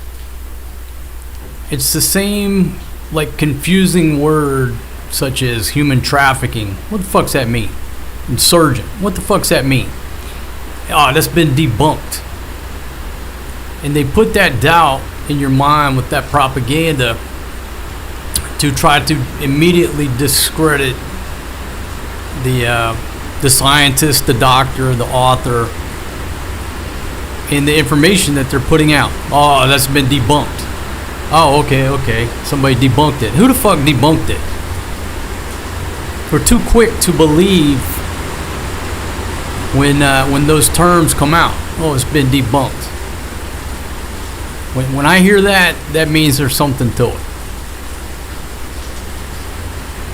How the corruption of science has impacted public perception and policies regarding vaccines. So if you're just joining me, how many folks I got here now? All right, 36 folks. Thank y'all very much for tuning in. I know it's late over in the States. Most of our normal viewers are asleep. You got to get up and hit the grind in the morning. Okay, I get it. But it's a rainy day here in the Philippines. You want to take a look at my weather? There you go right there. It's been raining for days.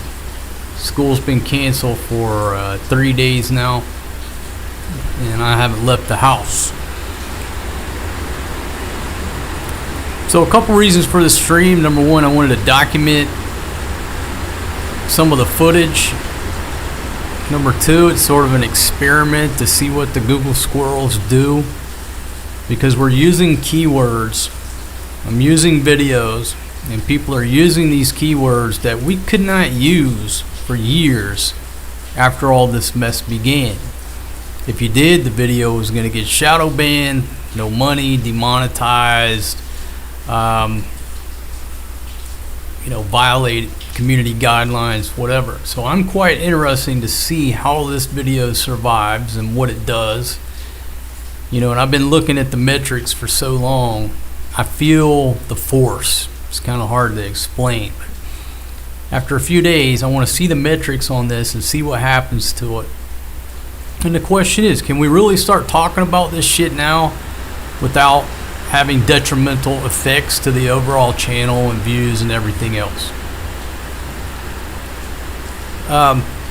This video right here, it's from September 9th, 2025. And basically, it seems like what they've done is they're going to hear from some folks with differing opinions that go against Big Pharma and the narrative. And then you'll see that they bring in one gentleman who's going to try to destroy the opposing opinions. They're like the hatchet man to get rid of these opinions. And this especially hit home for me because my son has autism. And, I'll just come out and tell you. My son's autism was caused by an MMR immunization. You're not going to convince me of anything otherwise. Trump came out and talked about Tylenol. Okay, not saying that couldn't be a contributor, but the problems that the world is facing, especially in the United States of America, is caused by vaccines and vaccinating children. The pharmaceutical industry, they need sick people. They don't need people that are going to die. They don't make money off of dead people. They make money off of sick people. And how do you capture a client for life? Well, you injure us humans as children through vaccines, and now you got a client for life. And there's going to be some study and some data discussed in this video that the Google squirrels are not going to like. And then afterward, I'm going to go to some videos and documentaries that have basically been banned and that are hard to search for. I'm not going to show those videos, but I'll show you where to find them and where to watch them. Okay? So without further ado, let me get this one here going. If there's rain in the background, hey, it's a rainy day here in the PI. It's a rainy day, so as soon as this thing gets going, this is going to be the next All right, looks like we're running there. I think it starts at 16. I'll just let it run here until we get going. But again, this is from September 9th, 2025.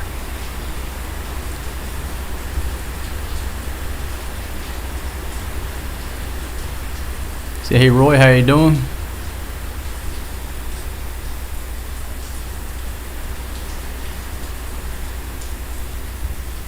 You had a great tuna sandwich, by the way, from Big Pumpkin. Shout out to Big Pumpkin. Thank you very much for that tuna sandwich.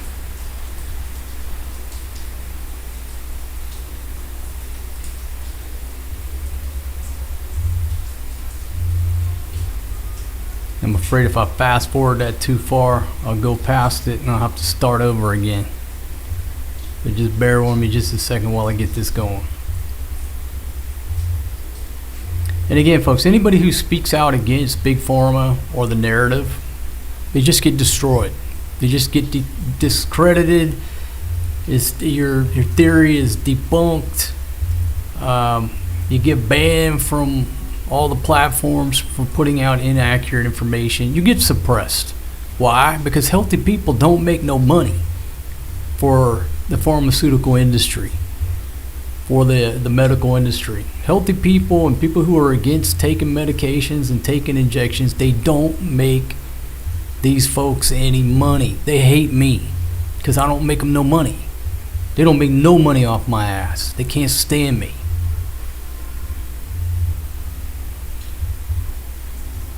Maybe this thing cuts at 18. Fabricated content. Okay, hold on a sec. There we go. Let me see if I can get it going here.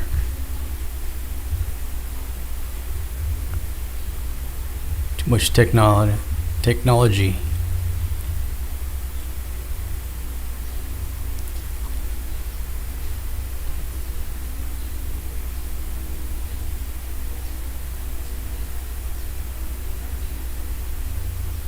Good afternoon.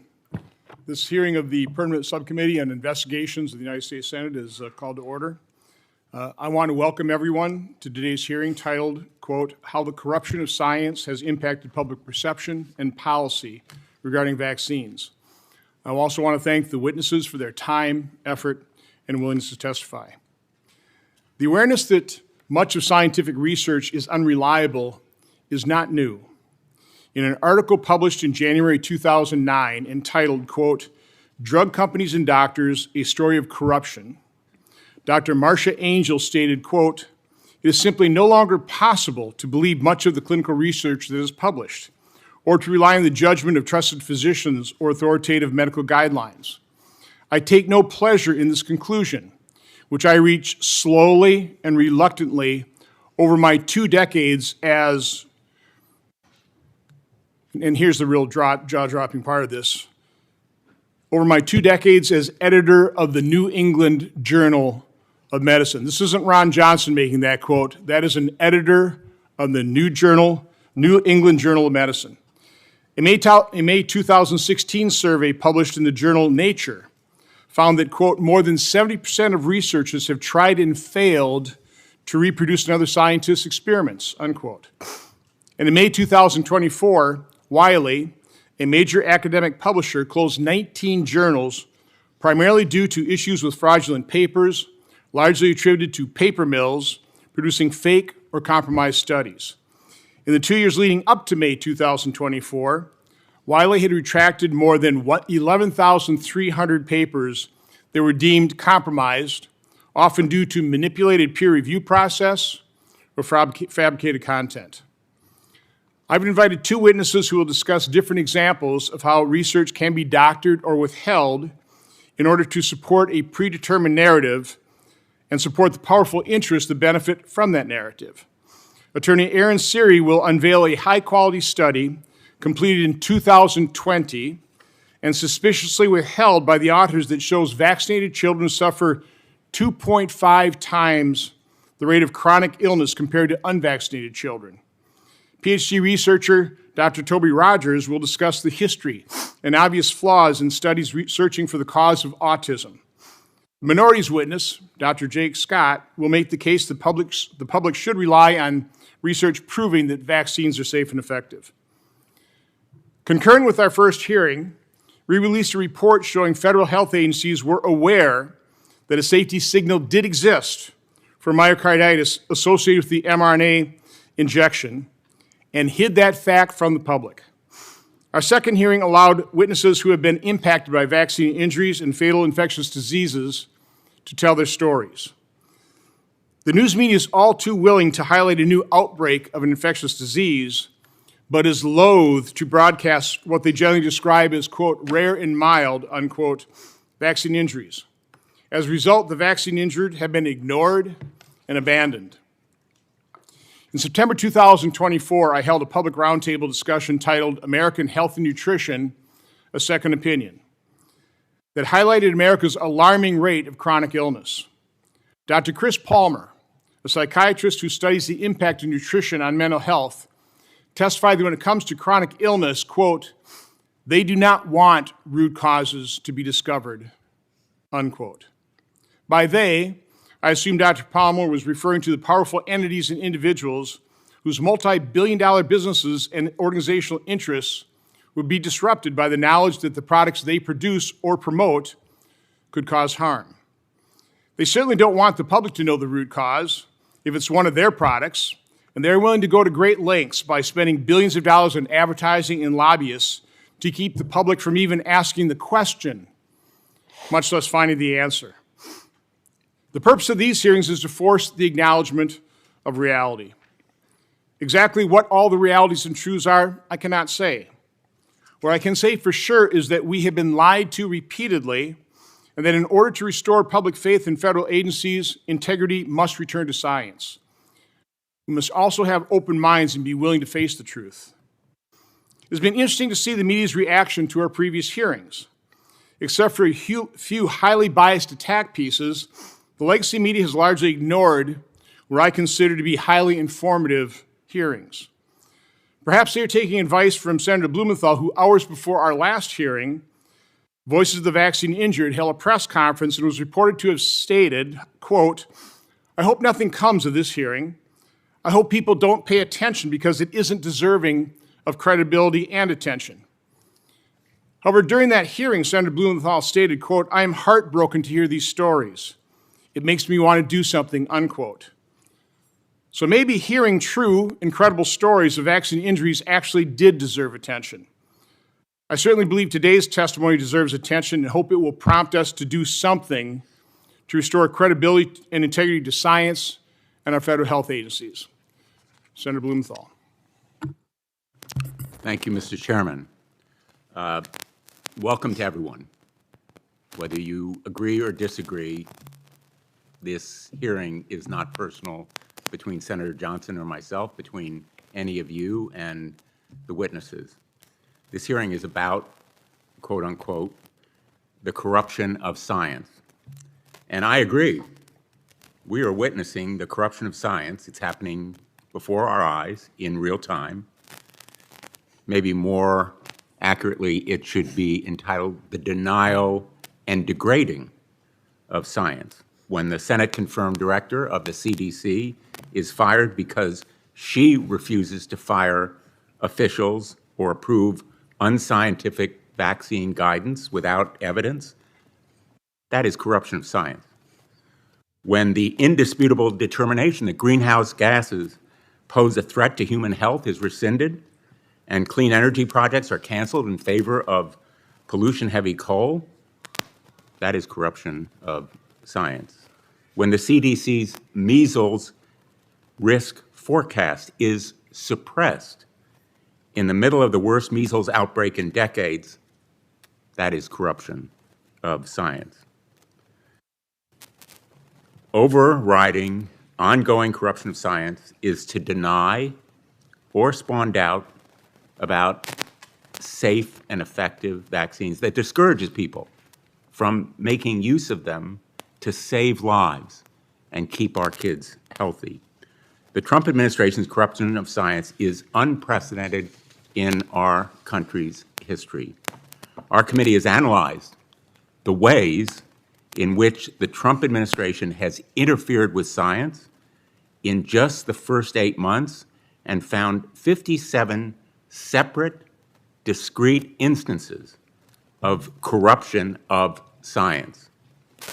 And if there's no objection, I'd like this staff memorandum to be entered into the record, Mr. Chairman. Without objection. Since President Trump took office in January, Secretary Kennedy and other administration officials have silenced scientists, halted research, crippled our public health infrastructure, and politicized institutions that were once renowned around the world for adherence to nonpartisan, science-based recommendations. And they've also demonized vaccines and taken steps that will make it harder for Americans to access them, depriving Americans of basic public health tools.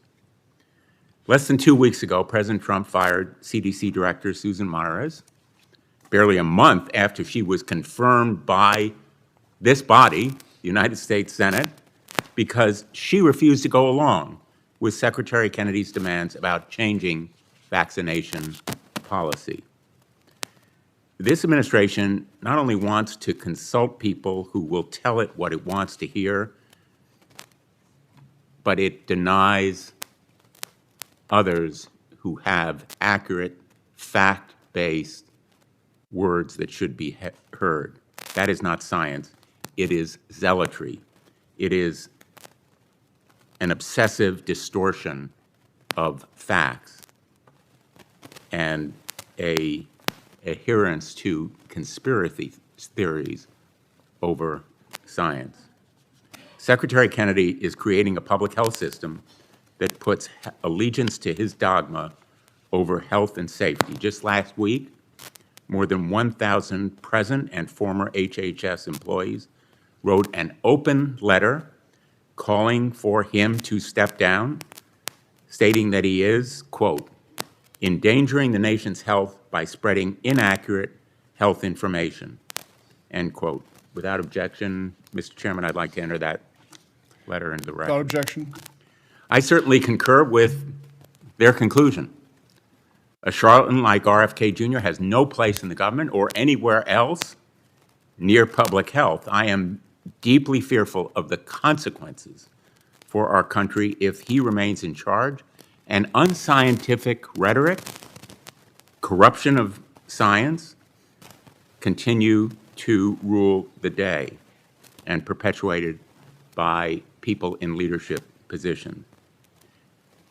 So I have some questions. How many preventable diseases will become out of control because people cannot or will be discouraged from getting vaccines? How many advances in science and medicine will we miss out on because the NIH is cut in funding and research is impeded?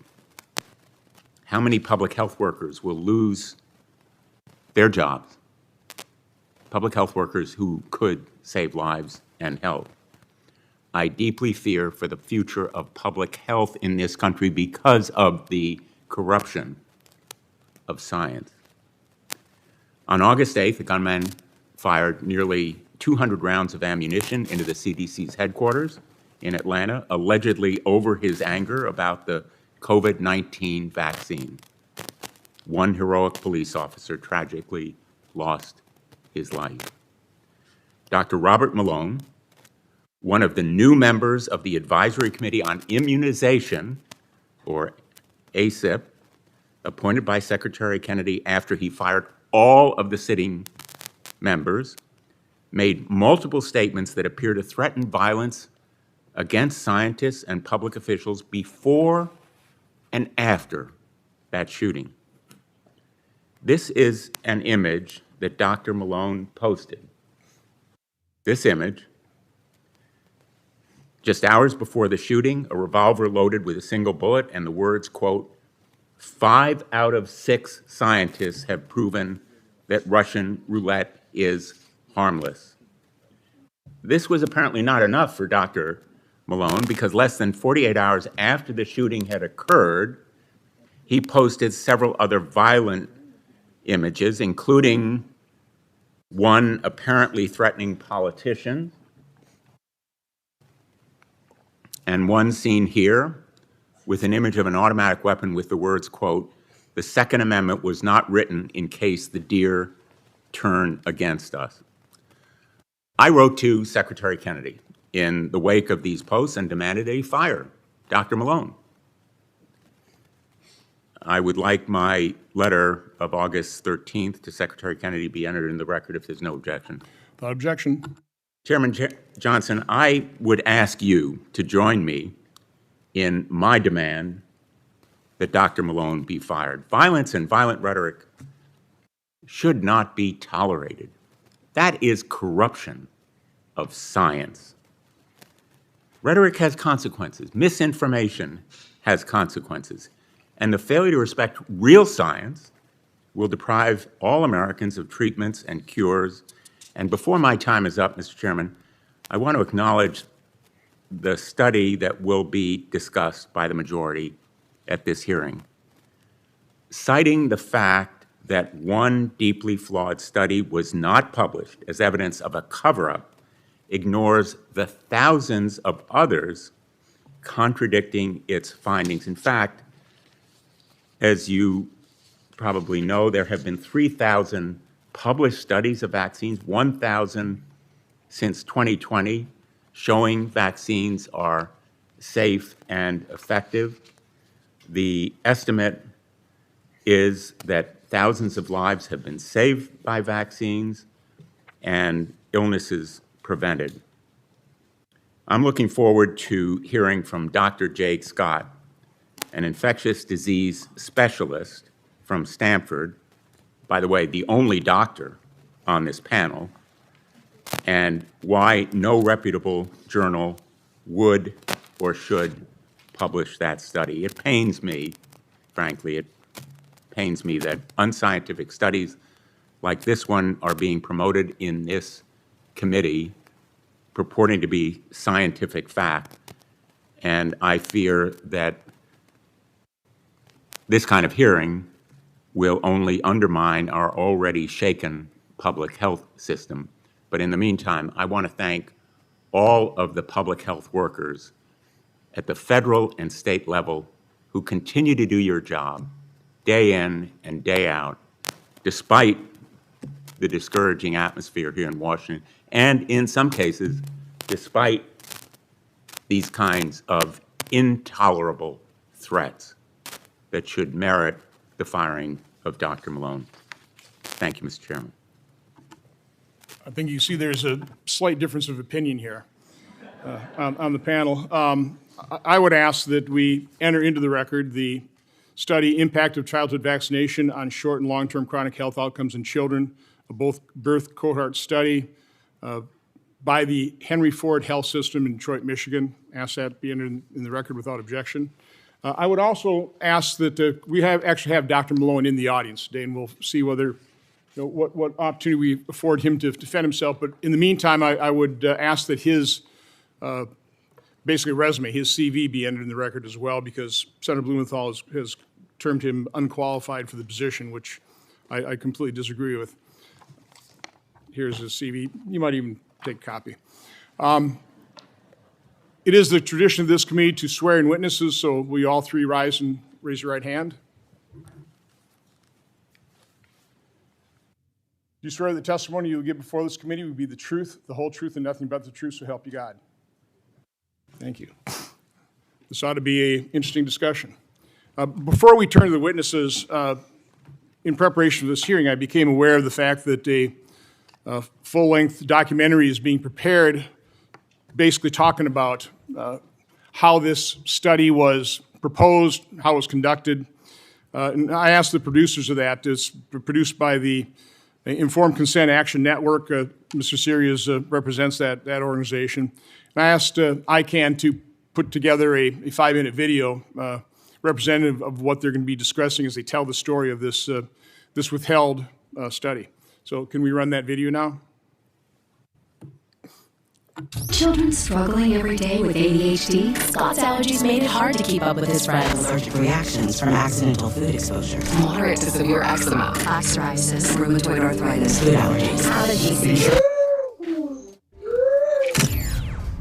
The health of American children is in crisis. More than 40% of American children now have at least one chronic health condition. Autoimmune disease like rheumatoid arthritis, juvenile diabetes, lupus, Crohn's disease, all this IBS. Just a few decades ago, 1 in 10,000 children had autism. Today, it's 1 in 31. ADD, ADHD, speech and language, tics, Tourette syndrome, narcolepsy, sleep disorders. There's no way in the world these kind of rapid increases in the incidence of disease could be genetic. Genetic change takes generations, centuries to play out. What the heck is happening?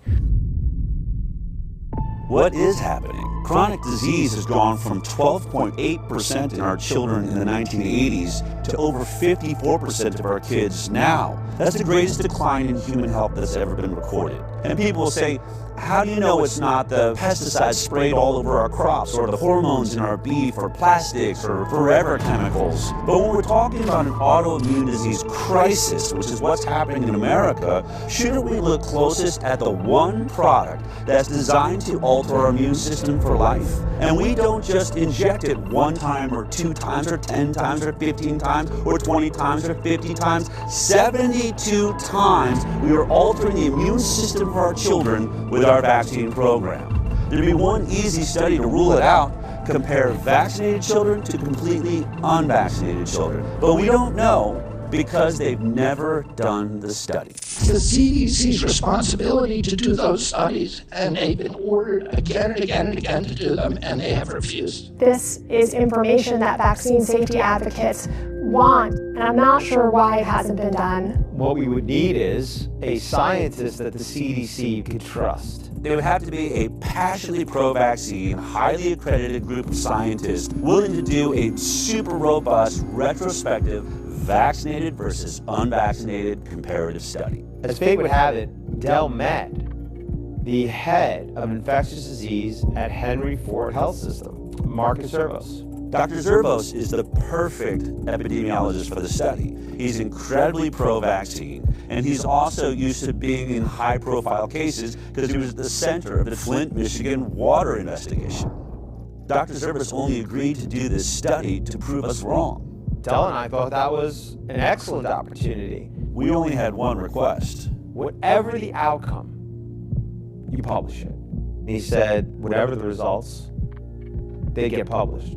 Would he stick to that promise if the results show that unvaccinated kids are healthier?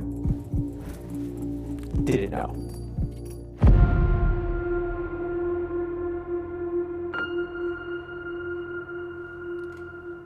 Impact of childhood vaccination on short and long-term chronic health outcomes in children, a birth cohort study. I've never seen this study before. 18,468 subjects. Henry Ford, like other institutions, has a bias towards the goodness of vaccines. If the results came back demonstrating that the battery of vaccines was associated with chronic diseases, such a result would be particularly convincing. This could be essentially one of the most valuable studies in the field. The vaccinated subjects were over 4 times more likely to have an asthma diagnosis. 600% more acute and chronic ear infections. 4.47 times the amount of speech disorders in the vaccinated compared to the unvaccinated. 5.5 times risk. 616% increase. Learning issues, developmental delays, speech delays, language delays. Amongst the unvaccinated group, there were 0. There was 0 brain dysfunction, 0 diabetes, 0 behavioral problems, 0 learning disabilities, 0 intellectual disabilities, 0 tics, and 0 other psychological disabilities. None. It's a big difference. Very important this study sees the light of day. This is devastating. This paper should have been rushed to publication on an emergency basis. We are systematically making kids sick, and not just a little bit sick, very sick. This may be the most important study that has ever been done, and it needs to be published. He knows if he puts his name on this, his career is over. I know, obviously, really emotional. Zervo's probably going to lose his job over this.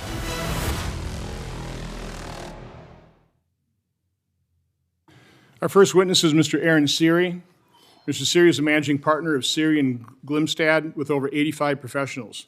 He's handled numerous high-profile cases involving challenges to medical mandates, restoring exemptions, agency transparency, including forcing FDA to release the COVID-19 vaccine licensure documents and deposing immunologists, infectious disease doctors, and vaccinologists. Mr. Seary.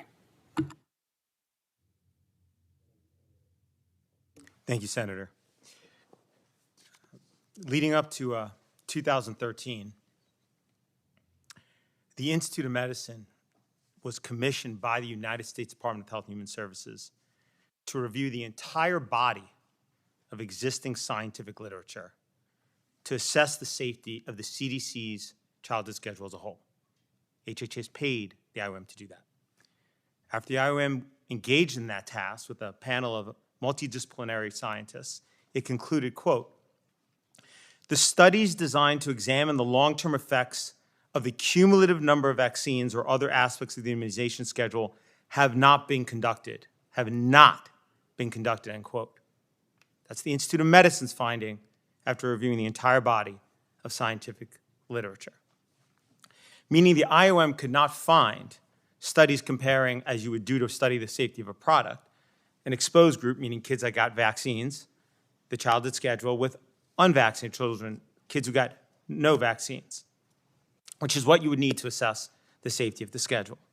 Lacking evidence to support safety, the best the IOM can conclude was, quote, "There is no evidence that the schedule is not safe," end quote.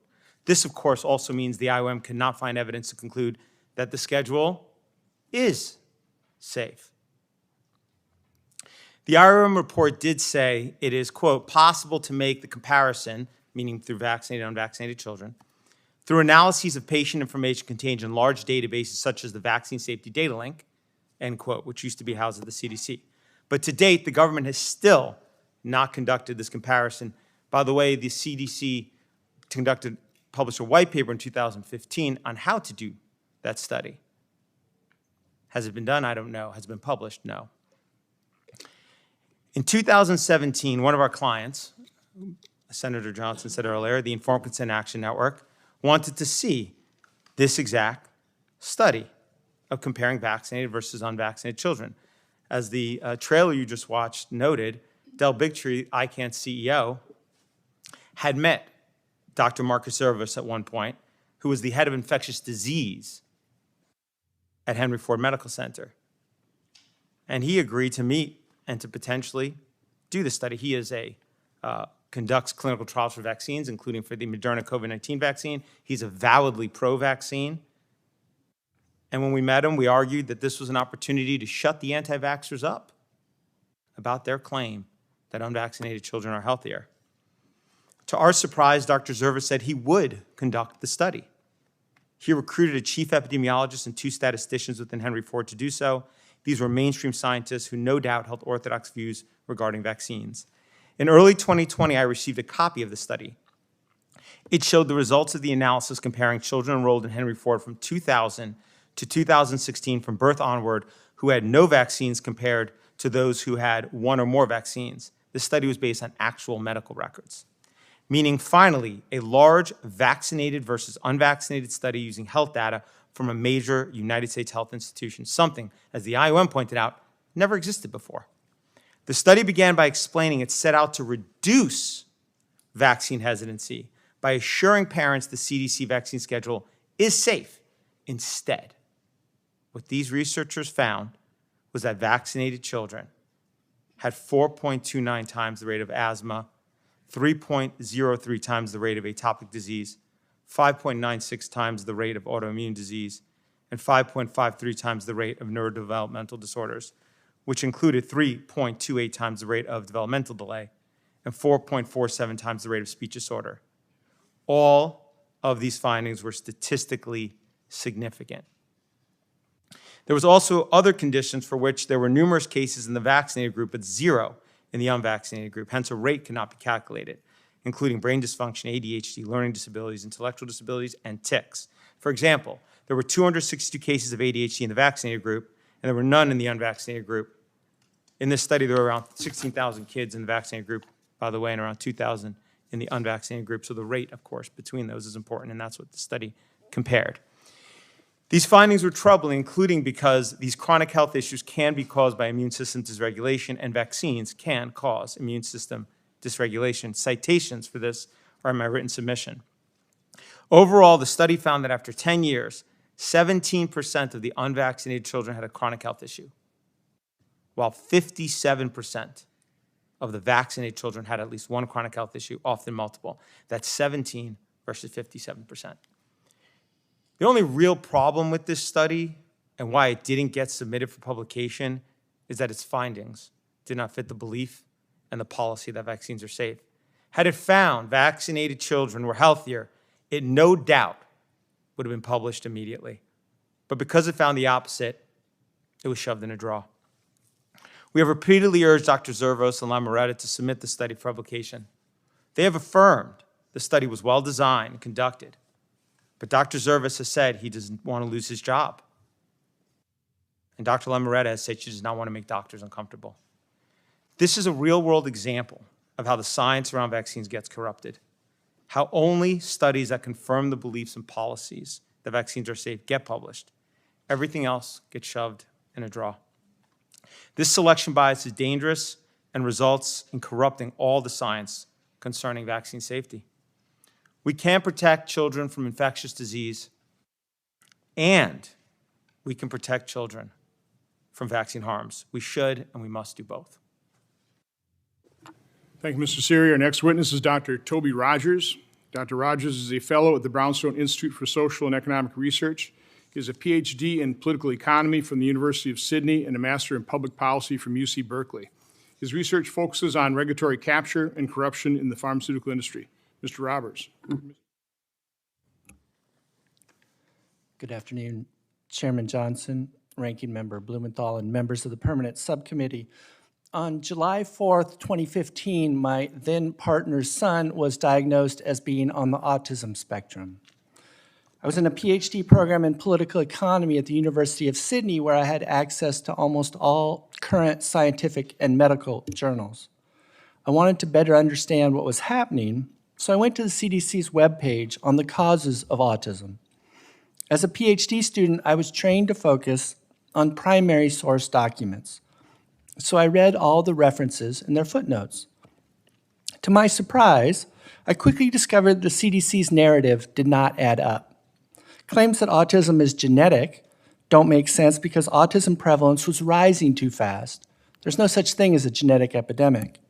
Then the CDC blamed valproic acid, a treatment for epilepsy that is contraindicated in pregnancy, and thalidomide, which was never approved for use in the United States. Finally, the CDC pointed to advanced parental age, but the odds ratios were modest, and the increase in the proportion of older parents is insufficient to explain the surge in autism prevalence. Furthermore, the cost of autism was already in the hundreds of billions of dollars a year in the US, and yet government was not responding with a sense of urgency. I changed my doctoral thesis topic to the political economy of autism and spent the next 4 years reading and analyzing nearly everything that's been written on autism prevalence, causation, and cost. In 2019, my thesis passed rigorous external peer review. It's now in the top 10 of the most downloaded doctoral research papers in the history of the University of Sydney. Since then, I've continued my research with Children's Health Defense as an independent journalist and as a fellow at Brownstone Institute. Here are the facts. In 1970, the first autism prevalence study in the US found an autism rate of less than 1 in 10,000 children. According to a study by the EPA, sometime around 1987, the autism rate in the US began to skyrocket. The most recent report from the CDC showed that 1 in 31 8-year-old children in the US in 2022 were on the autism spectrum. That's a 32,158% increase in the last 52 years. Two massive studies from the best epidemiologists in California show that changes in diagnostic criteria only explain a small fraction of the rise in autism prevalence. There are 22 studies that claim that vaccines don't cause autism. None of these studies have a completely unvaccinated control group. So unfortunately, if you want to understand what's causing the autism epidemic, these studies are of no use. Then there are 5 large genetic research projects: AGREE, SSC, ASC, MISSING, and SPARK. Together, they've produced 501 published papers. The search for the gene for autism has consumed over $2.3 billion, and researchers have almost nothing to show for it because genes don't suddenly create epidemics. The human genome just doesn't change that fast. Then there are 4 large epigenetic research projects, so genes in the environment: CHARGE, MARBLES, SEED, and EARLY. Combined, they've produced 437 publications that look at the effects of air pollution, pesticides, fluorinated substances, PCBs, nutritional factors, flame retardants, maternal metabolic conditions, and volatile organic compounds. None of these studies control for vaccines as a possible covariate or confounder, so it's impossible to know the true impact of these variables. The critical missing piece in autism research is vaccinated versus unvaccinated studies. Thankfully, there are now 6 good studies that we can rely on. Unfortunately, these studies have been systematically suppressed and ignored by the mainstream media and the medical establishment.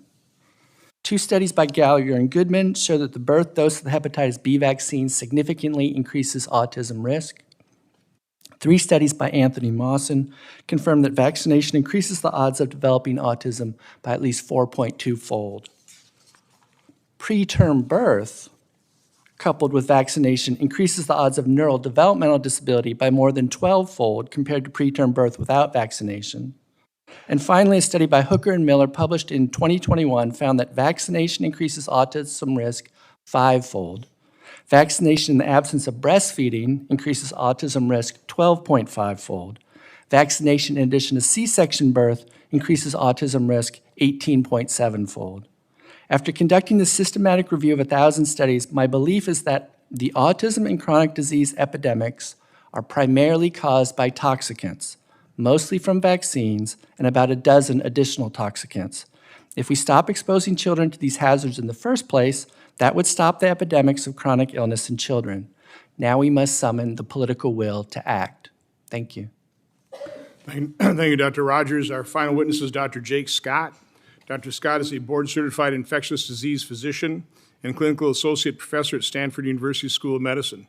He attended the University of Vermont College of Medicine. He currently provides inpatient and outpatient care for general infectious diseases. Dr. Scott. Chairman Johnson, Ranking Member Blumenthal, and members of the subcommittee, thank you sincerely for the opportunity to testify. It is a true privilege to be here. My name is Jake Scott, and I'm an infectious diseases physician at Stanford. I've spent my career treating patients and evaluating medical evidence with a focus on vaccine safety and efficacy. I have no financial conflicts of interest. My vaccine research is either self-funded or supported by Stanford University. Since April, I've co-led an international team building what we believe is the most comprehensive database of vaccine trials ever assembled. We set out to answer a fundamental question: what does the complete trial record actually show about vaccine testing? We've cataloged 1,088 randomized control trials from 1941 to 2025, involving over 10.5 million participants. Every entry is publicly verifiable through PubMed links. The entire database is openly accessible. Anyone with internet access can verify our findings. This is what transparency looks like. Our findings directly refute false claims about vaccine testing. We documented 661 trials using inert placebo controls with saline, sterile water, or other biologically inactive substances. Of these, 503 involved antigens that routine childhood vaccines are based on. Most importantly, we confirmed that all 16 antigens routinely recommended for children have been studied in placebo-controlled trials. Every single one. The claim that childhood vaccines haven't been tested against placebos is demonstrably false. I'm also a senior researcher on a systematic review analyzing respiratory virus immunizations published over the last 2 years. 590 studies from over 17,000 identified references that we screened through the Vaccine Integrity Project. Our safety monitoring systems work. They detected intussusception with RotaShield in 1 in 10,000. The vaccine was withdrawn. They caught Johnson & Johnson blood clots at 3 per million. When early myocarditis reports emerged, CDC proactively alerted clinicians to enhance surveillance before the signal was confirmed. Within weeks, the risk was quantified, communicated, and incorporated into guidance. These systems detect events as rare as 1 in a million doses. The unpublished Henry Ford analysis being presented today is fundamentally flawed by design. Unlike our publicly accessible database, this study remained hidden from peer review after 5 years. The core problem, vaccinated children had twice the follow-up time, substantially more healthcare visits than unvaccinated children. When diagnoses require doctor visits, children seeing doctors more often will inevitably have more recorded conditions. This is classic detection bias that inflates risk estimates without reflecting true health differences. The study reports 0 ADHD cases among thousands of unvaccinated children. How is that possible? With a national prevalence at 11%, that's highly unlikely unless conditions went undiagnosed. They claimed 6 to 8-fold increase in ear infections.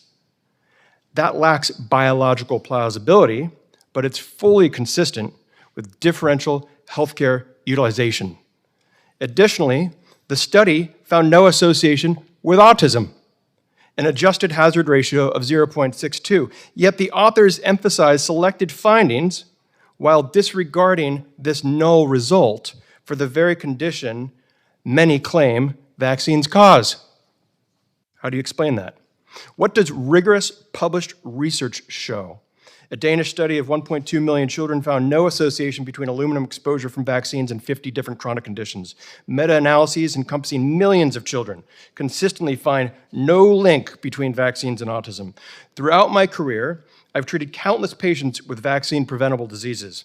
During COVID, I lost unvaccinated patients who would have survived with vaccination. These realities coexist. Vaccines can cause rare adverse events, and they do, and they prevent vastly more death and disability. We're experiencing our worst measles outbreak in decades, 1,431 cases and 3 deaths in 2025. No kid should die from measles. The choice before this committee is clear. Base public health policy on transparent, peer-reviewed evidence that anyone can verify, or on an unpublished analysis with acknowledged fatal biases hidden from scientific scrutiny. Vaccines have saved 154 million lives globally over 50 years. The data are public. The evidence is overwhelming. Parents deserve policies grounded in this evidence. Thank you. I welcome your questions. Thank you, Dr. Scott. I'll start with the questioning. I'll just basically turn it over to Mr. Siri. Do you want to start with the 154 million claim? But we had the ranking member, and we also had Dr. Scott say that the Henry Ford study was highly flawed by design. Do you want to maybe start there and defend the Henry Ford study? Whatever you would like, Senator, I'm happy to do that, yes.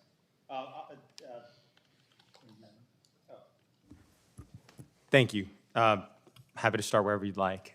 In terms of the Henry Ford study, I appreciate Dr. Scott's comment, but I don't believe Dr. Scott has actually read my submission, given his comments about what he believes makes this study fatally flawed. He points to one thing. He calls it detection bias, because what he's saying is that the vaccinated children are more likely to seek medical care than the unvaccinated children. Had he read my submission, he would have seen that the study authors who were looking to validate the safety of these vaccines specifically conducted sensitivity analysis to see whether there was detection bias. How did they do that? What they did is they looked at the average number of times that the vaccinated cohort sought medical care versus the unvaccinated. And what they found was vaccinated children sought medical care on average 7 times a year. Unvaccinated sought it twice a year, which would make sense if you have less illness. But for the unvaccinated kids, those 17% that had a chronic health issue, they sought medical care on average 5 times, which reflects that when an unvaccinated child had a medical issue, they did go see the doctor. Number 2, as the study points out, the type of health conditions that we saw in the unvaccinated population are not ones you wouldn't see medical care from. If your child has a serious medical condition, you're going to your doctor. You're going to the medical system. That's not me saying it. That's what these study authors pointed out. Also, to further validate their findings, they even reran their study to remove any child that didn't seek any medical care. So essentially, they removed the healthiest unvaccinated children, another sensitivity analysis they did, and they still found the statistically significant outcome that that I discussed earlier. Now, the other thing they did to make sure that their results were valid, and again, I assume they did this because they wanted to try and do exactly what Dr. Scott is saying. Well, there's got to be a mistake here. It can't be that this is true. And so the other thing that they did is they conducted a sensitivity analysis whereby they removed any children from the study that weren't in the Henry Ford system from birth onward for at least 5 years, thinking, okay, well, maybe we, got it wrong because the unvaccinated kids, had an average duration of less time. But so by doing that, we're only going to look at kids who were in there for at least 5 years. And what they found was, consistent with the findings, affirming the findings, the risk ratio of chronic disease amongst the vaccinated went up, not down. They also did that sensitivity analysis at 3 years and at 1 year. And each time they still found the vaccinated children a statistically significant increased rate of chronic health issues. They also used cancer as a control, assuming, well, there's no reason vaccines should cause cancer, and they didn't find a statistically significant outcome. So the issue that Dr. Scott points to in a study, which, by the way, he's labeling fundamentally flawed, there was enough information in my submission to have understood what I just said. He actually said it was flawed by design. You know the study authors of this thing that the people conducted. Do you believe these are professionals that would design a study by design to make it flawed to give a result that vaccinated children suffered chronic illness 2.5 times? I mean, that's basically what Dr. Scott is saying to the authors of this Henry Ford study. I mean, I think from the perspective of the establishment, this study is flawed because it's actually designed to detect safety. It's actually designed to reach a conclusion on safety. That's what makes it flawed. It's not like the aluminum study that Dr. Scott pointed to, which he called, rigorous. Let me, so you can get down to the weeds very quickly, and you have to, quite honest. Yes. This is true. But let's pull it back a little bit. I heard for the first time during the RFK Jr. hearing that there's been a study that vaccines have saved 154 million lives. You have a somewhat interesting take on that. Do you want to talk a bit about that scientific gem? Absolutely. Absolutely. I think the claim about 154 million lives saved is it actually is the epitome of the corruption of science. It reflects the corruption of science in action. While this Henry Ford study, for example, is based on actual data, medical records, the immunization registry, and look carefully at it, this study is just based on guesswork and assumptions. It is a study published by the WHO. It is essentially an advertising piece by them for how effective their immunization program has been over the last 50 years. And they claim there's 154 million lives saved. But when you look at the study, unlike the Henry Ford study, it has no confidence intervals. So what is the confidence interval of that 154 million claim? What is the reliability range of it? It doesn't have one. You know why it doesn't have one? Because it's totally unreliable. As buried in page 42 of the supplement to that quote-unquote advertising piece by the WHO, it's in a section entitled Uncertainty of Estimates, it says that, quote, it cannot put, quote, bounds around the veracity of the estimates. It can't put bounds around the veracity of the estimates. And that, quote, any bounds are arbitrary, end quote, and that, quote, it should not be interpreted as a claim to where the edges of valid estimates possibly lie, end quote. What that means is it could be equally true that 200 million lives were lost because of the vaccine program. It's an unbounded estimate. That is the corruption of science, to rely on that. And it gets worse from there because, and when you actually look at the hard data, the number makes no sense. Almost the entirety of that 154 million lives saved comes down to two vaccines, DTP and measles vaccine. Well, as laid out thoroughly in my submission, the studies that look at DTP vaccine show that it causes more mortality, far more mortality, than lives saved. While it may reduce deaths from diphtheria, tetanus, and pertussis, the studies show numerous rate the kids. The seminal study showed that the kids who got DTP died at 10 times the rate, 10 times the rate, than kids who did not get that vaccine. And that is, I'll give the PubMed number, it's 5360569. And that study is not just one study sitting on its own. It comes after a long series of studies. It was published in 2017, and then another one in 2018. And DTP is the most commonly used vaccine in the world. That's what the science, based on hard data, that has confidence intervals, shows. Not this WHO advertising report with no confidence intervals. The other vaccine that accounts for almost the entirety of the 154 million lives saved is the measles vaccine. The study assumes, I guess to its credit, that 60% of that decline was from other factors, and 40% of the decline in measles mortality was from the vaccine. But here's the thing.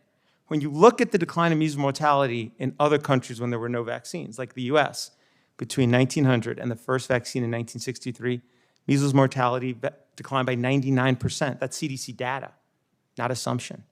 When you look at the UK data, between 1900 and 1968, when they first started the first measles vaccine there, measles mortality there declined by 99%. So when you overlay that number, not use a 40% decline, but 99%, and then you add in the increased deaths from DTP, you're upside down already. That's why they can't put a bound on their 54 million lives claim. Those vaccines cost a lot more than $154 million. Let me give Senator Marino a chance. Okay. May I ask one last point on this, and I will stop. I'm sorry. And it's this. As I've laid out in my submission, study after study after study shows that people who get measles vaccine die at far lower rates from heart disease and from various cancers. It's not me saying that. I'm just a lawyer, as Senator Blumenthal pointed out, okay? But that's what the studies show, and they're consistent. They're an inconvenient truth when it comes to the medical establishment. When you add in that data as well, it's really upside down. I lay that out, including a 100,000 person, 20-year prospective study in Japan that found that those who got measles and mumps, about 7% were dead from heart disease after about 20 years, whereas those who didn't get measles and mumps, around 14% of them were dead after 20 years. Heart disease is the #1 killer of folks in the United States. I'll stop there. We'll continue. Senator Marino. Thank you, Mr. Chairman, for having this hearing. Thank you all for caring about this issue and being here. Mr. Chairman, I was going to direct my first question actually to the ranking member, but he's not here. So I just want to pause for a second, because there's a lot of things that I've seen in my first 8 months here in elected office that happens that's a little crazy. So I just want us to reflect on something the ranking member said. He said that a person should be fired for exercising their First Amendment rights. And I think we normalize bad behavior like that. We just say, well, that's what people can say. And the comment was about the Second Amendment. You know, something about citizens got to defend themselves. I'm going to read something into the record, and I'm going to submit something for the record, then we'll get on.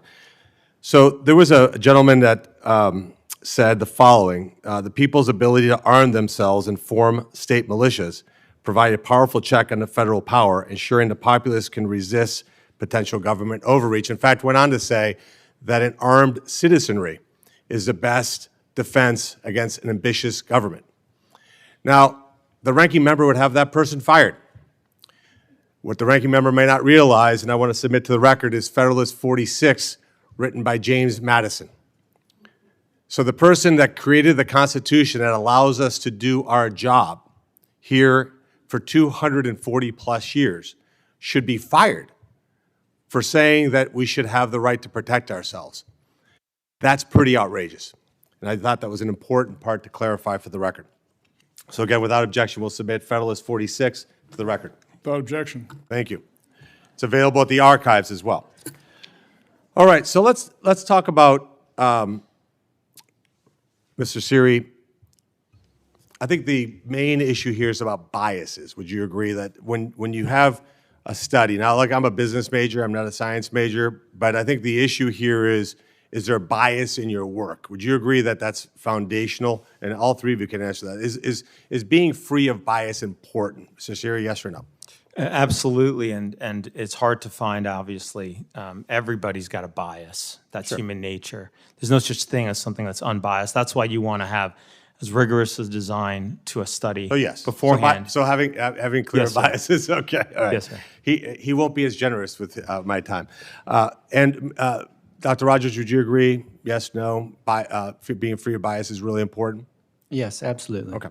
And then, Dr. Scott, would you agree with that? Certainly. Okay. So let's talk about the topic of bias. Would the following statement be considered biased or unbiased? Our president is a misinformation super spreader. I know this isn't surprising to a lot of people, but it's deeply disturbing. Biased comment or unbiased comment? Is that based on science? Are you asking me? Yeah. It quick. This should be quick. It Yes reflects a bias against the president. Dr. Rogers, a biased statement, yes or no? Agreed, biased. Dr. Scott, biased? Okay, that was your statement, your tweet on October 1st of 2020. Trump spews misinformation like no other. For our president to say that the problem is that doctors taking care of patients dying from COVID are venal and are committing fraud to cook the books is so low, it's subterranean. Biased or unbiased? Yes, sir. Biased? Yes, sir. Dr. Scott? Okay, that was your statement in October 25th of 2020. Trump's response to the U.S. COVID crisis, when interviewed by Chris Wallace, it is what it is. Vote like your life depends on it. Biased or unbiased? Mr. Siri? Yes, sir. Dr. Rogers? I think voting's a good thing, but I don't really have an opinion on that one. But that your life depends on whether this election happens, like you will die if the wrong outcome occurs? Yeah, that seems biased? Seems overstated. Seems overstated. Dr. Scott? I stand by it. Okay, July of 2020, your statement. There are 69 days left of the Trump administration. While he schemes to survive politically, thousands of Americans will die. The number of COVID deaths yesterday was 1,421. If the death toll remains the same, then 98,049 deaths will occur between now and January 20th. Biased? Given the data at the time, I think yes. Dr. Rogers? COVID deaths in the Biden administration far exceeded COVID deaths during the first Trump administration. Yeah. I hope you get into his post, too. So biased. Okay. Now, interesting because prior to me coming to Congress, people think I was in the retail automotive business, and that's true, but I also had a tech company. I'm going to tell you a 30-second story.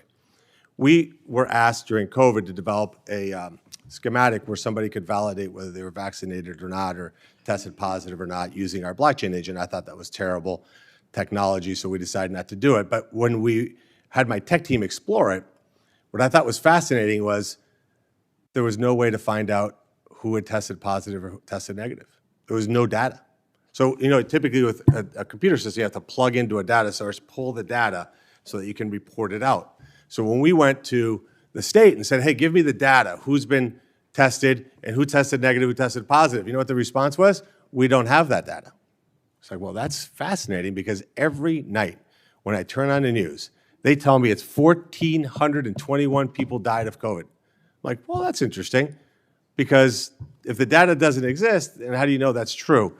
So I just thought I'd share that with you a little bit. So the other piece of the equation is when we talk about science, think there has to be a certain humility. Now, my dad was a doctor. He beat in our heads that the key to being a doctor is to have humility.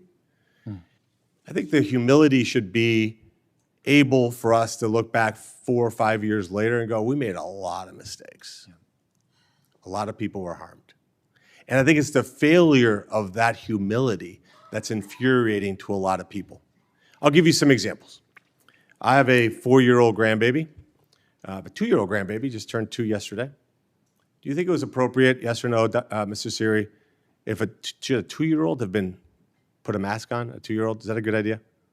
I believe that everybody should be able to make their own medical decisions. But again, just generally speaking, putting a mask on a 2-year-old. I wouldn't put a mask on a 2-year-old if it was my choice. Dr. Rogers? No, Dr. Scott? I wouldn't either. Okay. You tweeted in January of 2021 that you masked your 2-year-old and that all 2-year-olds should be masked. I'll submit the tweet for the record. That your 2-year-old, I don't know that you have a 2-year-old we've never met. Well, I changed my mind. Okay. But again, having the humility to say that was a bad idea. Yeah. Having the humility, I'm admitting it. Which is good. I applaud you for that. Having the humility to say, having the humility to say that when you walk into a bar, after having a mask on outside, and then you walk to your table, and then you take your mask off to eat, made sense. We can now look back and go, that was ridiculous. And I tweeted about that numerous times, how ridiculous that was. So, well, I'll submit another tweet. Bias. Selection bias right here. I'll put your tweet on the record in which you actually said that a man walked outside with a mask, walked into a restaurant, got in a seat, took off his mask and drank a beer and sat with everybody doing the same, as in like, hey, that's normal. In fact, you said something that I thought was very interesting. You said COVID-19 may never go away. So let's keep people isolated and masked. I will submit these for the records. COVID-19 may never go away as a way to keep people locked up inside, keep people out of schools. In my state, in my city, Cleveland, Ohio, we closed our schools for 18 months. You look at why we have youth violence today, you draw a straight line right to those decisions during COVID. That wasn't a virus that made those decisions. Those were elected officials that decided that control of people was more important. And Dr. Scott, I'll give you a chance here. You also said that 1.2 million people died from COVID. From COVID. Now, I was on the board of Metro Health in Cleveland. We had no idea what actually caused people's mortality. What we did do, because the hospital could collect more money, was we labeled anybody who had COVID, who also died, including motorcycle accidents, of dying from COVID. I think what you meant to say, I'm going to give you a chance to clear it up. Did you mean 1.2 million people died with COVID as opposed to from COVID? See the difference? Oh, I do see the difference. And I also commented quite a bit about the difficulty making that distinction after vaccines had become available. But I think early on, yes, there were a lot of deaths. I lost over 100 patients, okay? From COVID or with COVID? From COVID. COVID was terrible. It definitely became much more complicated to reconcile people who died with COVID from COVID. But you didn't have a problem. You were a pretty definitive statement. But what Dr. Rogers said earlier was interesting, which is more people died during the Biden years. Now, just to remind everybody, it's important.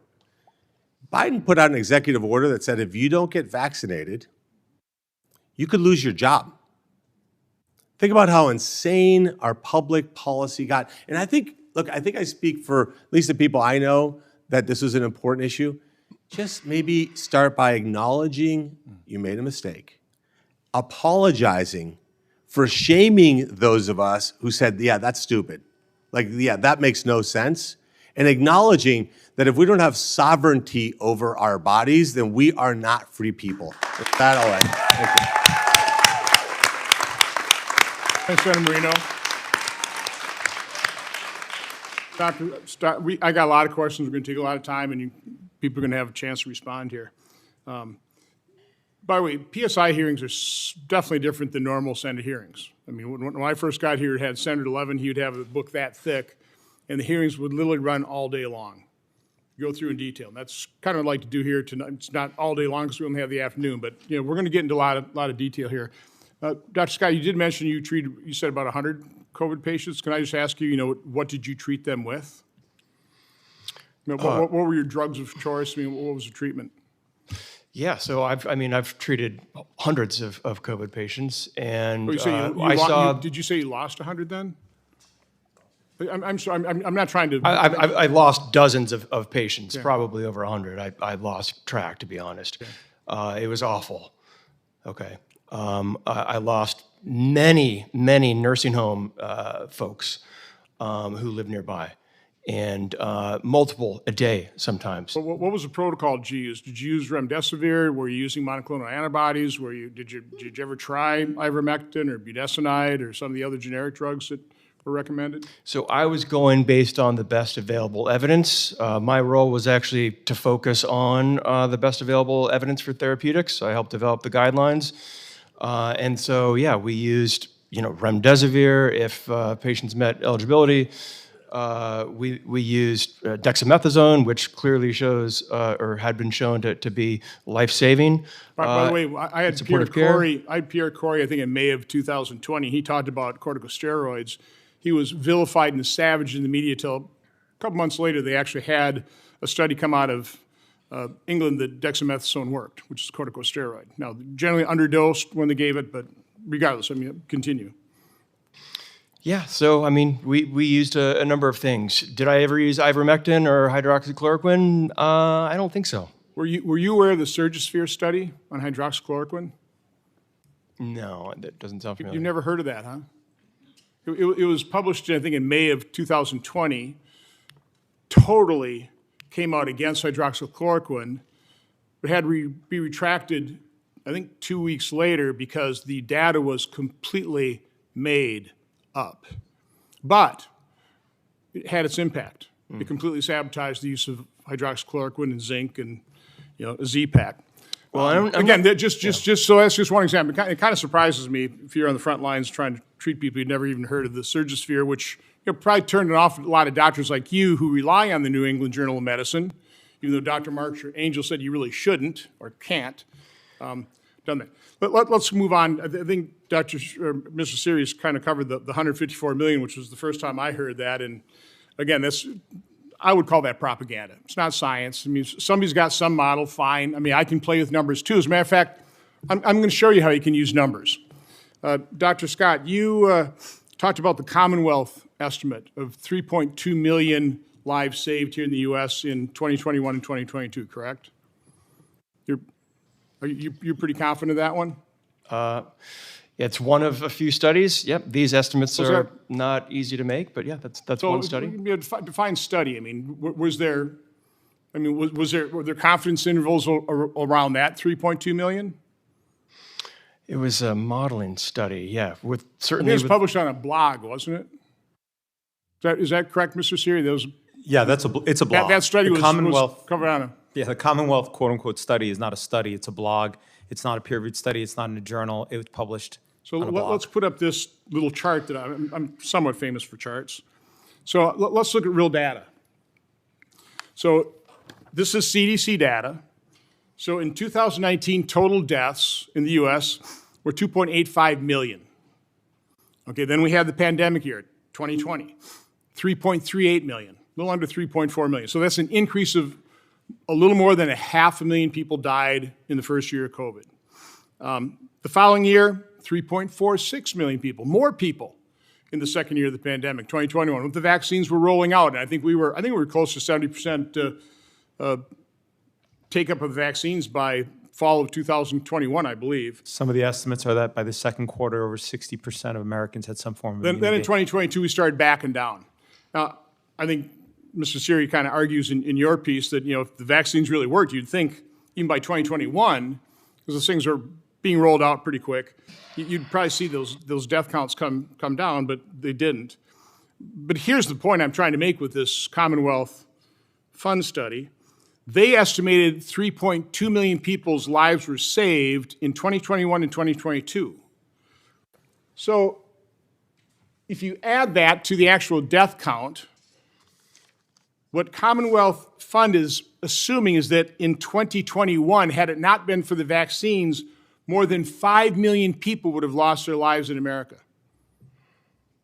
In 2022, 4.88 million people would have lost their lives. I mean, Dr. Scott, is that even close to credible to think that we'd go from 2.85 million lives lost in 2019, have a pandemic, no vaccines? Unfortunately, the NIH was sabotaging treatment using effective generic drugs, to telling people, don't treat it at all, go home, be afraid, hope you don't have to go in the hospital where they'll plug remdesivir in your veins and hook you up to a ventilator and you probably never come off, okay? So we had no treatment, had 3.38 million people die that year. Are we really supposed to believe the next year we were going to leap up to 5 million lives lost in America? And then the following year, close to 5 again? Because that's what you'd have to be. In order to save 1.6 million lives in 2021 and 2022, you'd have to be assuming the death rate was going to go from 2.85 million in 2019, 3.4 million in 2019, and then leap